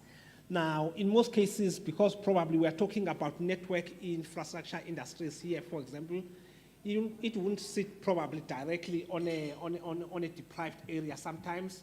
Although it may be in a formal urban area, it might have a component where it fits to other areas that are there. We also mentioned the issue of upgrade of Moffat Station. Those are the kind of stations that we do mention. And we are giving just a sense of a breakdown of the budget that is there. And if you take it and snapshot versus the previous slide that are there, you will find that probably the rate at which we are investing is not necessarily the rate that can make us build our capacity as quickly as we would. The next slide. Also, on the next slide, we are mentioning stations without firewalls and band walls. Those are some kind of protection equipment that is required in the electricity infrastructure. we mentioned, and we are saying total budget that is required is about 6.8 billion. Yeah, 6.8 million. That's the amount that is required. Then we give details on the areas that are there on the right. Next slide. Also, we quantify the risk exposure and the age and load shedding of our substation. And you will note the red component that we have highlighted, and we mention in details the substations, the critical substations that are there. Now, we quantify economic loss of about 5.6 per hour if there is an outage that there. This is just to give a sense on the extent of the load shedding. The next slide. Then the next slide talks to the water sector, and we start with just quantifying on how do we approach investment in the water sector. The city is regionalized. We have 6 operation regions, 10 region depots that is there, and we quantify the infrastructure replacement at a cost of 115 billion that is there, and we quantify the kilometers that needs to be bought both in the sewer and the water network. And the average daily water demand is 1,621 megaliters, and the average sewage treatment per day is 909 megaliters per day. The additional details, they talk to the population or the profile of the city of Johannesburg. Next slide. Then, in a summary, this slide is just simple, like the Ekurhuleni Metro. It just gives a sense that we are only dependent on the Fall River water system as we receive our water from the Lesotho, and we only do purification on what we do and distribution as a municipality. The next slide. In the next slide, we quantify the infrastructure extent and the value from all the facilities that we use. Now, in the definition of the network industries, we tend to take out the office and the buildings. They are not necessarily network infrastructure. They are not necessarily considered as infrastructure, but we just give a sense because they are on our own facilities from which we do EEA administration. And we highlighted the red, which is the outfall sewer stations, the water treatment works, and we also highlight the water supply treatment networks. On average, about 41% of our infrastructure, water-related, 41% of that is in a red zone, and probably the total loss in value is about 68 billion, which is about 59%, which is just a reverse of that 41% that is there. The next slide. Then we quantify the infrastructure backlogs. I think what you can take from this slide is that we are not investing at the rate that we are. The total infrastructure backlogs is about 24.1 billion that is required. And in the main for replacement is 3.7, and water replacement is 3.7, and sewer replacement is about 3.38 billion. And the total network backlog is about 19 billion that is there. And we give you a little bit of a portion on the status of healthy, and you can see that it's only about, we break down the percentages of the remaining useful lives that we are there. Then the next slide, please. On the next slide, also we quantify the same replacement or else the same extent of our infrastructure, and we put it in terms of the years that we are, and we also indicate to yourselves the percentages that are there. Then the next slide. On the next slide, in a summary, here we create a picture between the desired level of investment and the rate at which we are actual investment. Now, if you look at the years 2013, 2012/13, 2013/14, and 2014, you will note that in those years, were aggressively going higher. It was the years where we were at the peak of that 10 billion investment target that we were going those years. So we were trying to be as close as possible to that 2% that is required, which is the asset renewal rate that we should try and achieve. And below, you can match that with our infrastructure deterioration rate that you can see, which also is indicating that as we are not investing in infrastructure, our infrastructure is deteriorating at a higher rate. Now, if you were to quantify the amount that we require is about 2.9 billion. That's the amount that we require per annum, and probably over a period of 10 years, at least to make a dent or else stabilize our infrastructure. Now, I've quantified the total losses to be about 68 and 7 loss in value over 9 years. The next slide. Then that's we just quantify all what I've just been talking about, which is the previous slide that is there. Then those would be the high level of the summary programs, just to give you a sense. And if you note, we are in the range of about 930 and about let's say 900 million or else to 1 billion, compared probably to the amount that is required, which is just in excess of about 2.9 billion or 3 billion. That's the amount that is required. And we also break that probably in terms of the new and the renewals that are there. Now, when the issue of a 10 billion infrastructure was conceptualized, focus was on creating new infrastructure so that you counteract the effects of the old infrastructure that are there. We due to financial constraint, we ended up not necessarily moving that target. As a result, we are just rehabilitating our infrastructure. So that would be that new renewal split. So from that 930, about 400 million is probably new, and about 526 is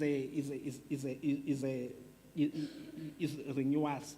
Now there is a target that is set in terms of Circular 71 that we should spend about 8% of our property, plant, and equipment as a municipality. The next slide, please. Then we are quantifying the non-revenue water losses. We are quantifying the slide on non-revenue water losses. The non-revenue water losses, and you can see our targets, they are still high at 32, and we have unbilled water consumption that is 10%, and non-compliance to license conditions with regard to water wastewater treatment works, where we are sitting at 80 as opposed to a target of 90. We have a high number of spills. Also, we mentioned that issue of Johannesburg water.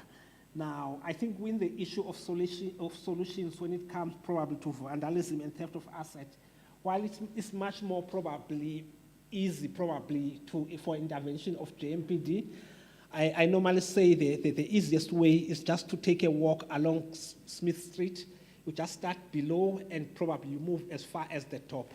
Now, where you see a taxi rank, probably you will see a guy just washing the taxi probably, and not very far you are likely to see a leakage that is there.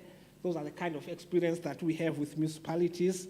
I don't know what kind of intervention you would have, because probably that kind of a guy that you get there, probably it might not be even worth probably to take to jail.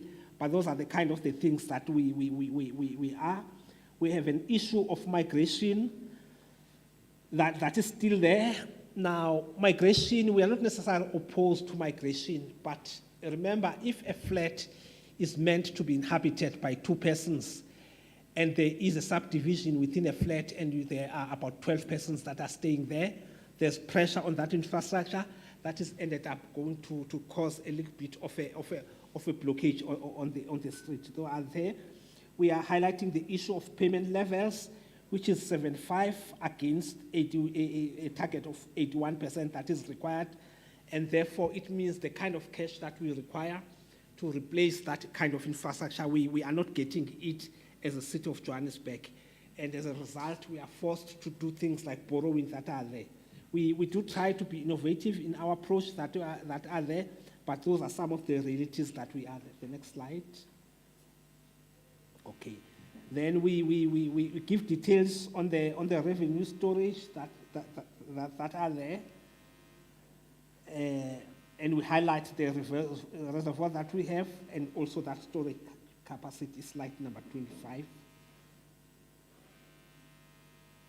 Then we also highlight those water replacement areas that we are there and the amounts that involves. We also highlight the sewer replacement that we are there, and we highlight the amount that involves. And the slide number 27, it deals with the level of service that are required when we are dealing with the elements of informality. Sometimes the BSc discussions can be so tough, such that you need to answer questions, for example, can you allow a Zulu man, for example, just to help himself on a portable toilet? We are not sitting on the kind, we know the pressure that is there when we are dealing with these infrastructure issues, and it's our desire probably to move as much as we can as a city.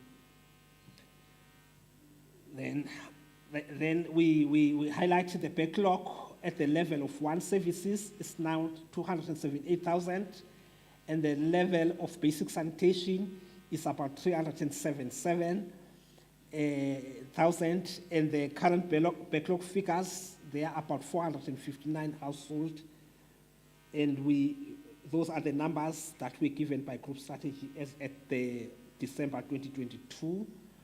We highlight those issues like southern catchment areas, those areas like Orange Farm, Enadale, Lenasia. Those are the areas probably that we have decided to be part of the new cities that we are, and we highlight the additional demands that are there of water that is required, the northern basin that is required, the northern works, the funding that is required, and we are also engaging entities like DPSA and Infrastructure Fund. And one would note probably if you are taking the traditional routes and the time that is involved in securing funding is also another issue that are there. We are implementing the SLASH plan, and we also trying to a capacity of upgrading about 110,000 households. Slide number 30. Those are some of the smart technology interventions that we seek to introduce: automated leak detection, remote and automated valve management, online pressure, digital transformation, and optimize our workforce, mobiles application, and also treatment of grey essence and smart sanitation. Those are some of the interventions that we are. Those are also, the slide number 31 is also dealing with the water conservation and demand management in detail, and we are highlighting the leaking reservoir programs that are there and the areas that we are targeting, and we hope to cover about 10,000 kilometers of active leak detection, and also in that process apply advanced leak detection system. We also are fully aware of pressure management zones.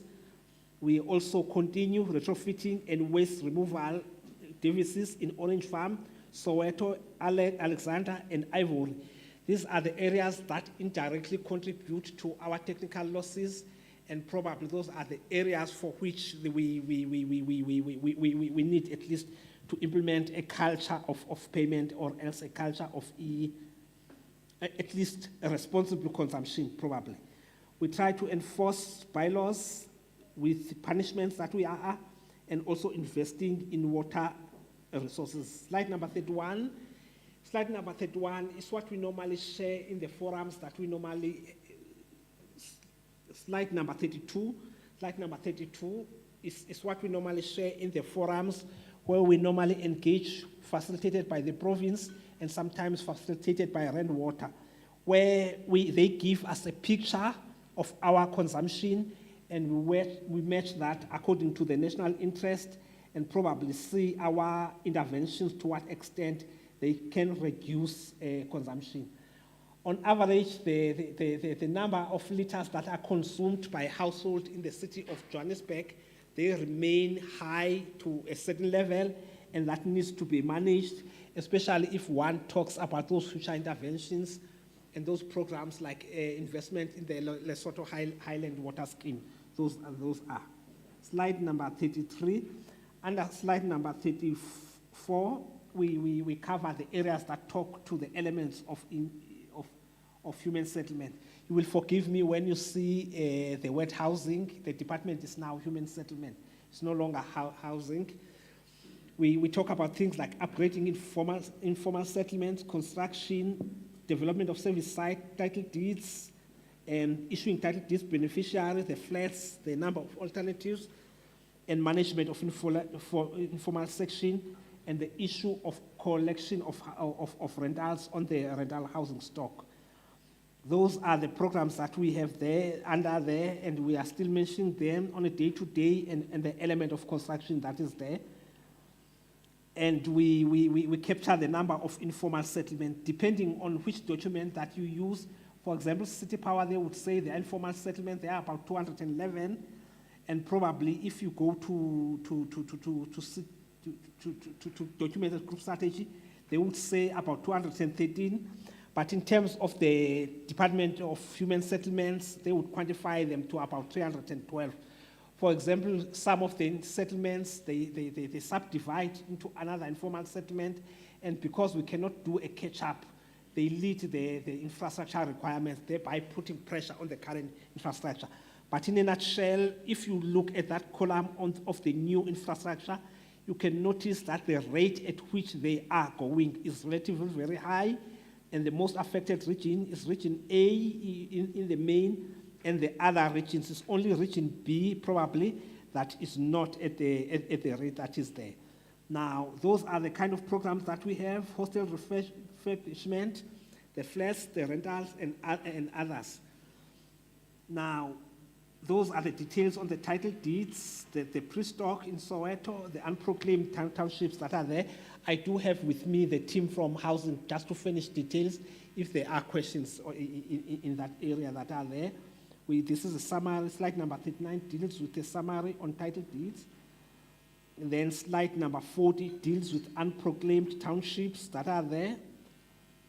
Then then we talk about the elements of human settlement, strategic alignment.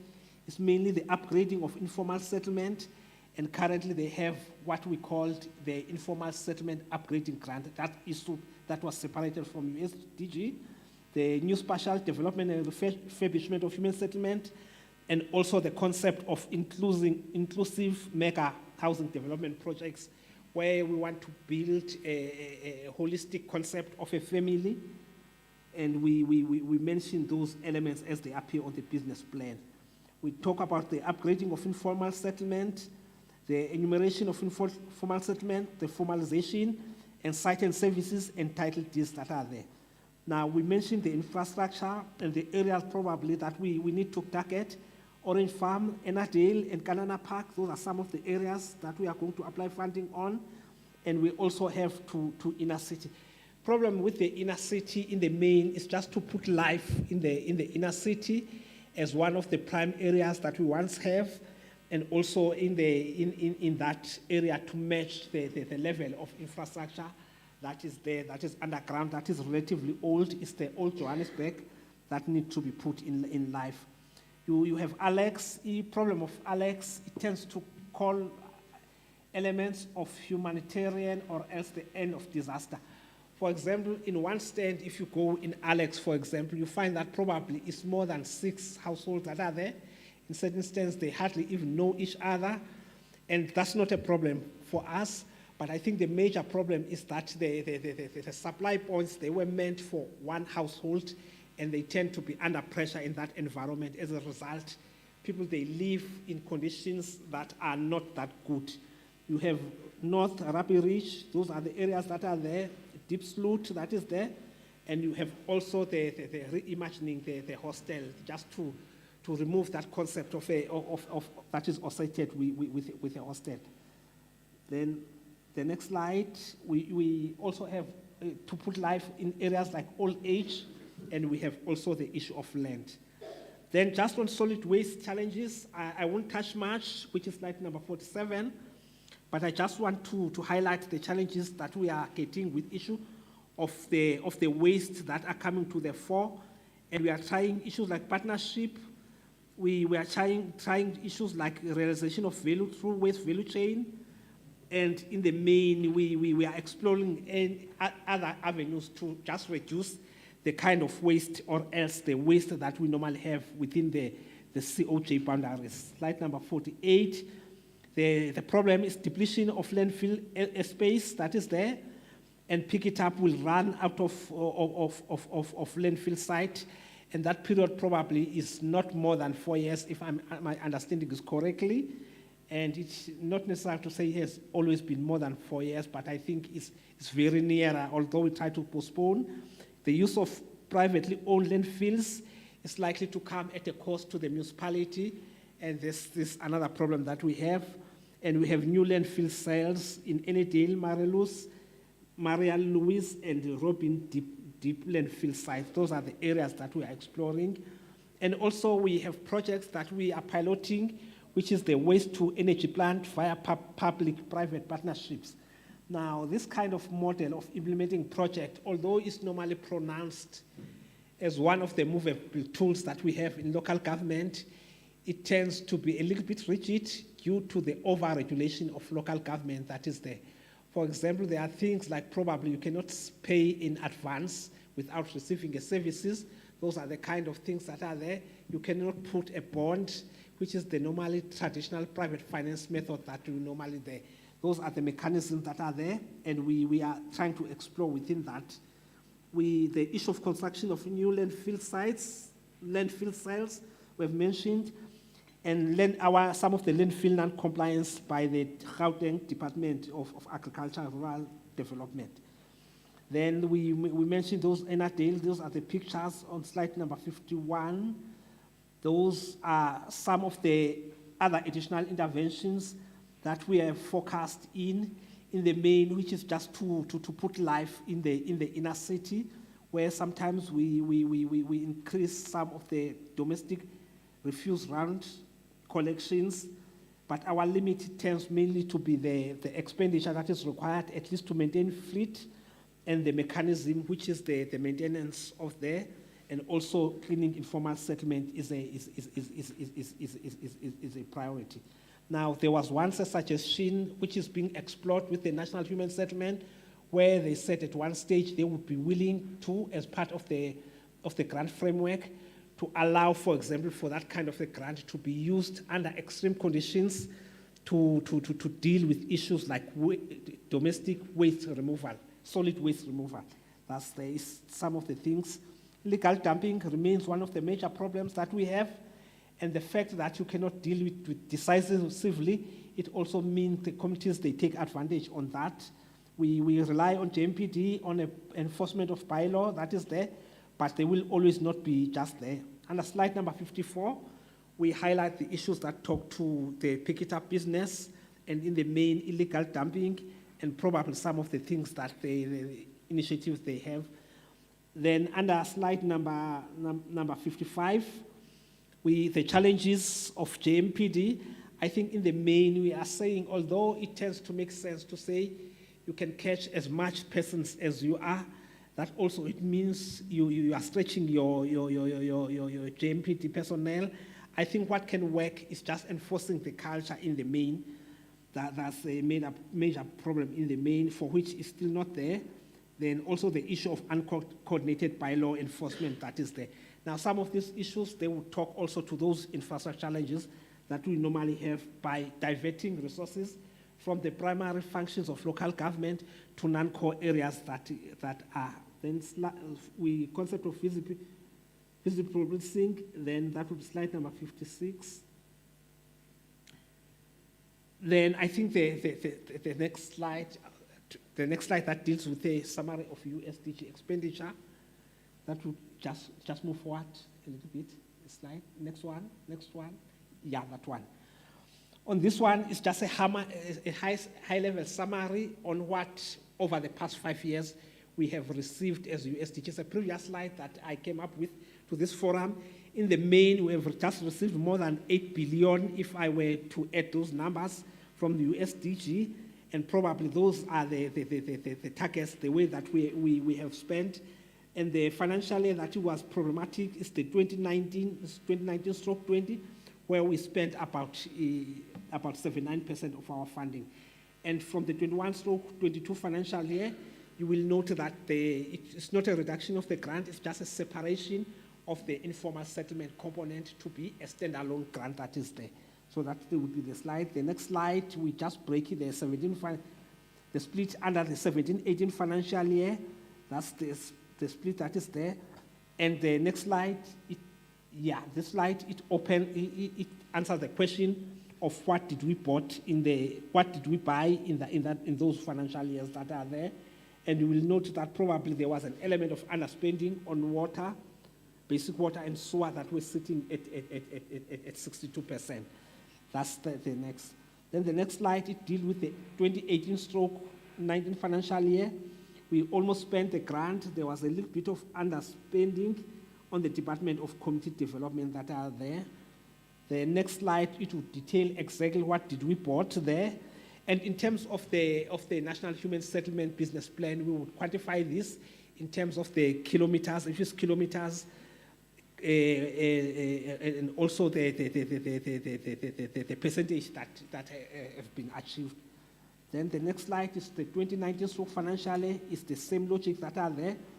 I think in that financial year, I just need to highlight that the major addition there, it was a TRA transitional, it was the transitional location areas for which we were given a certain amount towards the end of the financial year. That was roughly about 327 million. As a result, it has to be, we couldn't spend, it has to be redirected. So that's why we spend that amount. Then the next slide, the 2020/21 financial year, also in the same logic, it also explains and what we bought, and a little bit of underspending on the water treatment sector that was compensated by the housing. That would be, then we go to the 2021/22 financial year, it would follow the same patterns that are there. You will note that in the main, most of the COJ projects, be it under JRA or under Johannesburg Water or under City Power, they tend also to be co-funded. We have just highlighted only, as per the instruction was required, to focus on the USDG. I think in the end, I've tried to highly summarize the presentation and also to respond to issues that were requested by the committee. I am with us, it's a team from the COG, the crew next to me, and also the team from other departments that are there. We didn't include much of JRA, but we have details as much as they are required by the committee. I think one thing that is pressing there is the program on the bridges in the main, just because of the amount that are there that are required to rehabilitate bridge, and lately with the pressure that came with the floods last year that we are there. But we can quantify the number of investment, and if we look at the programs like graveling our roads, for example, at the rate that we are investing, it would take about 76 years, which is a question that is thorny if we are to sell in committees. On that note, Chairperson, I would end my presentation. Thank you very much. Thank you very much. That covers COJ in quite a level of detail. HOD, I can open up for members, right? You're not going to add anything. Right, members, let's start noting. I'm seeing member, do you want to go first? Member Ngube? Okay, member Diaga. Number one, I just want to make sure I've noted everyone else. Yeah, over to you. I really just want to make one comment. I wasn't here for the duration or from the beginning. I really just want to say one thing to City Power, and that is thank you very much for very positive communications and the way that your communication strategy, especially around councillors. I think it is wonderful. And one point of criticism towards Joburg Water, it is maybe you can learn a little bit more from City Power in terms of communication. But thank you very much. I think that these last couple of weeks, especially with the water outages. Communication from Joburg Water has improved, but City Power is excellent in terms of their communication. Thank you very much. Member De Lange. Chair, thank you very much. I would just like to ask, in terms of water wastage, every time we drive in Johannesburg, doesn't matter which area, but particularly in the central area, there is a lot of water wastage. A lot. It's clean, fresh water, and it's just running down the streets. And I'm just wondering, do you have teams that is actually patrolling the different areas in Joburg? And I know Joburg's very big. It's very, very big. And that is why it's so important to have people committed to patrolling and monitoring the areas, because even when we come from the legislature and I approach the western areas, since where we come out from the legislature, all of that, the whole area, is just water, water, water, and every time it just gets more and more and more, and they seem to be flooding for months. I mean, some of those areas, I can tell you now, since the inception of our term, which was in 2019. Since then, water have been running, and they are still in the same places running. And I was just wondering, is it just for the councillors? And then I am asking, where are the councillors? Do they never drive in that area? Because if you take that the municipal officers are there, somehow they must be driving around the area. And then are there other teams that are also from the technical side monitoring to go and see where are the problems? And I think it's in particular areas all the time. If you look at it, it's not just like it's randomly. It's specific areas all the time that seems to be a problem. Thank you, Chair. Thank you. Member Ncube? No, thank you, Chairperson. Member Dijacher was congratulating Joburg about the level of communication. I have a WhatsApp here complaint from one estate where from yesterday there's a problem of water. They can't bath, they can't cook, and the city is quiet. And by 11:11 today, there's a protest, Ward 54, Ward 53. Residents are fed up with dry taps, poor communication. That's Joburg, which affects Bomondio, Winchester, and the rest. And others then are thinking of reporting to Human Rights Commission. Your tanks are not covering the whole community. Those that are lucky can get water from those tanks that you supply, but the rest of the community can't. Let me just raise a few things on your presentation. You said you haven't said anything about GRA,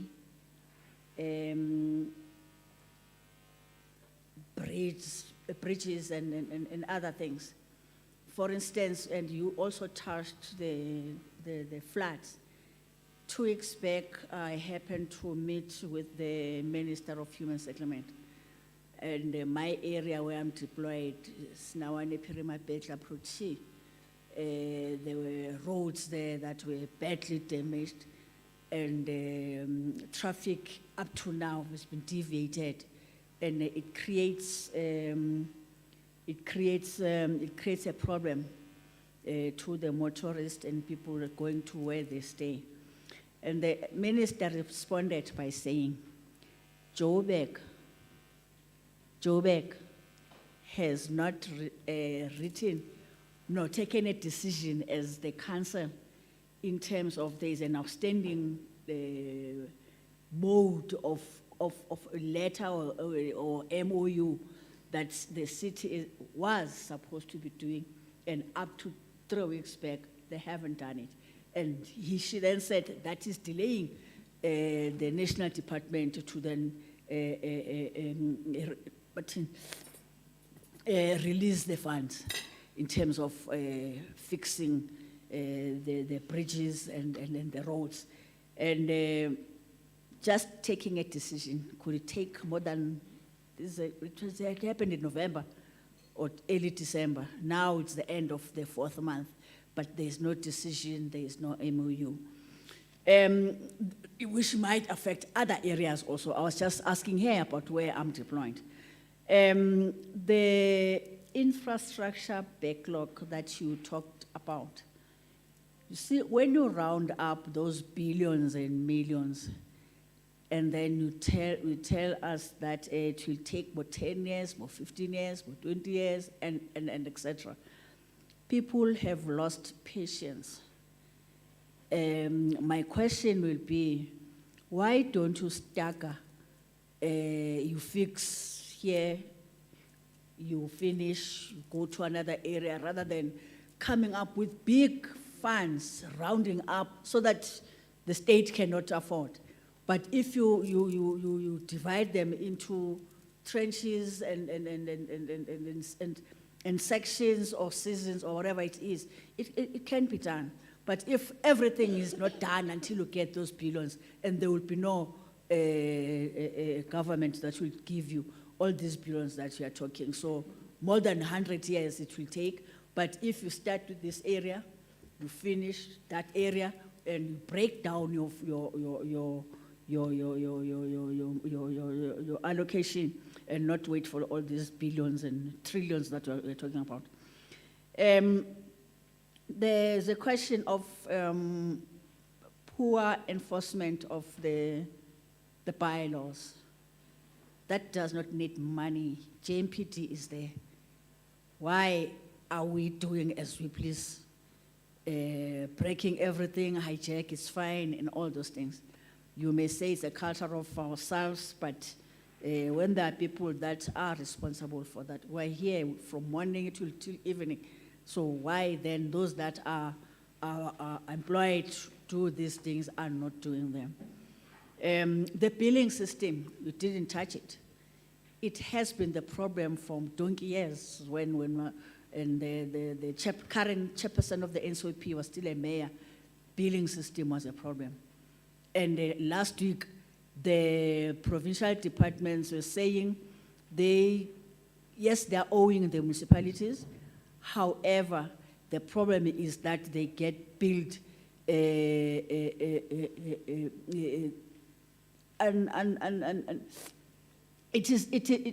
billing they are challenging those bills that you give them. So what it means is that still there's a problem of billing. Tamsak and people are protesting. You can't pay this huge amount. So it cannot be a song every, from I think 2020 or something, or 19 something, this has been a problem, and still it is a problem. The solution is not there. On some other things, you have what's in your focus in terms of what is the problem, but if you round off the whole total after finishing that, then you won't start. You will never start, and the community is very angry at us, they blame us, whereas the question of saying, we have this money, let's break this money, we do this now, 6 months we do that, and all those things. Let me just end there. It's frustrating the way the money is needed without saying the phases, breaking into phases. Thank you. Thank you very much, Member Nube. Any other honourable members before I make comment? Member Makwala?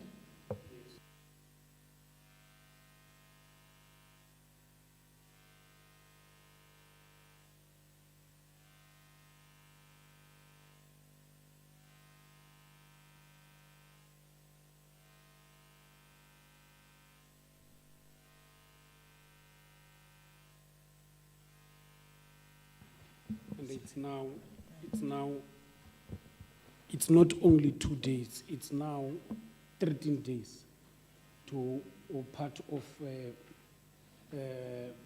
Monde, Winchester, and Ridgeway. And then there's no been communication, and it appears Johannesburg Water is only waiting for the community to stand up or protest before they can take a decision. And this is now disturbing because these things is affecting both Ward 54 and Ward 56. Thank you very much. Thank you very much, Member Mokwala. You want to just switch off there for me? I also have a couple of questions, members, or colleagues rather.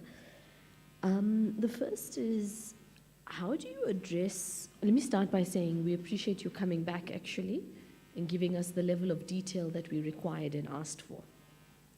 Let me start here.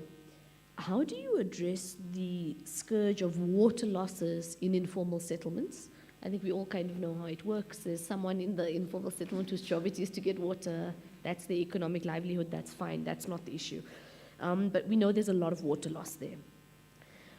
Number two, how long does it take the municipality to fix major burst pipes? I know I'm not the only one here. You'll be going about your day, huge amount of water coming out of pipes. And then you complain, we even report it, etc. And there's one thing to blame political instability. There's another of the basic day-to-day work that's meant to occur regardless of who is the city manager or municipal manager, etc.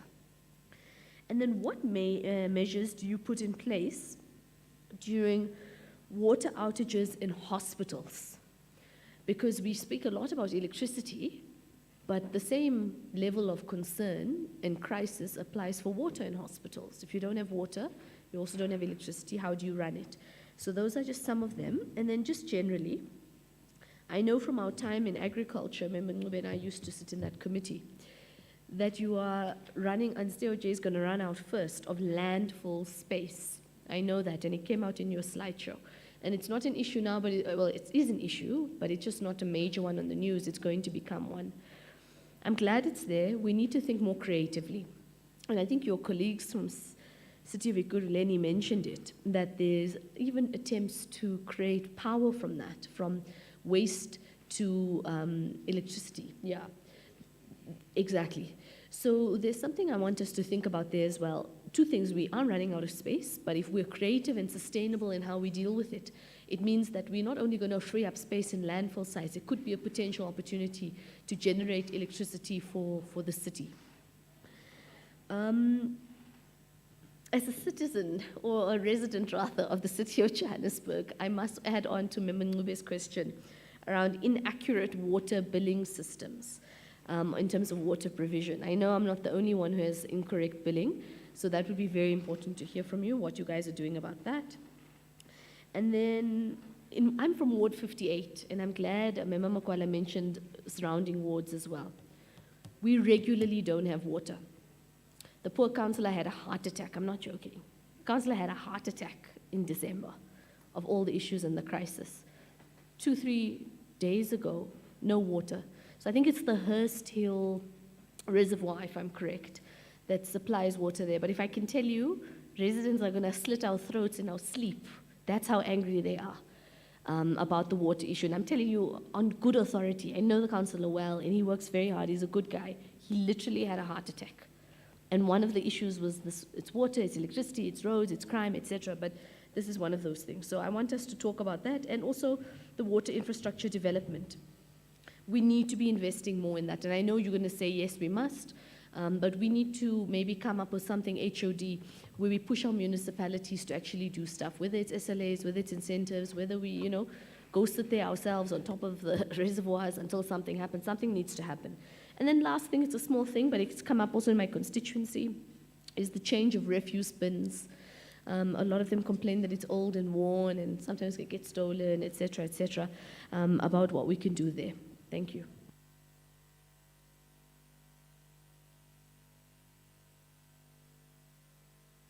I think that's just it from us. We can hand over back to you. Okay. Thank you very much, Chair. So maybe let me start with your questions around, so the replacement of the bins, in terms of the policy is that the first bin would replace for free. Of course, citizens would have to lay a complaint, would pick it up either through the call center and will replace the first bin. But the next bin then will obviously have to bill you for the new bin that we'll provide. So it's merely just reporting to the call center that created it, pick it up, and we log that onto the system and we replace for the first time.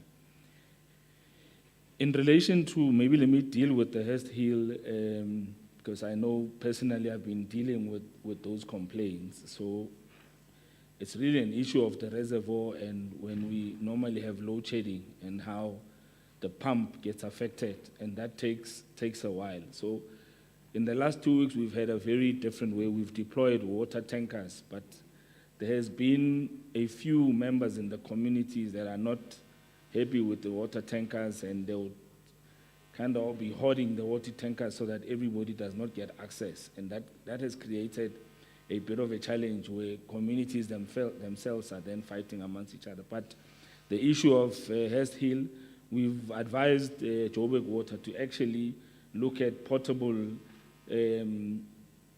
generators that they can actually utilize, because it's really just at the time where there's load shedding and the return to fill up the reservoir takes a bit of time. So we've advised them that over and above what they would provide, we just need to look at additional energy that could be provided to assist with that problem. But in the Deep South, it's mostly the reservoir, that project that we've embarked on to increase the supply area. And that is a project that has taken quite a while to actually complete. And we've really pressed on Joburg Water. I know we had a situation with the budget at the time, so we have now allocated additional capex for them to try and ramp up the replacement of the reservoir, particularly in the Deep South. Chair, you raised the issue around the billing. I think 3 or 4 years ago, we've moved to electronic billing system, and that is because so that residents can actually load the readings. Because you'd recall that before that we would send out people to go do readings or would do estimates, and that of course created challenges in terms of the billing based on estimates or if there's no readings either from water, electricity. So we then introduced through an e-filing was Interfile, was appointed to actually deal with electronic billing, and that then would have encouraged citizens to load their meter readings so that the bill can be corrected. So we still have minor challenges, but majority of the bills have been corrected. So we are happy to deal with those high bills that have not been able to be resolved. But in the main, that system is still not 100% perfect. We've picked up a number of challenges in terms of moving that data into the bill. There is currently a war room that's looking at the actual bills that have come in, and a war room separate that looks at the collection in terms of the bills that have gone out. So there's some work that has been done. I must admit that it's not 100%, but it's moving us in that way. We need further investment on the IT system. And I think the earlier discussion when we had the e-learning colleagues here is the issue of the broadband, to be able to move the data without having to manually punch it into the system will really assist. And of course, there is a project that the city has invested in terms of Wi-Fi and how to deal with that. So the issue on the landfill, I think in a way, one must admit that, in fact, when we started the separation at source program in the city, the intention was exactly to do that, to try and limit the amount of waste that goes into the landfill that is not supposed to go into the landfill.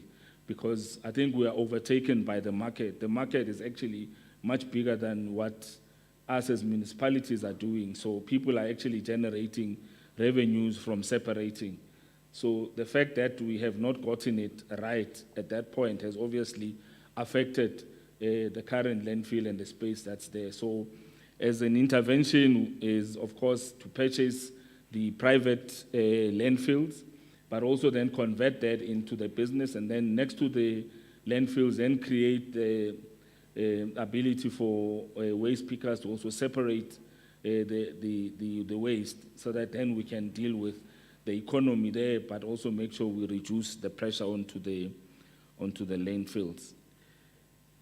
Chair, on the issue around the water outages, I think there are two challenges there. So the one is around the SLA that we have between Joburg Water and JMPD to actually enforce the bylaws. And in the main, JMPD will always come back and say, but the capacity that we have is actually not sufficient to police that. That's on the enforcement side. However, on the technical side of it, so there are two challenges there. The one is the leakages on the pipes, and I think the manual system that we are still using to identify pipes that are leaking, that are old, vis-a-vis the current satellite system that I think Ekurhuleni is currently using and Rainwater is using. So we have requested Johannesburg Water to actually, you'd see in one of the slides, we had indicated that some of the digital intervention is to use that system so that we can detect the pipes that are leaking in advance and then dispatch the manual teams to actually do the repairs and do the replacement within the inner city in particular, Chair, because that is where we have the biggest leakages. However, in the south, I think the pipe replacement program has been moving very well. Chair, on the, I think, yeah, that was those on the pipelines. I think I would have covered all of that. The Ward 54 and the Hest Hill, I think we do have a response.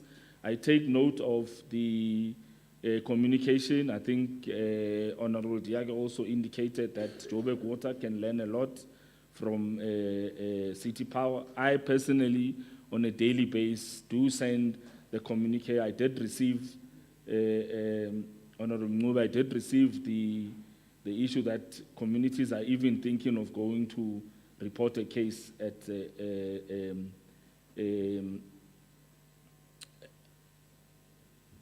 Human Rights Commission, and I think the speed in which we are communicating with Joburg Water is really something that we need to definitely improve on. On the issue of the roads infrastructure, it's not that, yes, the budgets that we are presenting is the ideal budget that you require to actually replace the entire road surface and bridges. However, on an annual basis, we do provide the minimum budget for them to repair. However, Chair, the challenge is with some of the roads, as you resurface or as you fix the potholes, the problem gets bigger and bigger. And what you then require is to resurface the entire road so that you can fix the problem once and for all. So you find that in one stretch, you will patch a portion.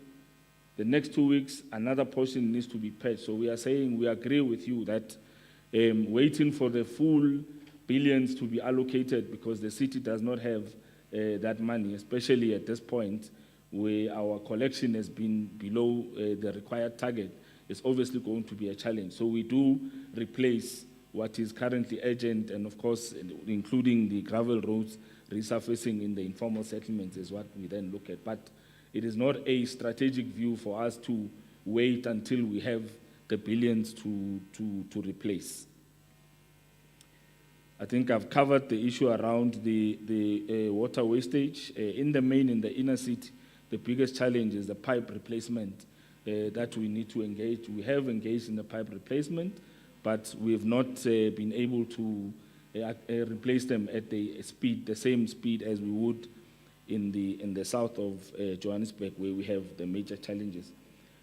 I think in the main, Chair, I've covered all the questions, and due to those that I've missed, I think you can cover those. Okay. The few that I just need to cover, the first one, it would be that issue of SLA and also with the Department of Transport as it relates also to the issue of the bridges or infrastructure under the JRA. The past floods were costed to the range of about 431 million, and that 431 million would cover in the main departments like Johannesburg Water, City Power, and a little bit of housing, and in the main JRA. That amount was quantified. However, there is a process that needed to be followed, and also when doing that application probably to the National Treasury that are there, I think the major question that was there that was debated at the city level, of which it ultimately resulted in either adjustments on the adjustment budget as opposed to a pure request for that additional funding. It was issue of whether the same amount that we are applying or else you would apply to get, you would be constrained by the same capacity challenges that you have in spending. So there was a figure that was quantified and it was made available to the group treasurer, and the process was to be initiated. However, we couldn't justify, or else it sounded as if there were high chances of getting non-approval, because also we were still underspending our capex budget that are there. But the sector that was affected in the main is the road there. The last one that I would just touch on my part is the co has touched it, which is the issue of wastage, for which in the main, I gave a simple example about Smith Street, and in the main, you would see a taxi rank not very far, or else an engine garage that you would see. And if you look not very far from there, you would find, for example, that the intersection or else the water pole passing at that point, it has been, let's say, damaged, and only to clean cars in that area. Those are the kind of experience that we are dealing with municipalities that are there. And I suspect as you go to other areas that are even hidden for that matter, there would be a greater examples other. In the main, we have a major challenge where people, they are not honoring their infrastructure. Because, for example, if you would ask, those are taxi persons that are doing there, for example, they would ask for just one pipe that is there. But just because they decide which area to make a rank, for example, then the other guy sees a business that's in the main problem. I think I've covered the other responses were provided by the co. Thank you very much. Thanks, members. Any follow-ups? All right. I think, COJ, we'll probably see you here again just to see how we can continue supporting you. No exact date, but I think there is quite a lot that we need to do, and also because there is so much potential in the municipality and in this particular metro. I mean, we all have really great memories of the early days of COJ, and you know how it was really not just a rising sun, it kind of was what it was, and I think we can get it to where we need it to be. So really much appreciated to yourselves, not just for coming, but also for being honest with us about where those challenges are and where the difficulties are. In HOD, we want to continue supporting the city of Johannesburg. I might be knocking on the door about some of that inaccurate billing for my personal home, but just be aware of that.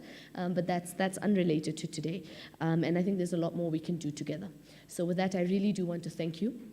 And also thank you for coming back and for being humble in the process in which it was done. Can we now move HOD to the next one, or do you have anything else you want to add? No, Chairperson, thank you very much. I think we can excuse the colleagues. Chair, we can get both Lesedi and Merafong, because their presentations, due to the size of the municipality, is not as extensive as the two metros. So I think Lesedi can start, but I would want both Lesedi and Merafong next to me. Thank you, Chair. Perfect, HOD. And I just want to sensitize members. We did get an official apology letter from the Office of the Executive Mayor. I think HOD mentioned it earlier, from the Sedibeng District Municipality. They're with the Auditor General, and they're having impact meetings together, which we know is quite important. And I know this is not the first time we're interacting with Merafong and Lesedi, but the mayor had in fact initially said he'd be here, and then unfortunately wasn't able to. But we've got the letter in writing, and we've got it on record as well. Yeah, members, I'm going to hand over. We can do it in any order as you've suggested, HOD. And maybe just before they start and while they're setting up, members, last week, the Auditor General presented the outcomes of the municipal, actually I'm going to read this to you, of the municipal outcomes of the AG's report. And they presented that to the Speaker's office. The Speaker's office then, yes, the MFMA audit outcome for the 21-22 financial year. And the Speaker's office did invite me to that presentation just as a guest because it was their particular program. And what we had done is actually team had a conversation with the AG to ask them to make the same presentation they did to the Speaker's office to us. So we just need to find a date, and members, it is really a worthwhile presentation. Apart from knowing some of the things we already know, they have some very interesting interventionist points that I think can be very helpful. And I know your team HOD has already met with the AG. You've seen the MFMA outcomes. And so I've asked them to come through in the future. So that's just why I'm preambling with that. And the second matter is they are very committed, this is the AG, to helping capacitate MPACs and capacitate municipalities and metros to really up their game in terms of AG reporting. And they are willing to do the hard slogging with us. So I said, well, of course, if that's an offer on the table, we'll never say no to that. And they must expect our invite. So after today's meeting, that was one of the things we were going to summarize, to say the AG must come. We will then develop an interventionist plan for each of the problem children, municipalities, Ekurhuleni, et cetera, and then go in there with the AG in the relevant capacity building. But I thought I'll just say that while we gave the teams over there a chance to set up. Thank you. No, thank you, Chair. Let's get Lesedi to start, and we can then get the team from Merafong following that. So can the presentations be loaded? It was submitted.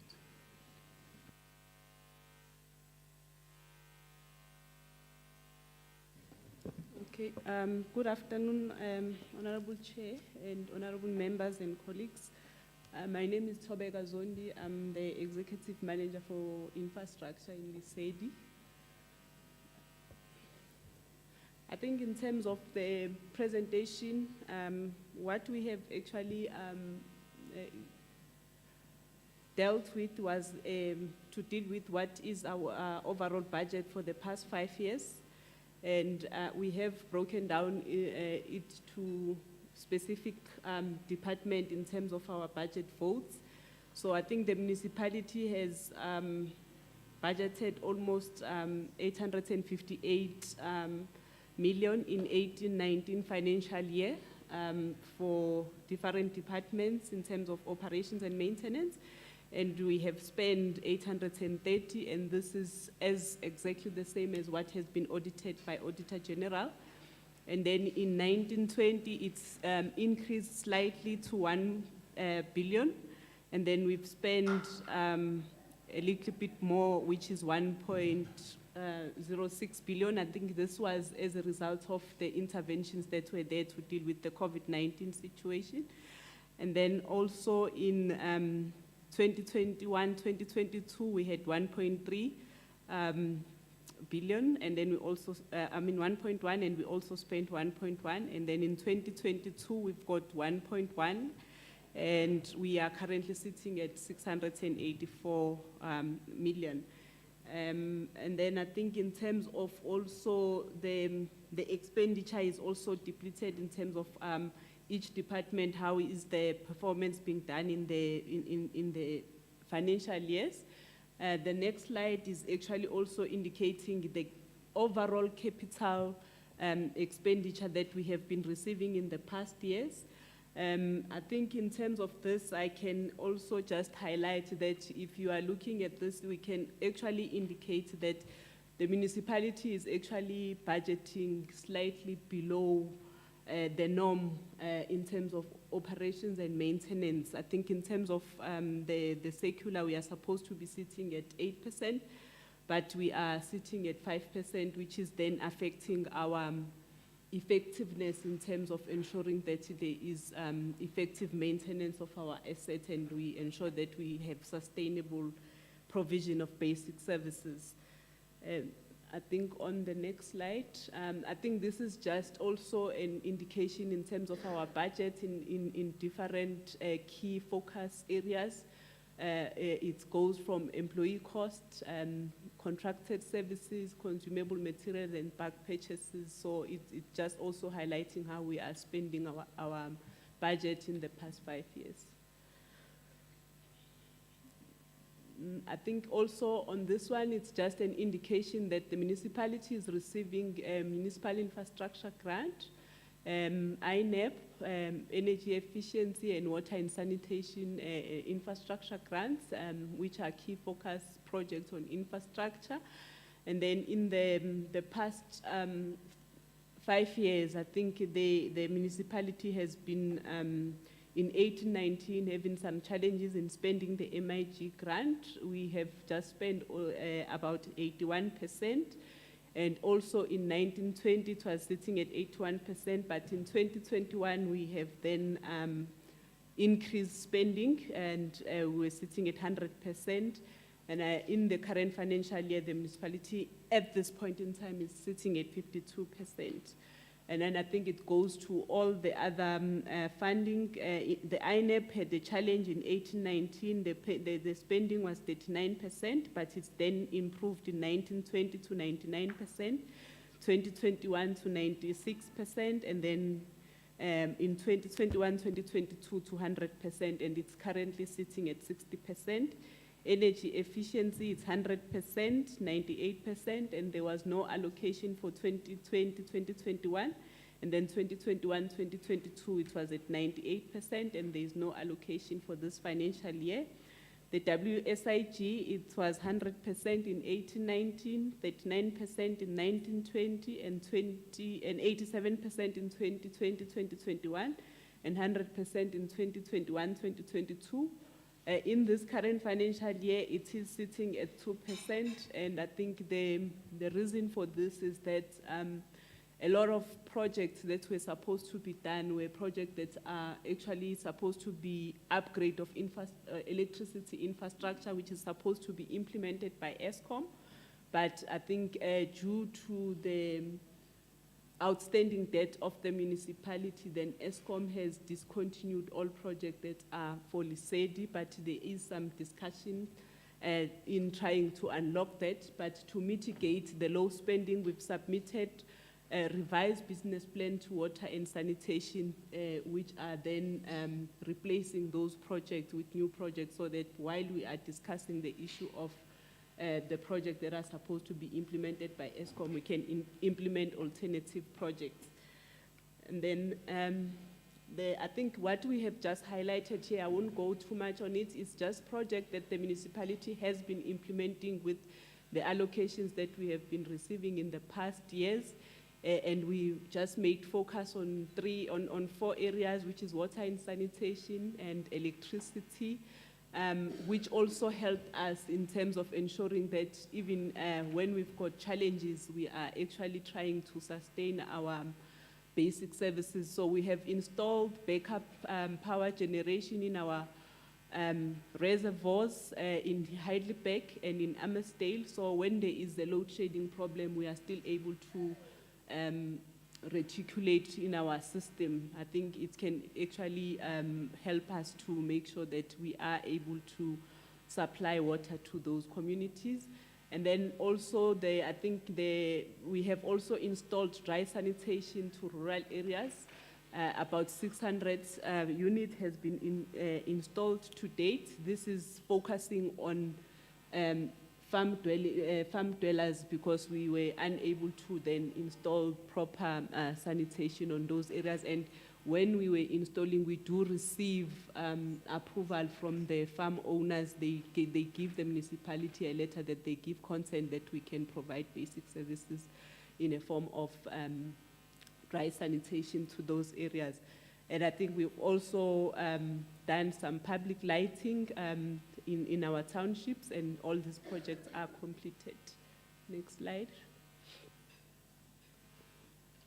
And I think as part of also the water conservation, water demand management programs, we were assisted by MISA through CoGTA intervention to develop a water conservation, water demand management. And then one of the areas that we identified as areas that need to be attended to in terms of reducing water losses and ensuring that we are not losing revenue was that we need to replace aging asbestos pipes. So we have been implementing this as per the water conservation, water demand management, and it is funded by WSIG. So currently we are implementing phase 7. Phase 1 to 6 has been completed, and I think we are slightly seeing some benefits in terms of us implementing those projects. We also had a challenge of the roofing at the Emmersdale reservoir that we needed to fix so that we can ensure that our water is safe at all times. So that has been completed. And I think we also had some challenges in terms of the sewer lines in Ratanda, which was contaminating the Blesbok River, and we did submit business plan to Human Settlement and Water and Sanitation, and we had implemented a project to, in that area to actually ensure that we attend to the issues of compliance. I think there are some of the upgrading of sewer, upgrading and refurbishment of sewer pump station that we have done in Jameson Park and Devon. And also, we've also attended to some road construction project, and all these projects are completed. This is what we have actually spent on critical projects when we allocated grants. Next slide. I think in terms of electricity, the INEP grant, we are also implementing electrification programs. And as part of the electrification, we are also addressing the bulk infrastructure, which we have then installed 588 units in last financial year in Obed Nkosi, and we also built a substation and a 22 kV overhead line to support that electrification program. And also in Impumelelo, we are continuing with the electrification program, and also the upgrading of our existing switching station and overhead lines, so that we make sure that the infrastructure is sustainable. I think the challenge that we have been having in the municipality, which actually justify why there was that poor spending of grants in the previous financial years, was that there was a capacity constraint in the PMU department. But through CoGTA support, they've allocated MISA to assist the municipality to review the organogram, so that the organogram can actually talk to the needs of the municipality. But again, while there is that reviewal process, they have deployed 3 civil engineering construction technicians to the municipality to assist in the PMU department, and also one young civil engineering graduate, which is actually now assisting the municipality in terms of ensuring that projects are properly implemented. And then I think they have also appointed SAISI, which is assisting us with monitoring of our compliance issues and ensuring that all the information that PMU is implementing is being updated to the strategic document, like a water conservation, water demand management document, so that we can exactly know where we are falling short and what is it that we still need to do. And then in terms of our backlog, I think the municipality, in terms of the formal areas, we are sitting at 98% in terms of supplying water to those formal areas, and 98% on sanitation, and 97% on electricity, and 96% on refuse removal. I think the challenge that we are just having as the municipality is that we are actually developing housing projects. So these are actually not really backlogs, but I think because of the new developments, they are now starting to increase our backlog figures, because we are unable to meet the demand in terms of the bulk infrastructure. We need to ensure that we address infrastructure upgrade And I think we have done an assessment with housing development, and then we actually need about 700 million to address projects which covers both water and sanitation, but they are detailed in the slides below, but in terms of projects or programs that we need to do. We also are receiving support from CoGTA to deal with water conservation, water demand management. And then in terms of the plan that is there, we actually need about 63 million, but this, we are getting funding from WSIG in tranches based on each financial year. I think in terms of the formalized areas, I think we are having, we are providing yard connections to about 39,000 households in formalized areas. We are only having a challenge of an area called K-Dale, which has about 500 stands that we need to provide with water and sanitation. And I think this backlog was as a result of the area was actually a privately owned land, and then I think the community came to the municipality. I think they also went to the Premier's office trying to sort intervention for them to be provided with basic services. And I think with the interventions that we have been getting or support from the Department of Human Settlement and Deeds Office, Rural Development, Premier's Office, the municipality has finally received a certificate confirming that we can, all those properties are now transferred to the municipality, and the municipality can start looking for funding to ensure that they get access to basic services.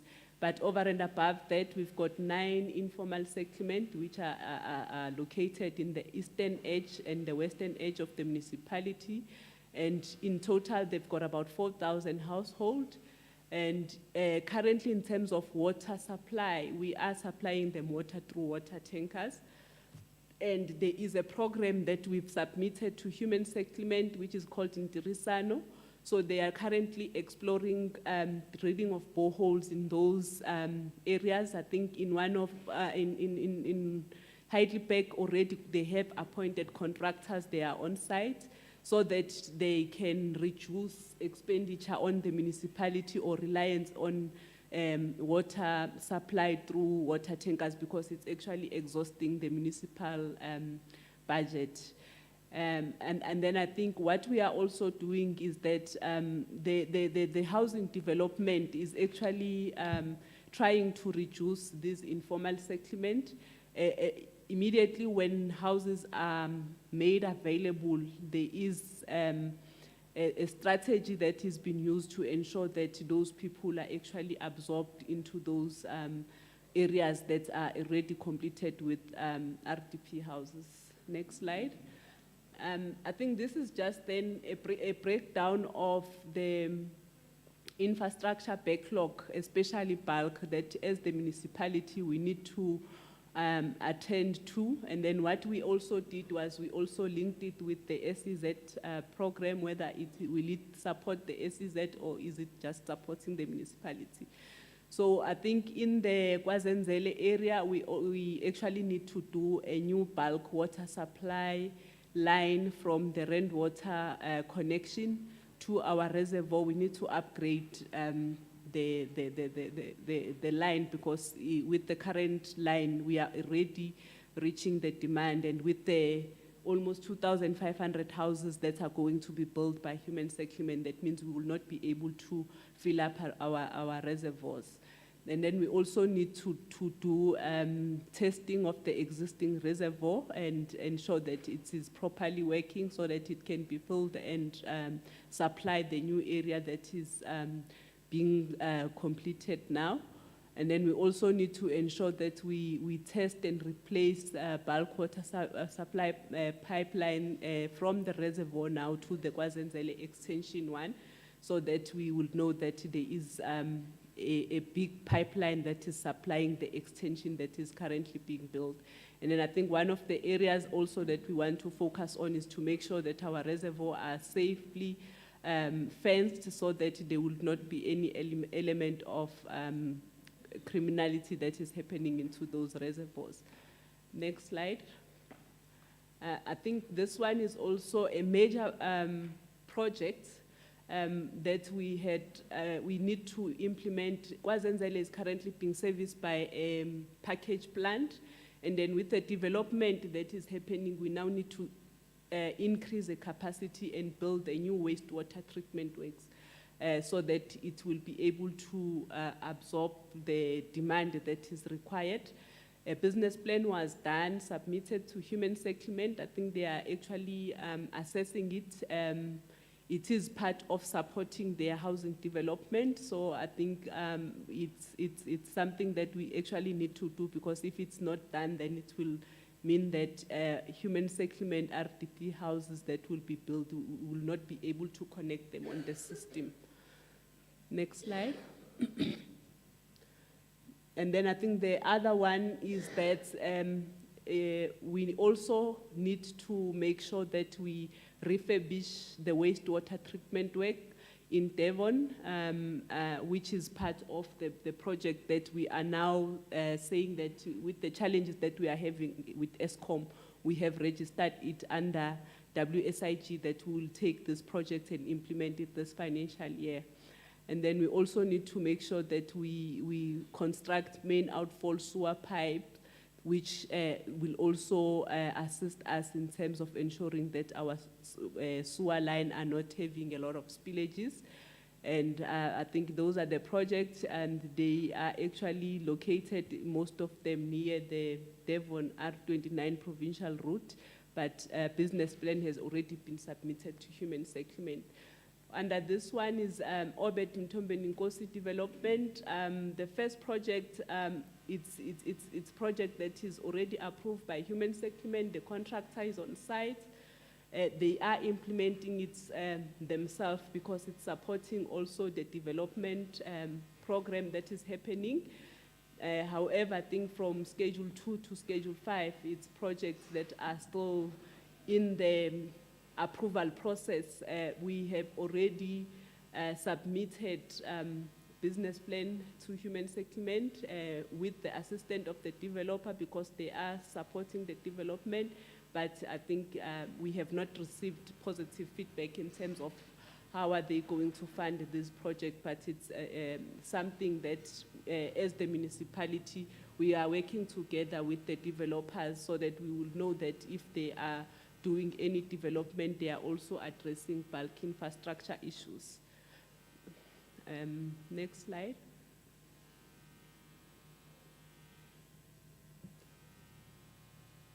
We are also having some wastewater treatment works that are actually managed by ERVAT.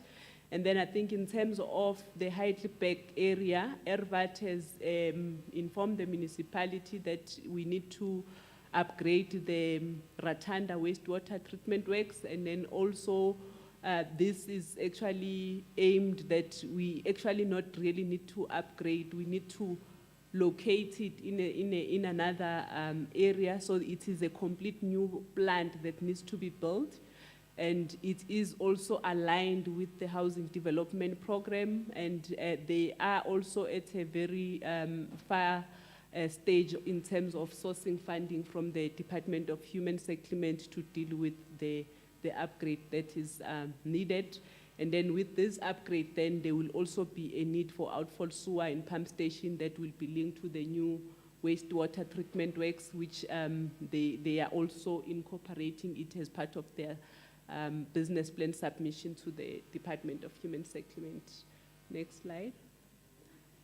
I think this one is addressing the 500 houses, which I've just detailed in terms of reticulation of water and sanitation, that we now need to provide basic access to water and sanitation.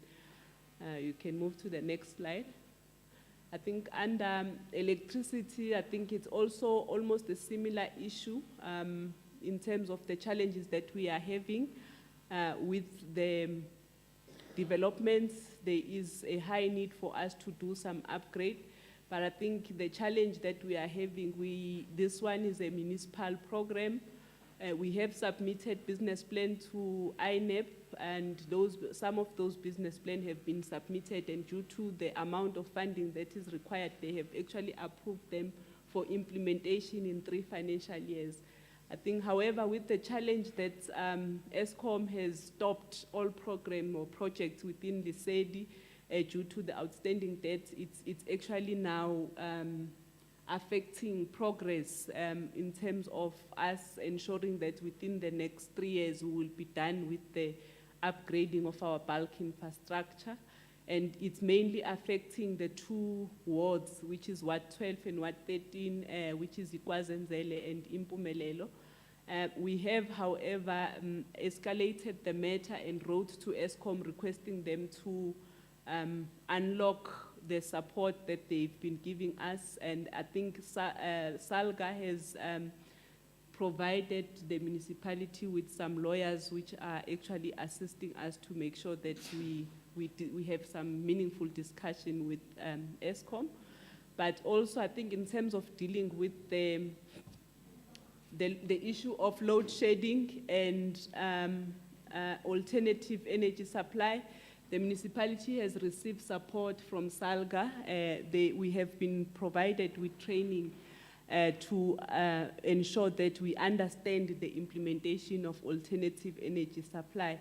And as part of the training that has been provided, they are also helping us to deal with applications that are received from private sectors, which are actually dealing with the implementation of energy, alternative energy supply, because some of our industries are making submissions to the municipality to actually go off the grid, and they are requesting that the municipality should support that program. So SALGA is assisting us to deal with those applications.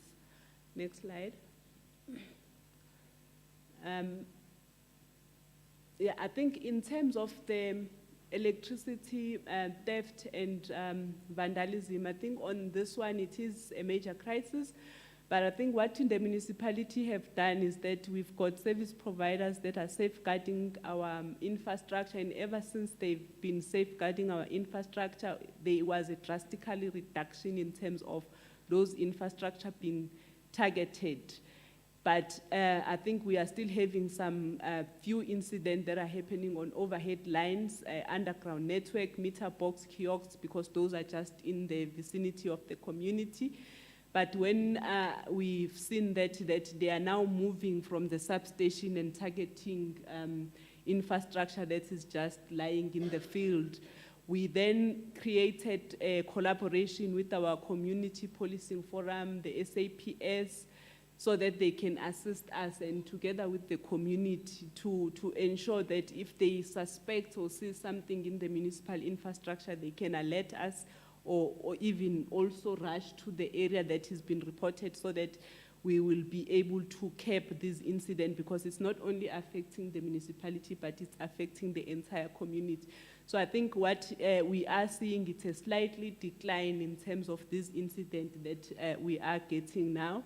And I think we have also have some successful arrests where people were found with copper cables or digging, and they were arrested, and I think their cases are still at the SAPS, and they are giving us information in terms of when will the case be, and we try by all means to make sure that we attend, so that they will not say that they are withdrawing the case because there was no one from the municipality to represent or to actually confirm that this is a municipal asset.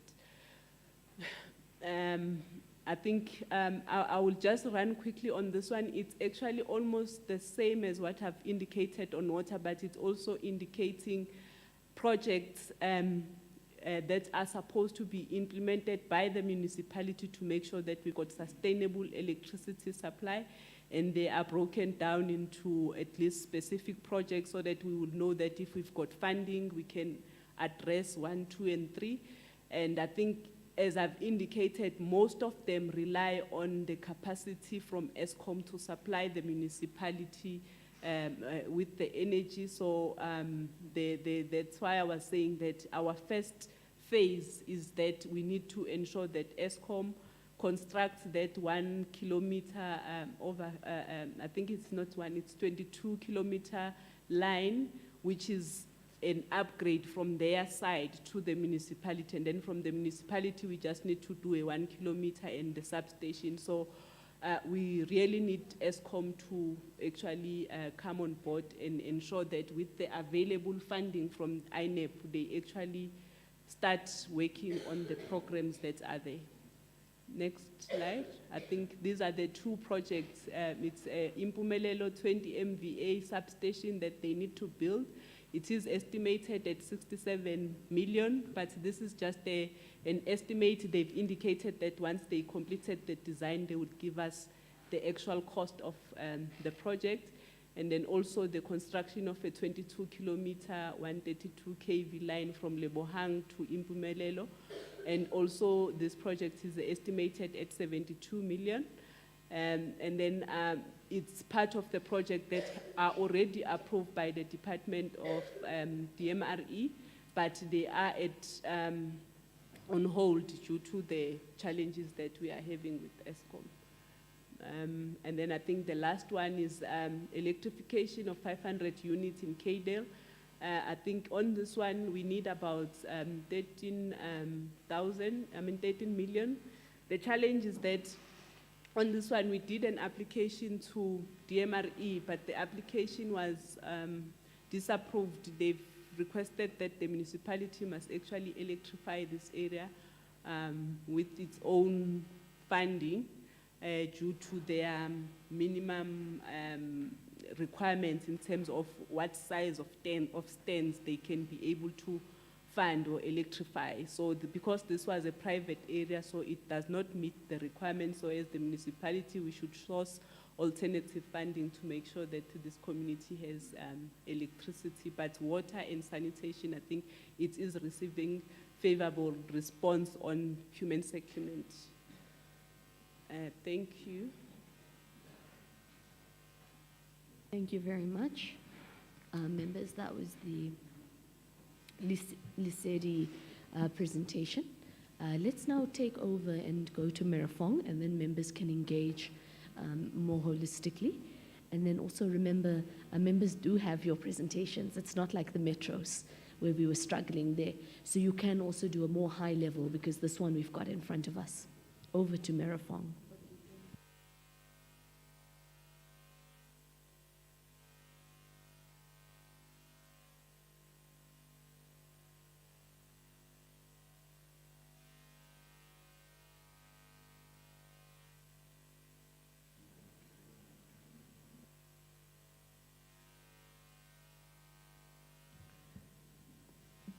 Right, are we waiting for the presentation to go up?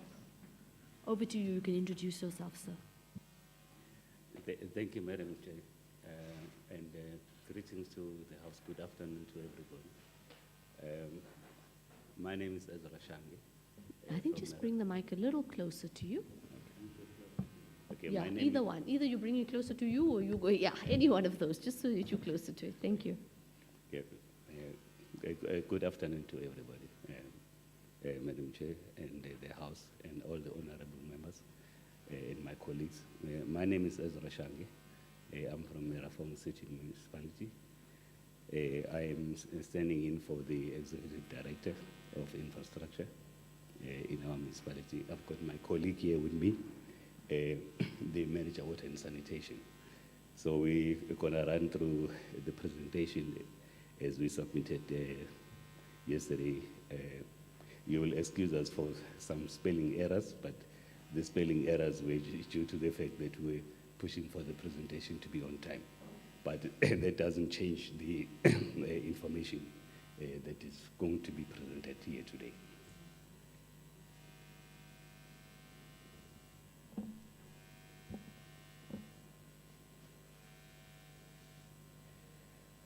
Madam Chair, the understanding of the brief was that we have to present our last 5-year expenditure on programs, whether it's MIC allocation.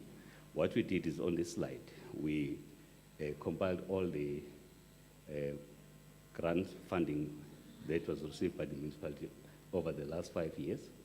That was completed, and this was a performance of the municipality in terms of grant funding. 2019-2020, we had a big problem there where we did not meet our normal performance because of the COVID year, where most of our civil works, our grant funding was more on civil works in that year, and due to the lockdown, we were really compromised in terms of expenditure, but that was picked up in the following years, and then we are now running at 88% in the last financial year. In this financial year, we are looking at achieving 100%.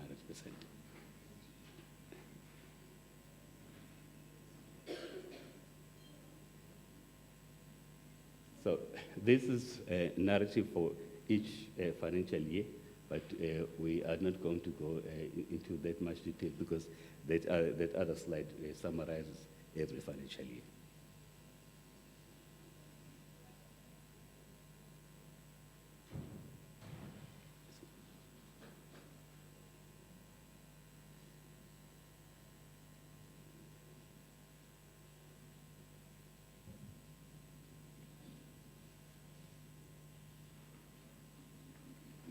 As I say, this was the performance for the 2017-18 financial year, which is expressed in rand value, which was 100% achievement. As I say, we broke it down in that slide. So I was asking the scribe to just go through these slides of each and every financial year.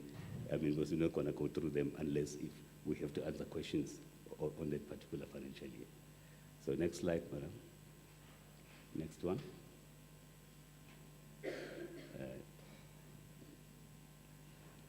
As you can see, all the projects are represented in this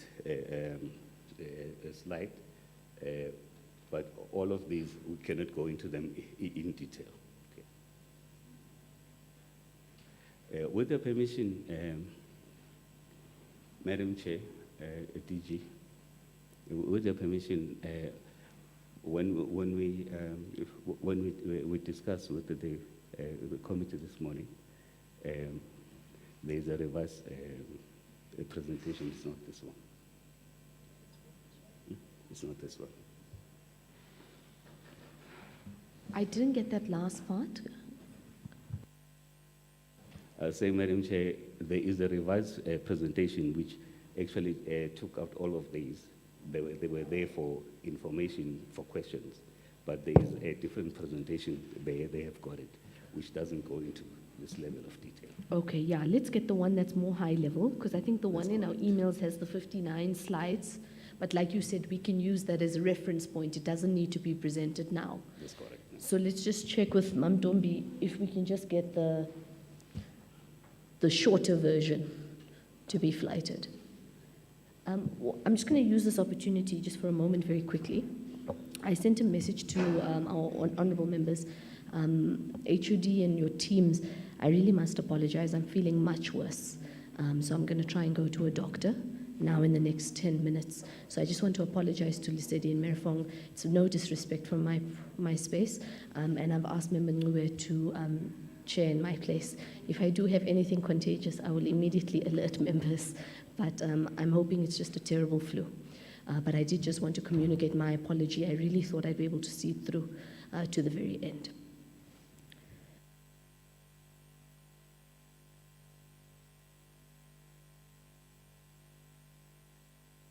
Maybe, sir, you can continue speaking, and then when the summarized version is displayed, you can go to there, but you can continue verbally presenting for members.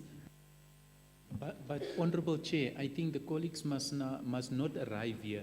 We received the presentation with 59 slides. We've shared that with the committee. If they want to summarize, they can summarize from the 59 slides. But that, so can you proceed with it? That's fine, HOD. Thank you.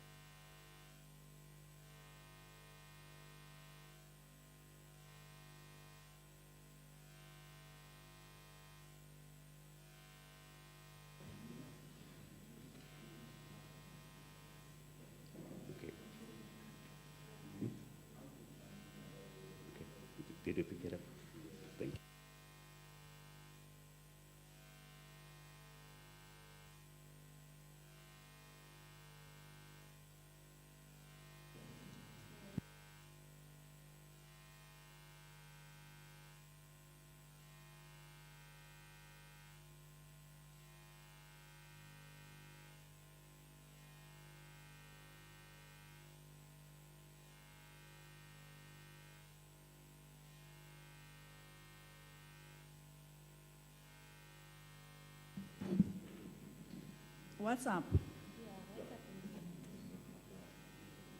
What's up?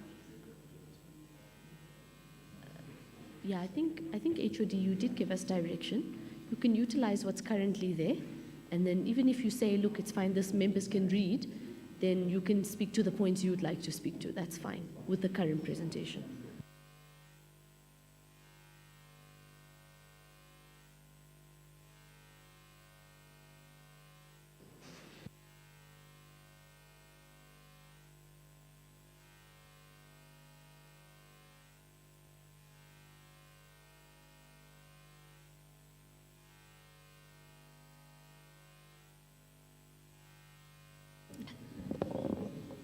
All right, are we ready to continue with what we had? You can continue speaking to the presentation, even if things are moving behind the scenes. You can continue. Thank you, Chairperson. The presentation after the project analysis of the last financial years, which was presented as a we presented the summary. It follows to electricity bulk services. So in terms of the bulk services, we prepared a presentation for the committee to express, and so that the committee understands the challenges and problem statements, or, as was requested in the brief for the electricity infrastructure in Merafong. Just, as a background, Merafong comprises of the legacy towns of Carltonville, Velvedine, Kutsong, and Foko. So these aforementioned towns have got infrastructure that is more than 40 years old.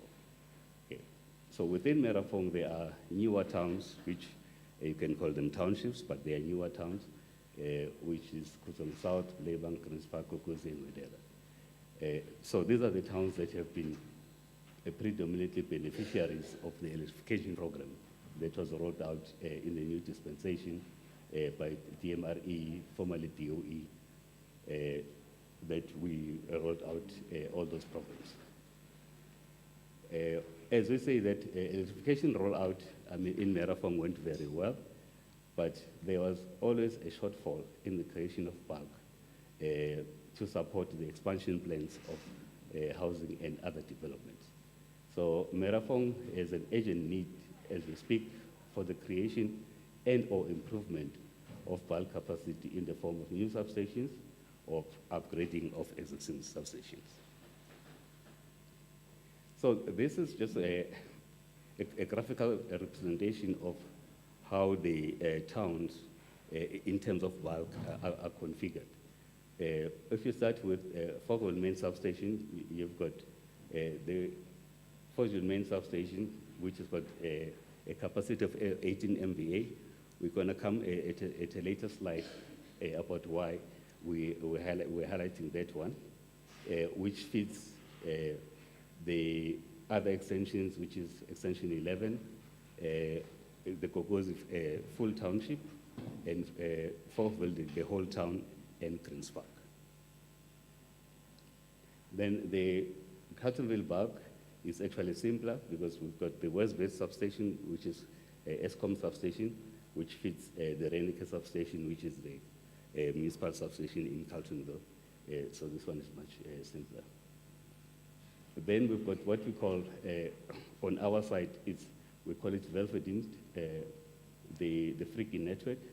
It's supplied from what ESCOM calls Carltonville bulk. Then from there we supply the Freaky substation and the Kutsong South substation.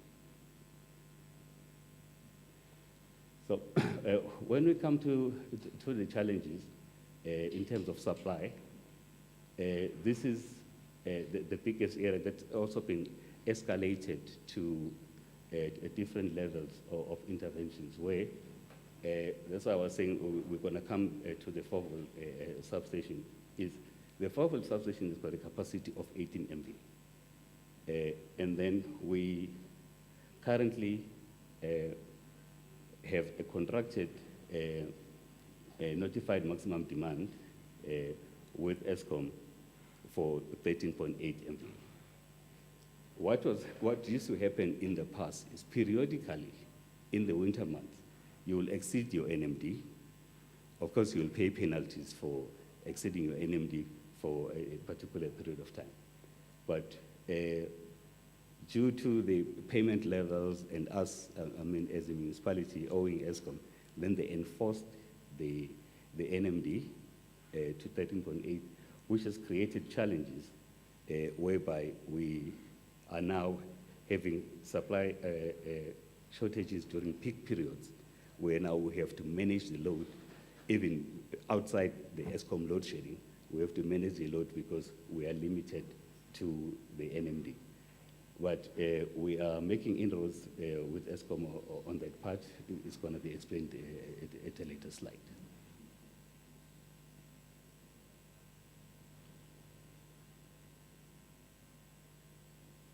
So basically, in the brief, there was also a question of what's the impact of the load shedding on our side. Okay.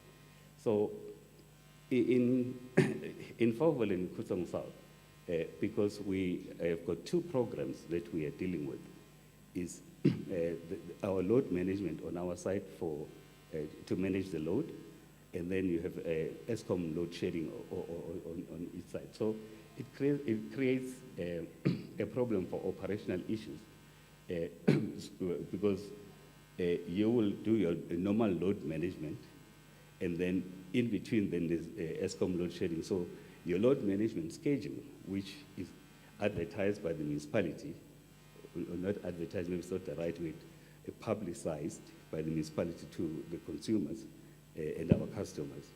When ESCOM changes a stage, it changes everything, and then people become upset because they expect that they will be on at this particular time, but ESCOM can change from stage 2 to stage 4 at any given time. So that is our biggest challenge with the load shedding.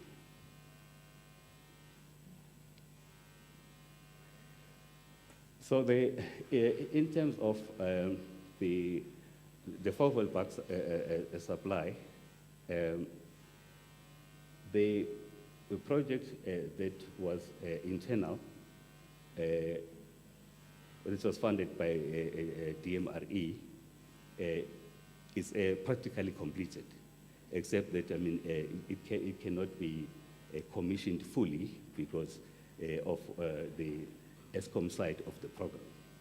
So we made an application to ESCOM in 2018. I think Lisedi also alluded to the same thing, is where ESCOM, the following year or the same year, they suspended all capacity upgrades that were applications to ESCOM because of area accounts. So we engaged with ESCOM through municipal structures and our leadership, and then they reinstated the program or the project in May 2021, where they gave us a new cost estimate letter. And during this period, we had moved funding from this project, which was not approved by ESCOM, to the Elijah Bahai project. But after ESCOM reinstated the project, we spoke to the DMRE, we did a change control form, and then the project has resumed. So we are now at the stage where we are, the change control was approved, and the funding from August of the past year, which is in the current financial year, we've been paying ESCOM for the project, and then the project is now, the budget quote has been fully paid for, so everything is now in ESCOM's court. So in the current financial year, in terms of INEP, we have the following allocations 7 million, which was for the ESCOM payment for the bulk project of Fortune, which I've spoken about. And then we have 18.5 million, which is allocated for the Kutsong South Glover substation to prepare for the Kutsong South Extension 8 development. And then we also have 10 million rand allocated by human settlement via the mining towns allocation for the welfare unit upgrade to also look at the Elijah Bahai, to accommodate Elijah Bahai in Extension 10. In the previous slide, members, if you remember, I said we moved the funds from Elijah Bahai to Fogwell, so that is why we have that allocation. So our backlogs in terms of electricity programs is in Extension 8, we have a new substation, greenfield substation, that needs to be built. The applications and everything has been done to the Department of Minerals and Energy. The business plan has been approved. In the next financial year, 23-24, they've already made allocation for the beginning of that project. This project is meant to supply Kutsong Extension 8, which is part of the Kutsong extensions, but it's a non-existing township at the moment. It's in planning stage. All the other sister departments, human settlement, town planning, they've also done their part. So this is the electricity planning for that substation. So in the narrative is to say that the substation has been designed, completed, the multidisciplinary teams have finalized everything, ESCOM has approved the project, and then the applications have been done, so allocations will be coming as the years progress. Just to explain to the committee why there is this Extension 8 issue. If you look at this drawing, you've got Kutsong South Extension 5, which is the current existing township that is supplied by the Friki Fundamental Substation. There's Elijah Bahai. We talked about Elijah Bahai, which is a development, is one of the mega projects, which is actually in phase 2 at the moment. Then on top, they've got Kutsong South Extension 8 with an expectation of 20,000 units. In another slide, we will explain the difference in the units. If you look at the Kutsong South Extension 8, where there is a blue, that blue block of Extension 8, across from there is the old Kutsong. So Extension 8 is actually we are trying to accelerate Extension 8 because it's part of the intervention for the disaster management program, because we have to accelerate Extension 8 to move some of the people that need to be moved from the old Kutsong because of the disaster issues, sinkholes, and whatever. So Extension 8 in terms of our program in Merafong is very important. That is why electrically we are pushing to have the capacity available so that when the human settlement guys come on site, then we don't lag behind. So this is a breakdown for the planning and applications that we did for this Glover substation for Kutsong South Extension 8. I'm not going to go through every one of them because it's contingencies and ESCOM estimates and all of that. The next slide.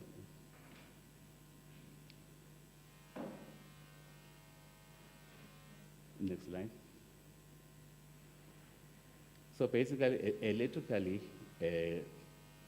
for the whole Kutsong corridor to be completed, we will need the previous slide, man.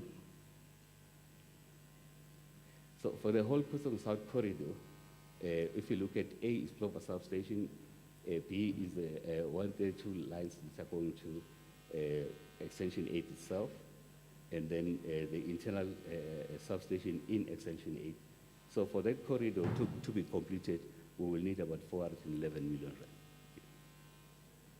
Thanks, next slide now.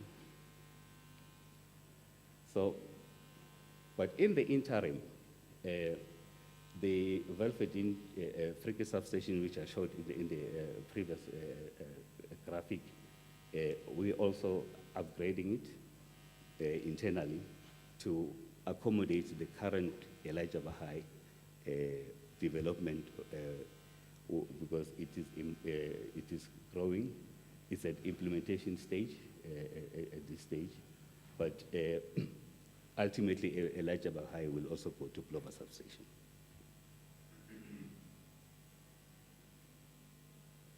We've talked about the 4-way back supply, was an upgrade from 18 MVA to 40 MVA.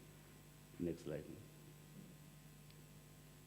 So this is the current INEP allocation for the projects, for the electrical projects in this current financial year, and this is the performance so far.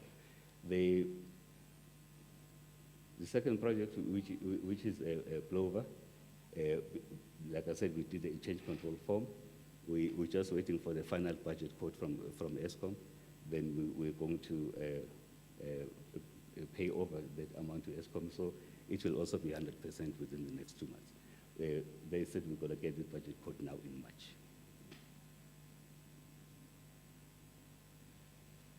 Then we have the elephant in the room in Merafong, and I think it affects all my colleagues. Theft and vandalism.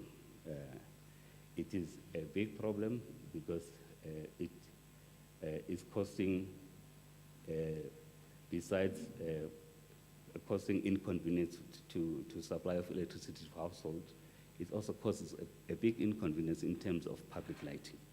Because public lighting is also being attacked, where then your town becomes dark, and then people feel unsafe, and then we have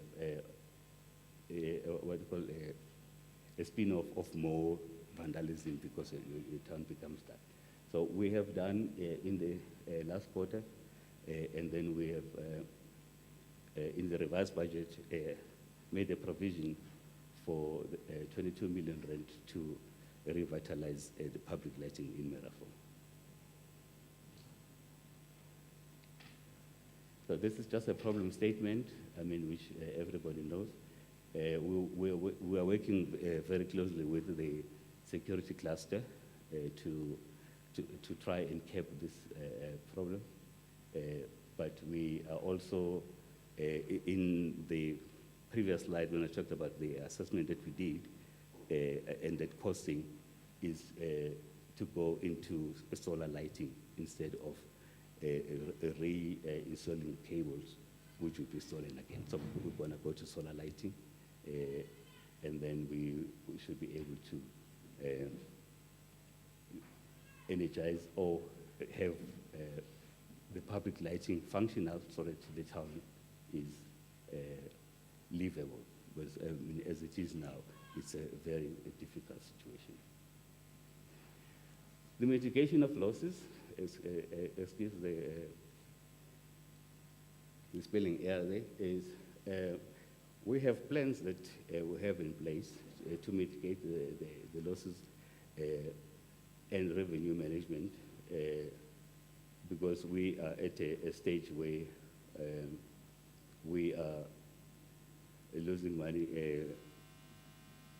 but the brief was talking about, let us put forward what are we doing.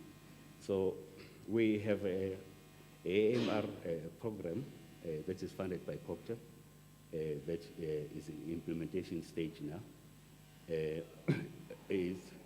when I say, I mean, it's the value of the project is 32 million rand, but budgetary is 3 million rand for this current financial year, and the other funding will be available in the after years, which will be it's a 3-year program.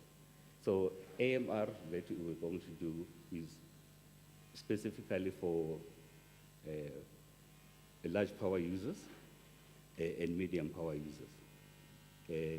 We will roll out the system that will also cater for domestic users on the system side, but this particular program is meant for commercial, industrial, and medium users.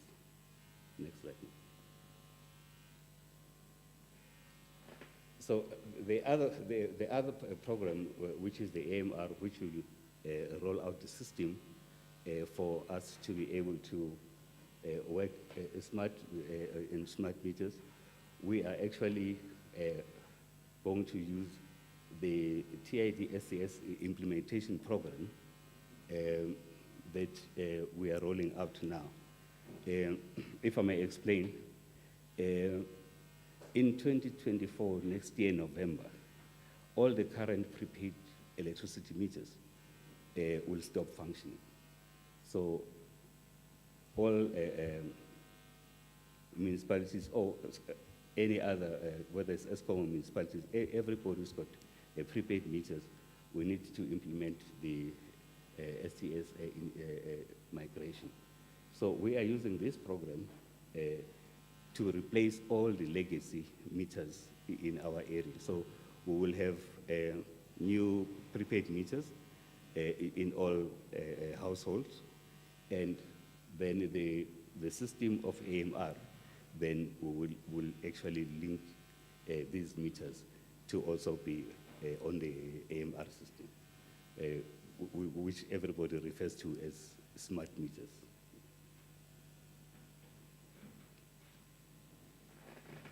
Okay. Then we move to the vulnerabilities of our system in terms of water, the water infrastructure. I will give to Lani to continue with this part of the presentation, but I am with him, but he can articulate better.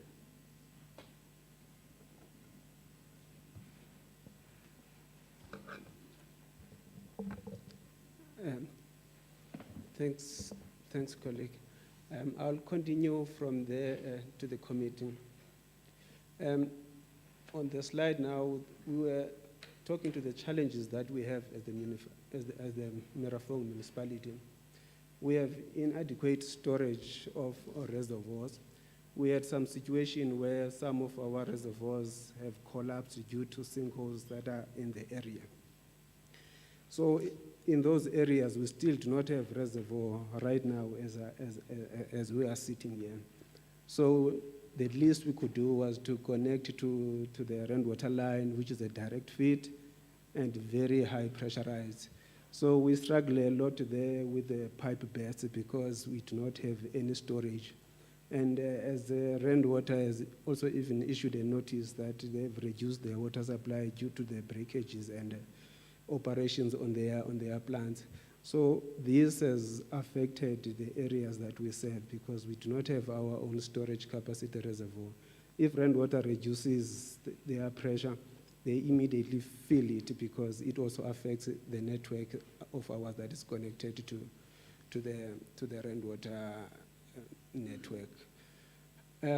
These pipe bursts that happen now because our system is highly pressurized.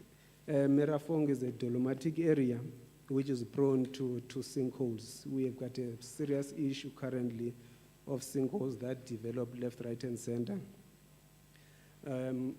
Pipe bursts, water controls, we've got that issue in Merafong.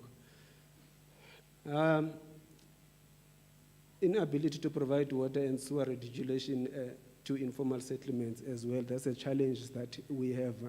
As Merafong, we have about 29 informal settlements. In all these areas, we've got to tank our water. There are only few that have got a reticulation that can be piped into them. We even have VIP toilets on these informal settlements that we also need to suck on a continuous basis.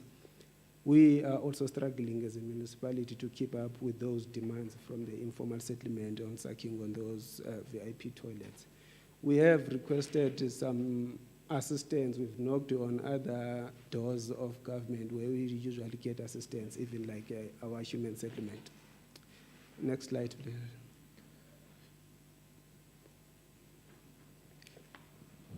Kutsong North, that's the area that is one of the high zone areas that we are experiencing a lot of sinkholes around it. We did submit some business plans to make so that we can at least try to cap the current situation that is happening there. We get some of these funds, but we cannot get the whole total amount as we would like. So we get it in stages. So we will only implement per portion as per the allocation that is given to the municipality on an annual basis. Kutsong North Water Stage 4. This is where we already have these collapsed line.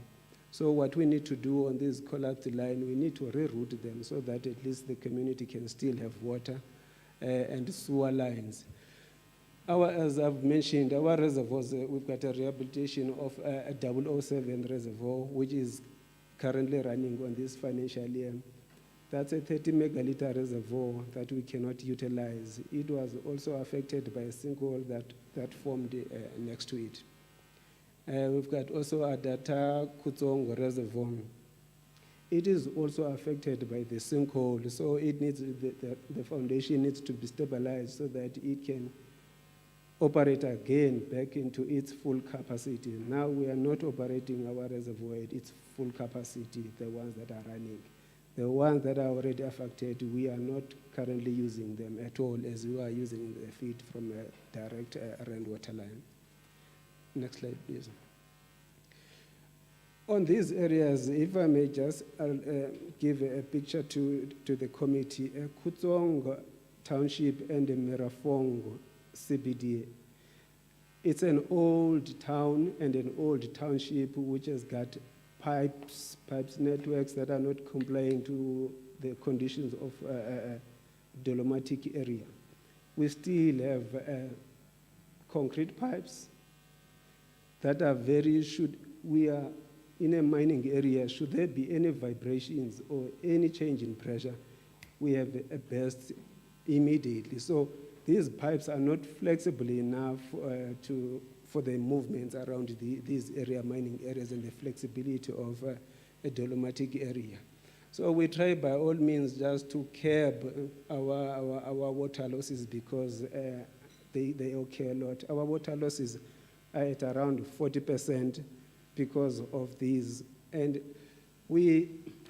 another issue with these areas, even though these areas are dolomitic and with this infrastructure that is very old, the business plans that we submit as well to our funders, our MIG and WSIG grant, they do not allow us to still continue the development under these areas because the areas around Kutsong and Carltonville, they are classified as a high danger zone. They are in a red zone. They are classifications as per the geotechnical conditions of A, B, C, D. So these areas are in a high risk zone where now even the funding does not come as it's supposed to because they would say this would be just a waste of funds. People need to be moved. The issue of moving people, relocating them to new areas is also an ongoing issue with the disaster, which is taking longer than it is expected. So we have those measures there that I've highlighted that we are currently implementing so that we reduce our water losses in our network, which is very old and brittle. Next slide, please. So we know the problem that is we've got this old brittle network.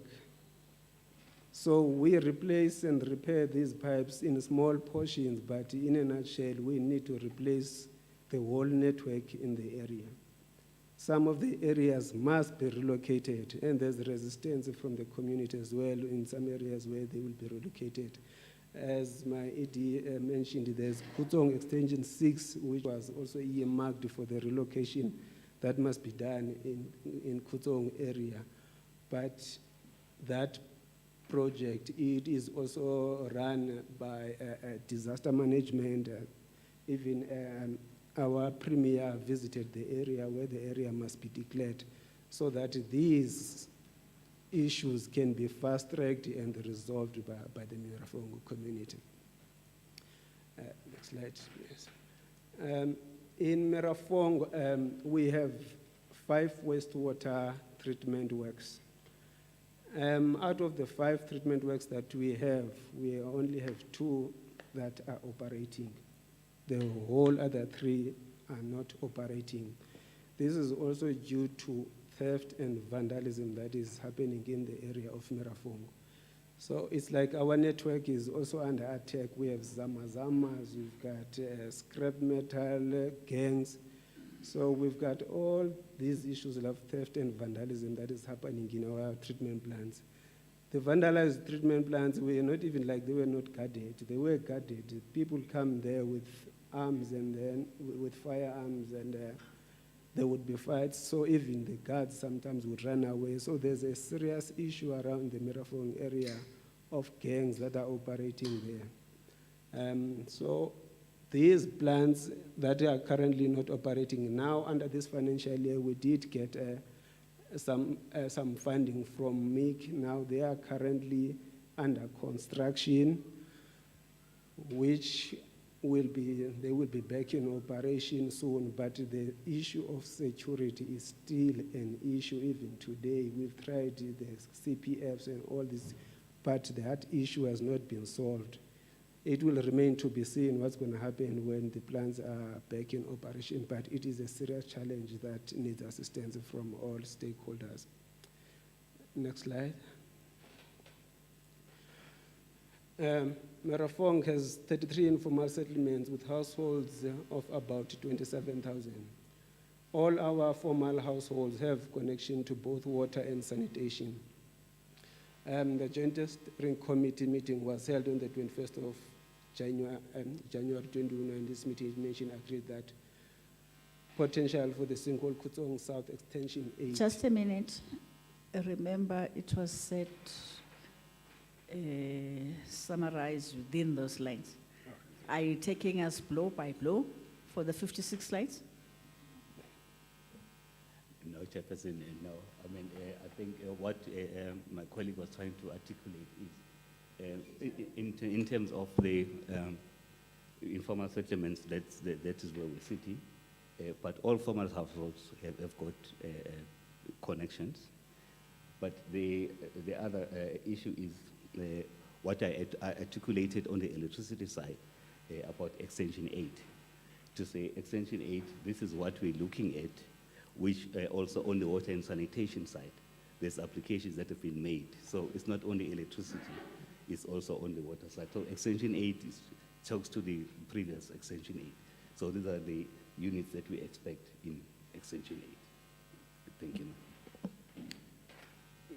Thank you, Chair. Next slide.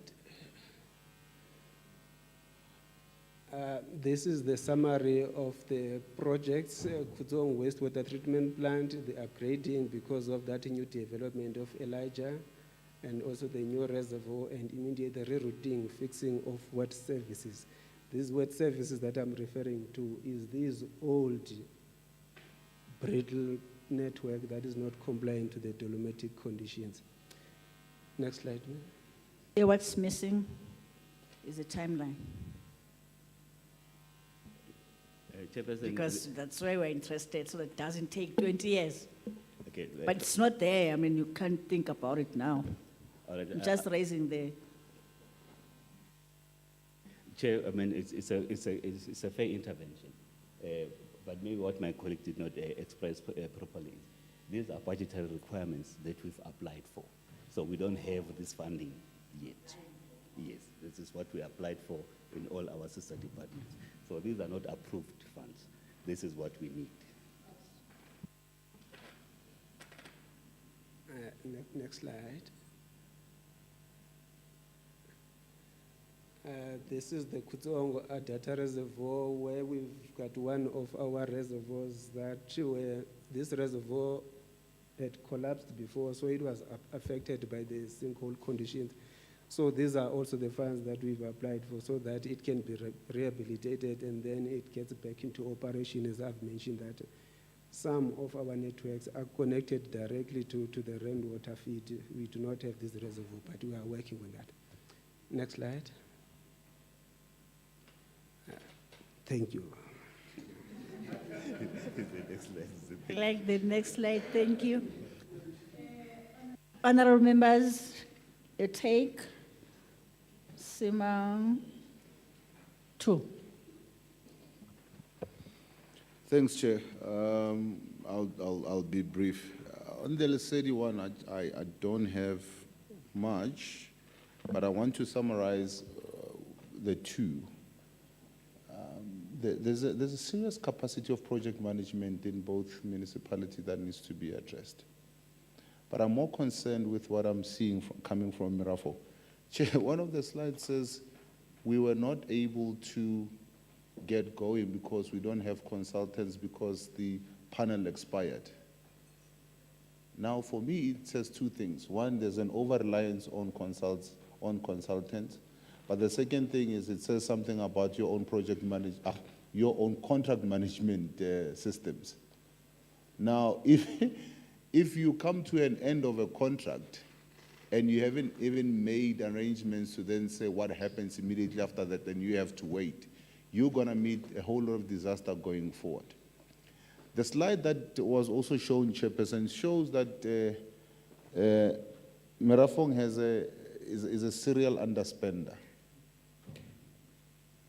Now, being a serial underspender and having the kind of demands that they are presenting, I mean, on one end you're asking for more money, on the other end you're returning money year in, year out. There is something very, very much wrong and misaligned there, and I think we're going to need to then ask what is the plan to deal with the issues of project management, to deal with issues of expenditure, and also to make sure that there is proper monitoring and evaluation in terms of what is happening there.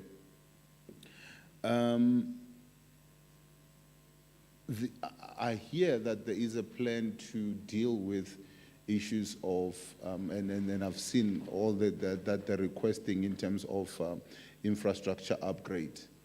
But within the budgets that they currently have, what is it that they are able to then do?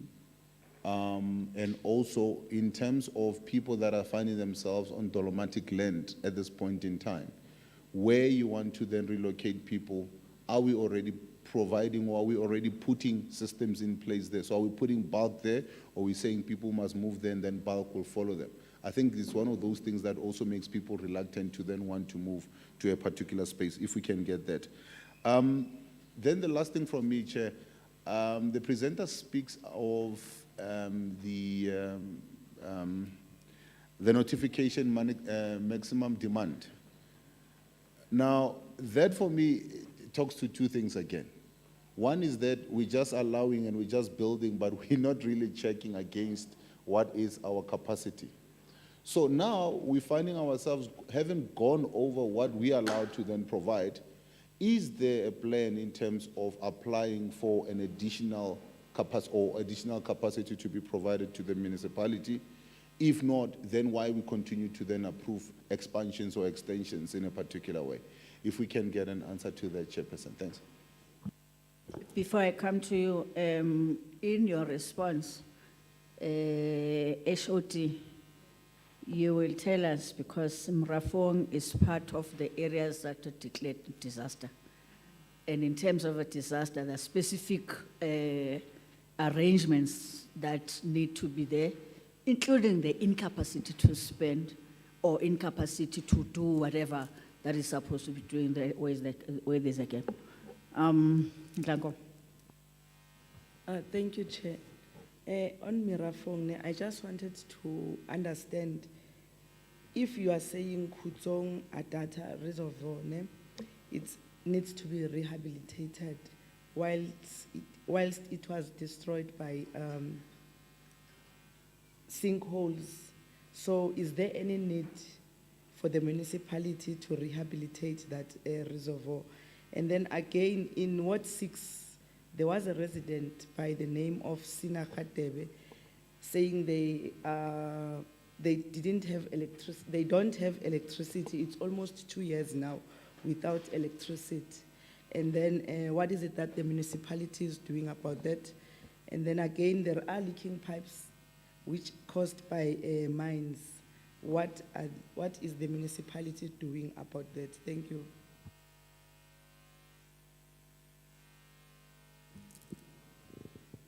Can you respond? Also, we'll also need a response from the HOD. Remember, I also indicated the challenge of, or maybe you were not here, of roads destroyed by the floods. And the minister saying she's still awaiting the MOU from Joburg City. There's no decision, there's no MOU. Hence, long after it being declared a disaster, it is not happening. Coming.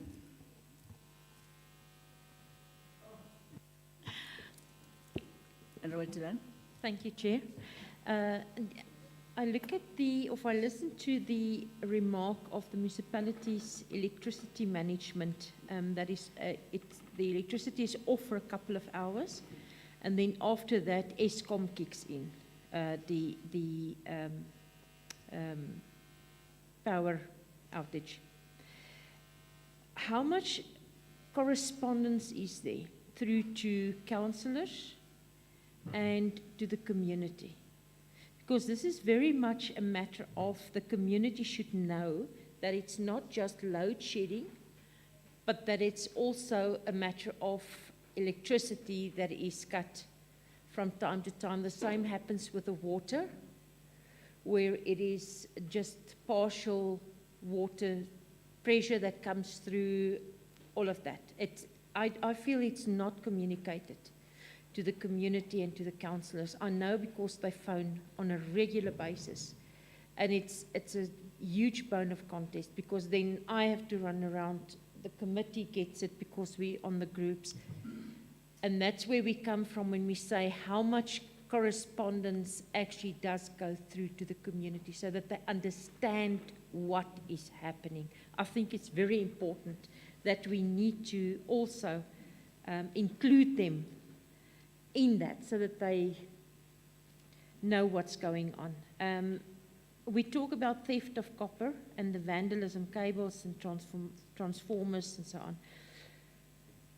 Again, if we look at right throughout, how much, if we look at the waterworks treatment plants, we look at the transformers, the cables, all of those issues, where services come to a stop because of vandalism. And every single municipality that we deal with, it's exactly the same thing. It feels like we've come to a point, Chair, where everybody just sits back because that is the modus operandi of the day. There's a lot of vandalism, so we have got bad services because things get stolen and it's this and it's that. This is not good enough for me. It's like municipalities has lost.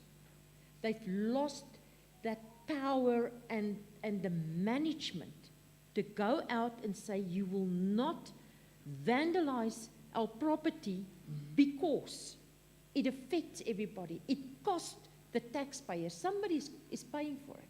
Believe you me, somebody is paying for that. And usually it's the people that is not suspecting. The rest we can go back. They know that people are stealing there. They know what's going on in the area and they don't say anything. Talk about the white elephant in the room. That would be racist, wouldn't it be? Maybe we should just say the elephant in the room. So, that's just tongue in the cheek. But I just feel that we need to have a good look at what is going on. Again, we cannot allow things to deteriorate where we've become so complacent and it's acceptable that there's vandalism. And it's sort of acceptable now that we lose a lot of money as well, because we know this is why we lose it, and it's not acceptable at all. And I think municipalities should also stand up. You should stand up and protect whatever is your property. That's your responsibility. It's not your responsibility to come and report back on it. It's your responsibility to protect. I know it's difficult and it costs money as well, but it's costing more money if we have to keep on replacing. And the service is coming to a standstill. And I think, honestly, we need to work harder on that. It is a concern that CPFs are gradually, and I've said it for years, where municipalities also stand in for SAPS functions. It's problematic if we rely too much on them because they can only do so much legally. Right? That is very important that we understand that. We need to go back to the drawing board and see, Chair, from our side as well, how we're going to handle these things.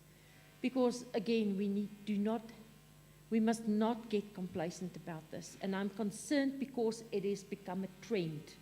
It's almost like a hype. You know, vandalism, this is it. We're standing back. I cannot understand that. And I think we need to take it more seriously as well. When we look at the 2 operational wastewater works and 3 of them not working, is it any of them, of the 3, is it new wastewater treatment plants, or is it just because of vandalism, the 3 of them are just standing still? And I say that because we have got that, and I've seen it in Harley City as well. It's just doesn't get mentioned here. The other thing I want to know is, if we look at the services that does not get provided, and due to water issues from Rand Water and due to Eskom issues with the electricity, how much strain does that put on the municipality in terms of their workforce not being able to now get to the extra load of what they need to do, because they need to repair and they need to stand in.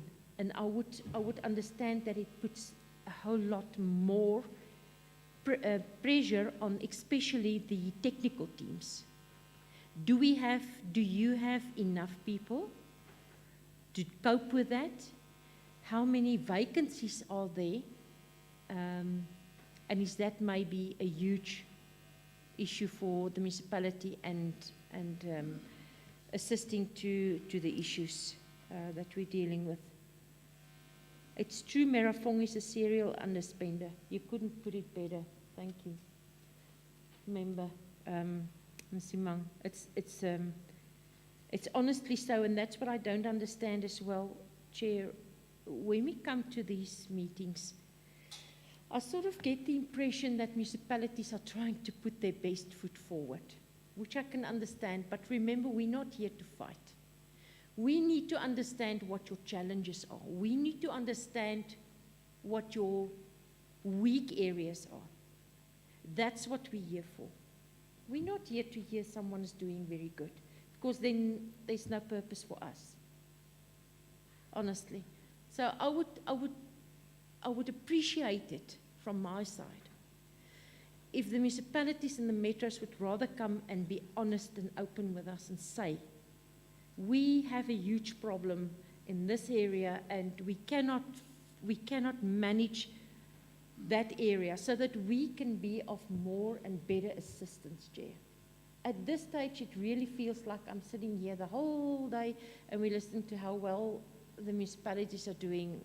Unless you stay in that municipality, then you realize it's quite a different story. Do you understand what I'm saying? So we're not here to fight, but we need to understand what we're dealing with and what we as a committee have to supplement with the municipalities and the metros as well, to really understand what the issues on the table is. Thank you, Chair. Thank you. Responses?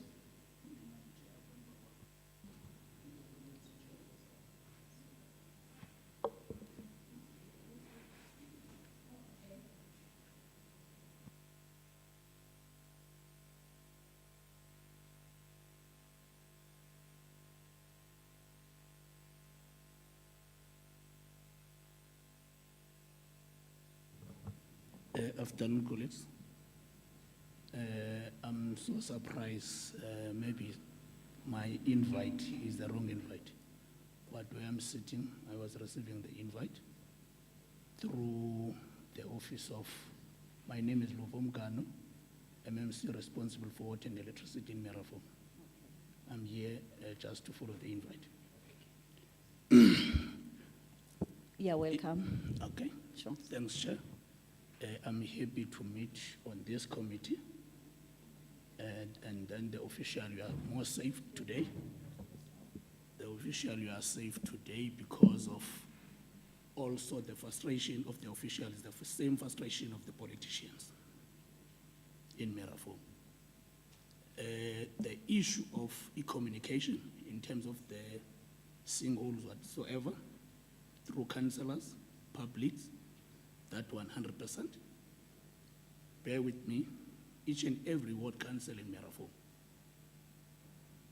specifically in Kudzon, have got a special meetings, talk about the singles. In respective of premiers coming, whoever is coming in Merafong, HOD, come and commit something, will never ever come back to us after the commitment.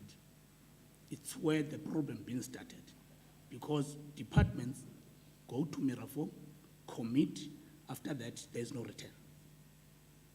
Then the frustration is left with us. That one, you can, as a committee, you can note and find out a solution how to assist us. If you are declared a disaster, it's not a matter of declaration. It's a matter of finances. You know very well. You can go and hustle the funds for declaration. Don't just declare and leave.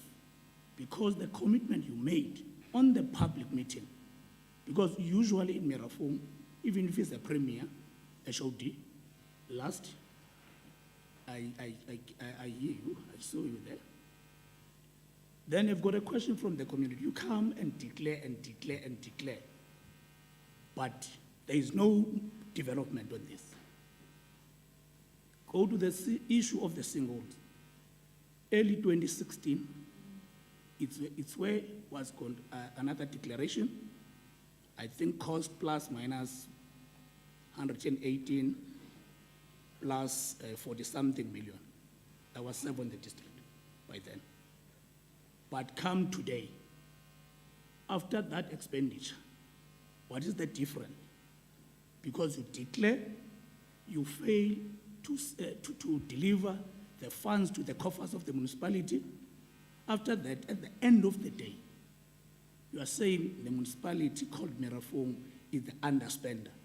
How do you expect me, with the program, where now as a province or as a department in the provincial government, you take to chip in on the processes more than 3 months. But when you finalize your things and your delays, you just go and throw the ball to Merafong because you want to set up us as a failure. You know the challenge of Merafong, there's no CFO, there was no, the CFO, the MM, and as a council of Merafong, I don't know how many times committee put a request to the office of the MEC, request the assistance, because those two key positions, if you run municipality without a permanent CFO for a number of years, a permanent MM for a number of years, how do you expect the municipality to perform correctly? Since 2016, you're running the municipality without a permanent, I think once Mrs. Ngwenye was the first, later on, if I'm not mistaken, 2019, was being dismissed. But from 2016, where I'm sitting on council, I was coming chip in with about Tibini, acting. At the end of the day, where you supposed to apply with the grants, it's clear. It will be in a challenge because in terms of compliance, who is obliged to do this? Is the acting one or is a permanent one? But on that disturbance alone is costing the municipality in terms of the expenditure. It's the case where on Facebook, on social media, people talking, Merafong was not spent 90 million. And there's no one who was interested to say why, or what is the exactly happened in this case. The point I want to register, Chair, if our funders or our people you're supposed to assist us at the municipality are not complying, at the end of the day, deliver the funds late, who expect processes, but when you fail to give me what's supposed to receive in time, automatically I'm a failure. I will never ever reach the targets. Last year, you are talking about the serious thing, sinkholes. Last year, they've got a money to learn, I don't know where it's coming from, MIC, whoever. That project of 6 million. The contractor was being appointed last year, November. You know when I'm receiving that contract? In the past 2 weeks. Then tell me, from November up until end of February, how many months? The appointment letter, contract received on November last year. But the contract reached the ground in the past 2 weeks. Who's the failure in between on this process? Because it's the responsibility of the provincial government, because you give me money, you appoint whoever, then I must wait for your processes. And once you complete your processes, because I'm a receiver, then I can wait for you. Come the day when you give me the contract, then it's the day I can take the contract to the public. But from November, the small project of 6 million, December, January, February, that is middle of March now. It's 4 months. And it's clear I will never just receive and go touch the ground. The plans in terms of the budget, the department, Siavala, by end of March, by end of May, you can spend. How do you spend?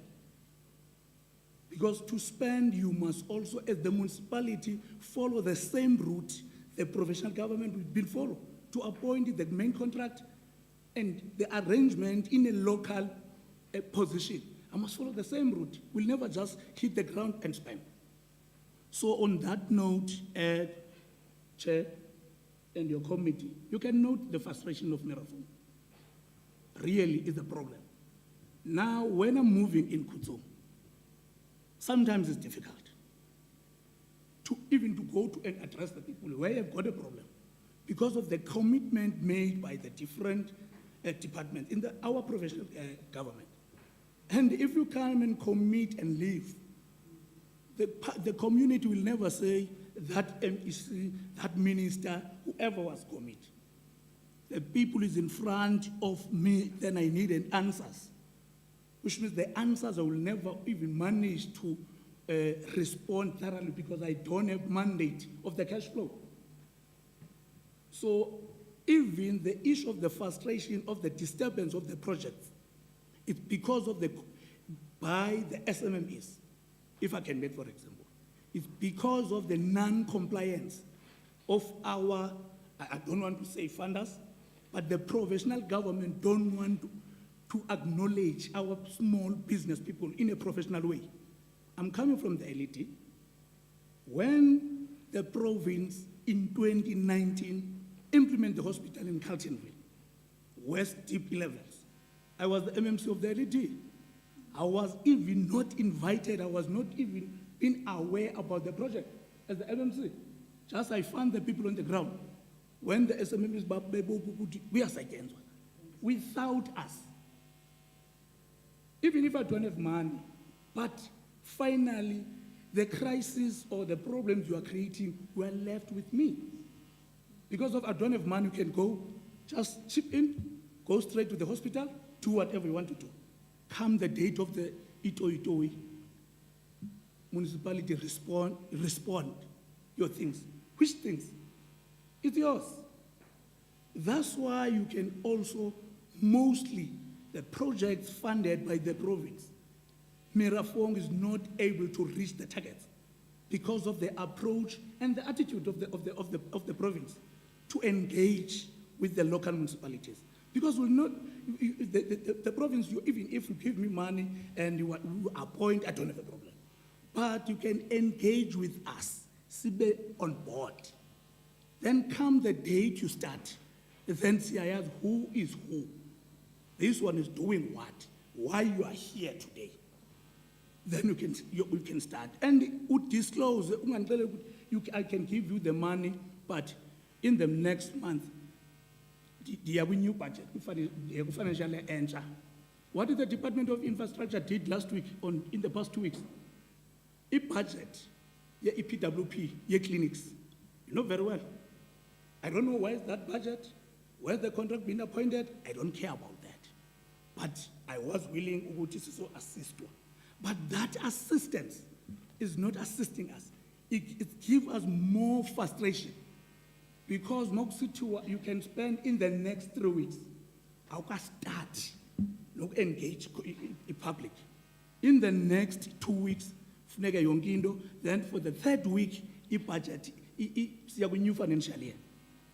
But at the end of the day, because of I don't have money, the statement in Merafong, I will manage to spend.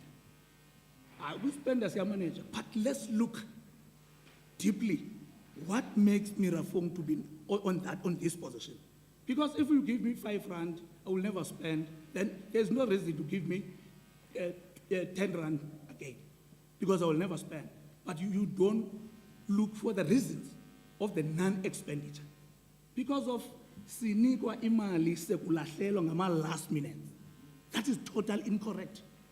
Come the issue of the cable theft versus vandalism. Luckily enough, I saw MEC with public safety. Before Faith, 2016, when the mines was closed in 5 months, I was the MMC with LED. I'm also being a councillor of the space. I don't know how many times, because of you say, when you put this report, the department can say this, you must follow this and that, but at the end of the day, the burden will left with us. Because the issue of vandalism and the cable theft was not just started from there, was started from the Zamazamas. And Merafong have got a lot of reports to the department, different departments, in records. All ministers was gathered in Merafong. After a number of cases, people was killed. Was not just starting from there. They've got a back, they've got a point A. Now I'm also sitting on the situation, even if you want to go to the public meeting. The space where I'm sleeping, I can show you the photo here. People just chip in and Linulen. Gunpoint shoot people, register is Ward 15, East Driefontein. You've got Umpashwa village. The place, all informal settlement, have got a HIMARS light. How do you get HIMARS light in the municipality like Merafong? If the processes of changing land, whatever, because they won't see me, then Umlungu allow people to chip in there and will never deny those people. Then I put the application since 2016 to be approved. Those people deserve to get this kind of service up until today. I've got another letter now because that one was expired, by our provincial government, not with us. Delays and delays and delays. Issue of ESCOM. ESCOM, irrespective of, is a national issue. As a portfolio head of department, last week, I was at Kokosi, and my life was danger there. But I was supposed to go and address people. Irrespective of, is a competence of ESCOM or what? Because the substation of Kokosi is our substation. It stay in Merafong. If the cable damage, cable theft, people come to the municipality demands. Although people knows very well, umasipala, you are not collecting the revenue. And that report, I believe even the president knows about that. People are not paying the services. Then also what about service? The issue of 2 years, that case is coming from my office. I know the lady you are talking about. But the one issue, ESCOM operates on the different way than the municipality, because it's the one-on-one arrangements.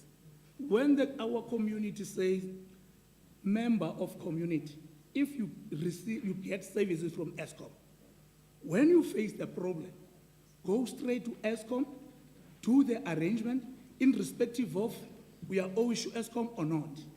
Then you will deal on that level, as the municipality will assist where is possible. But case of Ward 6.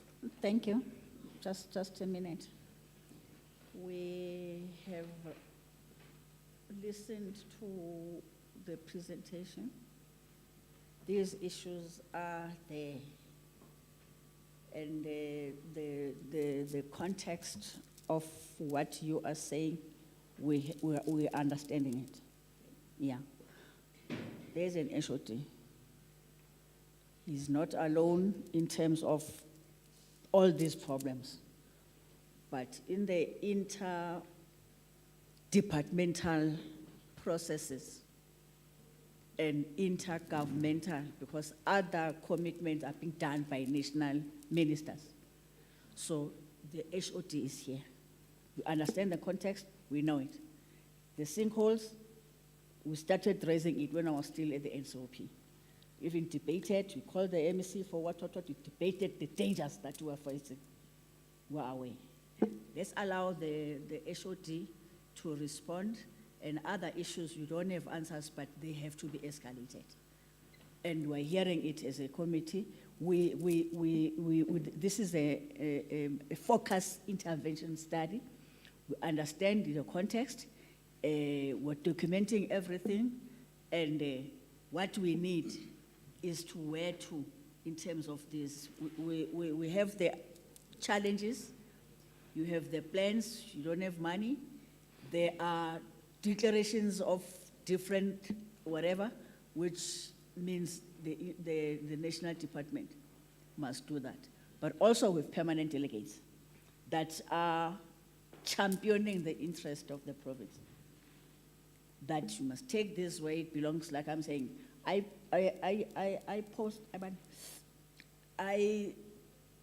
championed the PCO, not the NCOP, to debate the dangers of the sinkholes, which are affecting Gauteng, Limpopo, Free State. And how they responded, it was not how we thought, because they said rehabilitate. Rehabilitate, it opens again. So we're aware of all these commitments that they do. We are on the ground. It's us who pay the food, the anger of the people. So can I then, we have heard you. Thanks, Chair.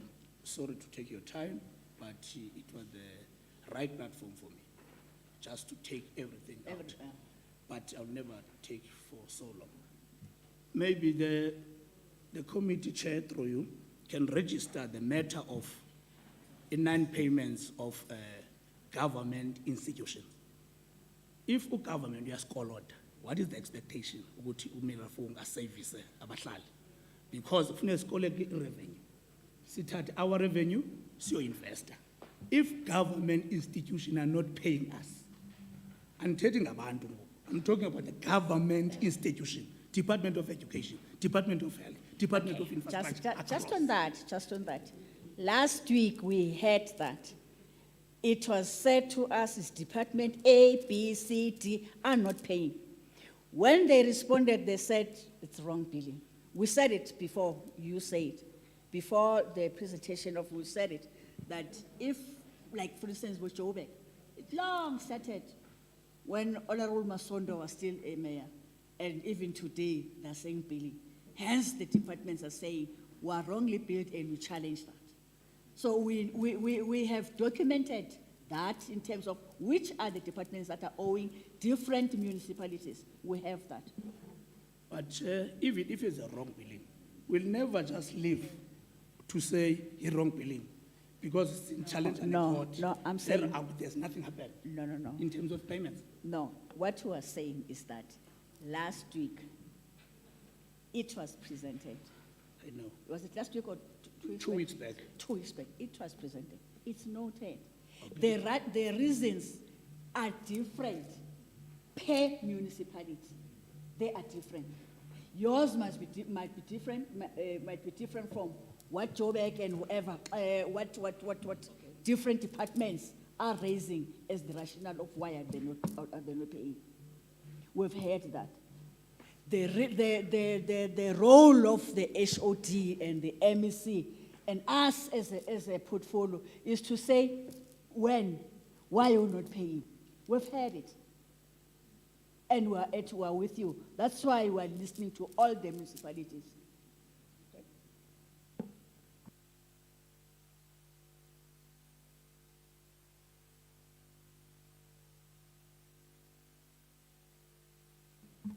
Even ESCOM, it was raised, the question of ESCOM docking and attaching the assets of municipalities. We have that.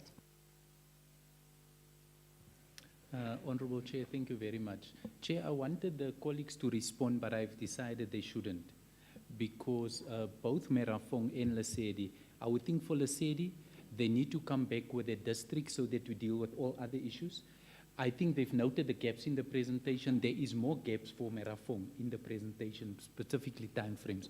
But Chair, let me come back to the issue that the MMC have raised. I don't think, and I don't want to blame previous governments, previous MECs or chairpersons or even premiers that made commitments. But I want to put it to the MEC and the team, and not necessarily for the MMC, but for the committee, that when the Premier made the pronouncement on the 7th of March at a public meeting in Merafong, we were then attending the Portfolio Committee, or should I say the Petitions Committee, on the 10th of March. We as a team that I led, we went back on the 14th, we went back on the 17th, on the 20th, and we are back on the 27th. This coming Monday, we are in Merafong. We have identified a disaster site, and all departments through an integrated response will have a role to play in Merafong. But I think, Chair, we shouldn't be oblivious to the things that has happened in Merafong. The municipal council is the highest decision-making body in Merafong. And if there is people that needs to be accountable for Merafong, it is the municipal council. I think we must be obvious, we must say that. I think as provincial government and the Department of CoGTA, let's say that we have some role to play. The appointment of the CFO, yes, it's not as if the Merafong municipality have not started a process to advertise positions. We as a CoGTA has put in the acting municipal manager in place so that he can oversee the appointment of executive managers, which have started last week and it's proceeding this coming Friday. So there is some work done in that area, Chair, but we must also bear in mind, Chair, that we must take note of the governance challenges that has been in Merafong. Whether that disaster management was declared in 2012, 2015, 2017, I don't think the municipality must see the disaster management declaration as a process for the municipality to take a hands-off approach. the municipality can still have their hands on the municipal infrastructure grant, the USDG grant, and they can actually use that grant that has nothing to do with their revenue, but their ability to implement infrastructure projects to actually uplift the community. It has not been done. We have seen that the expenditure is very low. So I think the project management capacity and the issue of due diligence, Chair, is very critical for me. If a project has been approved in November and you only have a contractor on site or in the city 2 weeks ago, it means by the time that contract has been approved, the municipality have no clue where to start. And that is some of the work that the department is also doing in Merafong. But we must bear in mind that things have deteriorated to such an extent over the last couple of years that 1 year will not fix the problem. So we hope that with the disaster management, Chair, that we can bring some stability in there from a safety perspective, from a roads perspective. But we need to identify quick wins in Merafong. And maybe it would be useful to come and present to the portfolio committee what is our integrated plan, because all departments, despite the fact that we are waiting for funding from the National Disaster Management Committee, we have committed work that needs to be done in Merafong. It will be useful, Chair, to share with everybody what are we doing in Merafong and how we're planning to do it, because the Premier made the pronouncement that we will start work before we get the money. Departments must use their own money. And the kind of studies that they have done there already, you would see that the departments have started to use their own money. Chair, you will find that, and I want to warn or caution the colleagues that there's 8 sinkholes there in Merafong. One of the sinkholes with a culvert is a bridge that has been damaged. So the people might see that we have those sinkholes and it's not been repaired, but some of those needs a geotechnical assessment before you can fix some of it. So the quick wins in some of the areas which we must focus on needs to be addressed. The biggest reason why we could not do major inroads in Merafong, and we have seen it on the day we were there with the Premier, once the Premier pronounced that the HUD is here, I could not get out of Merafong, because then everybody asked me the question. So where we would need the municipality support, particularly the MMC and the team, is can we get the residents from Pabang, Rest in Peace, and Sompane Road, which has the biggest impact on the delivery agenda in Merafong, to move so that areas can be fixed. Because to fix roads without fixing the wet areas, you're actually throwing money down the drain. So Chair, I just wanted to say that without going into detail, that the governance challenges in the municipality must shoulder some blame for it. And I think as a provincial government, we're now getting on board through an integrated response to address that. But we want to come back to the committee to come back with a full response on all the areas, from human settlements, social development, or other departments that has a role to play. And those plans is there. We can share it with the committee as early as next week, Chair. So let me stop there, Chair. Thank you. Thanks very much. There is that commitment. Committee is noting that. Thank you, presenters. Till we meet again soon.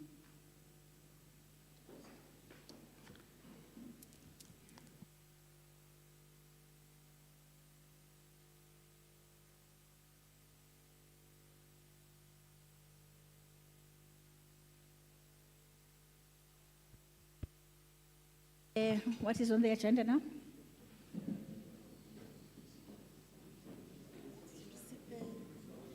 The brief. I wanted to.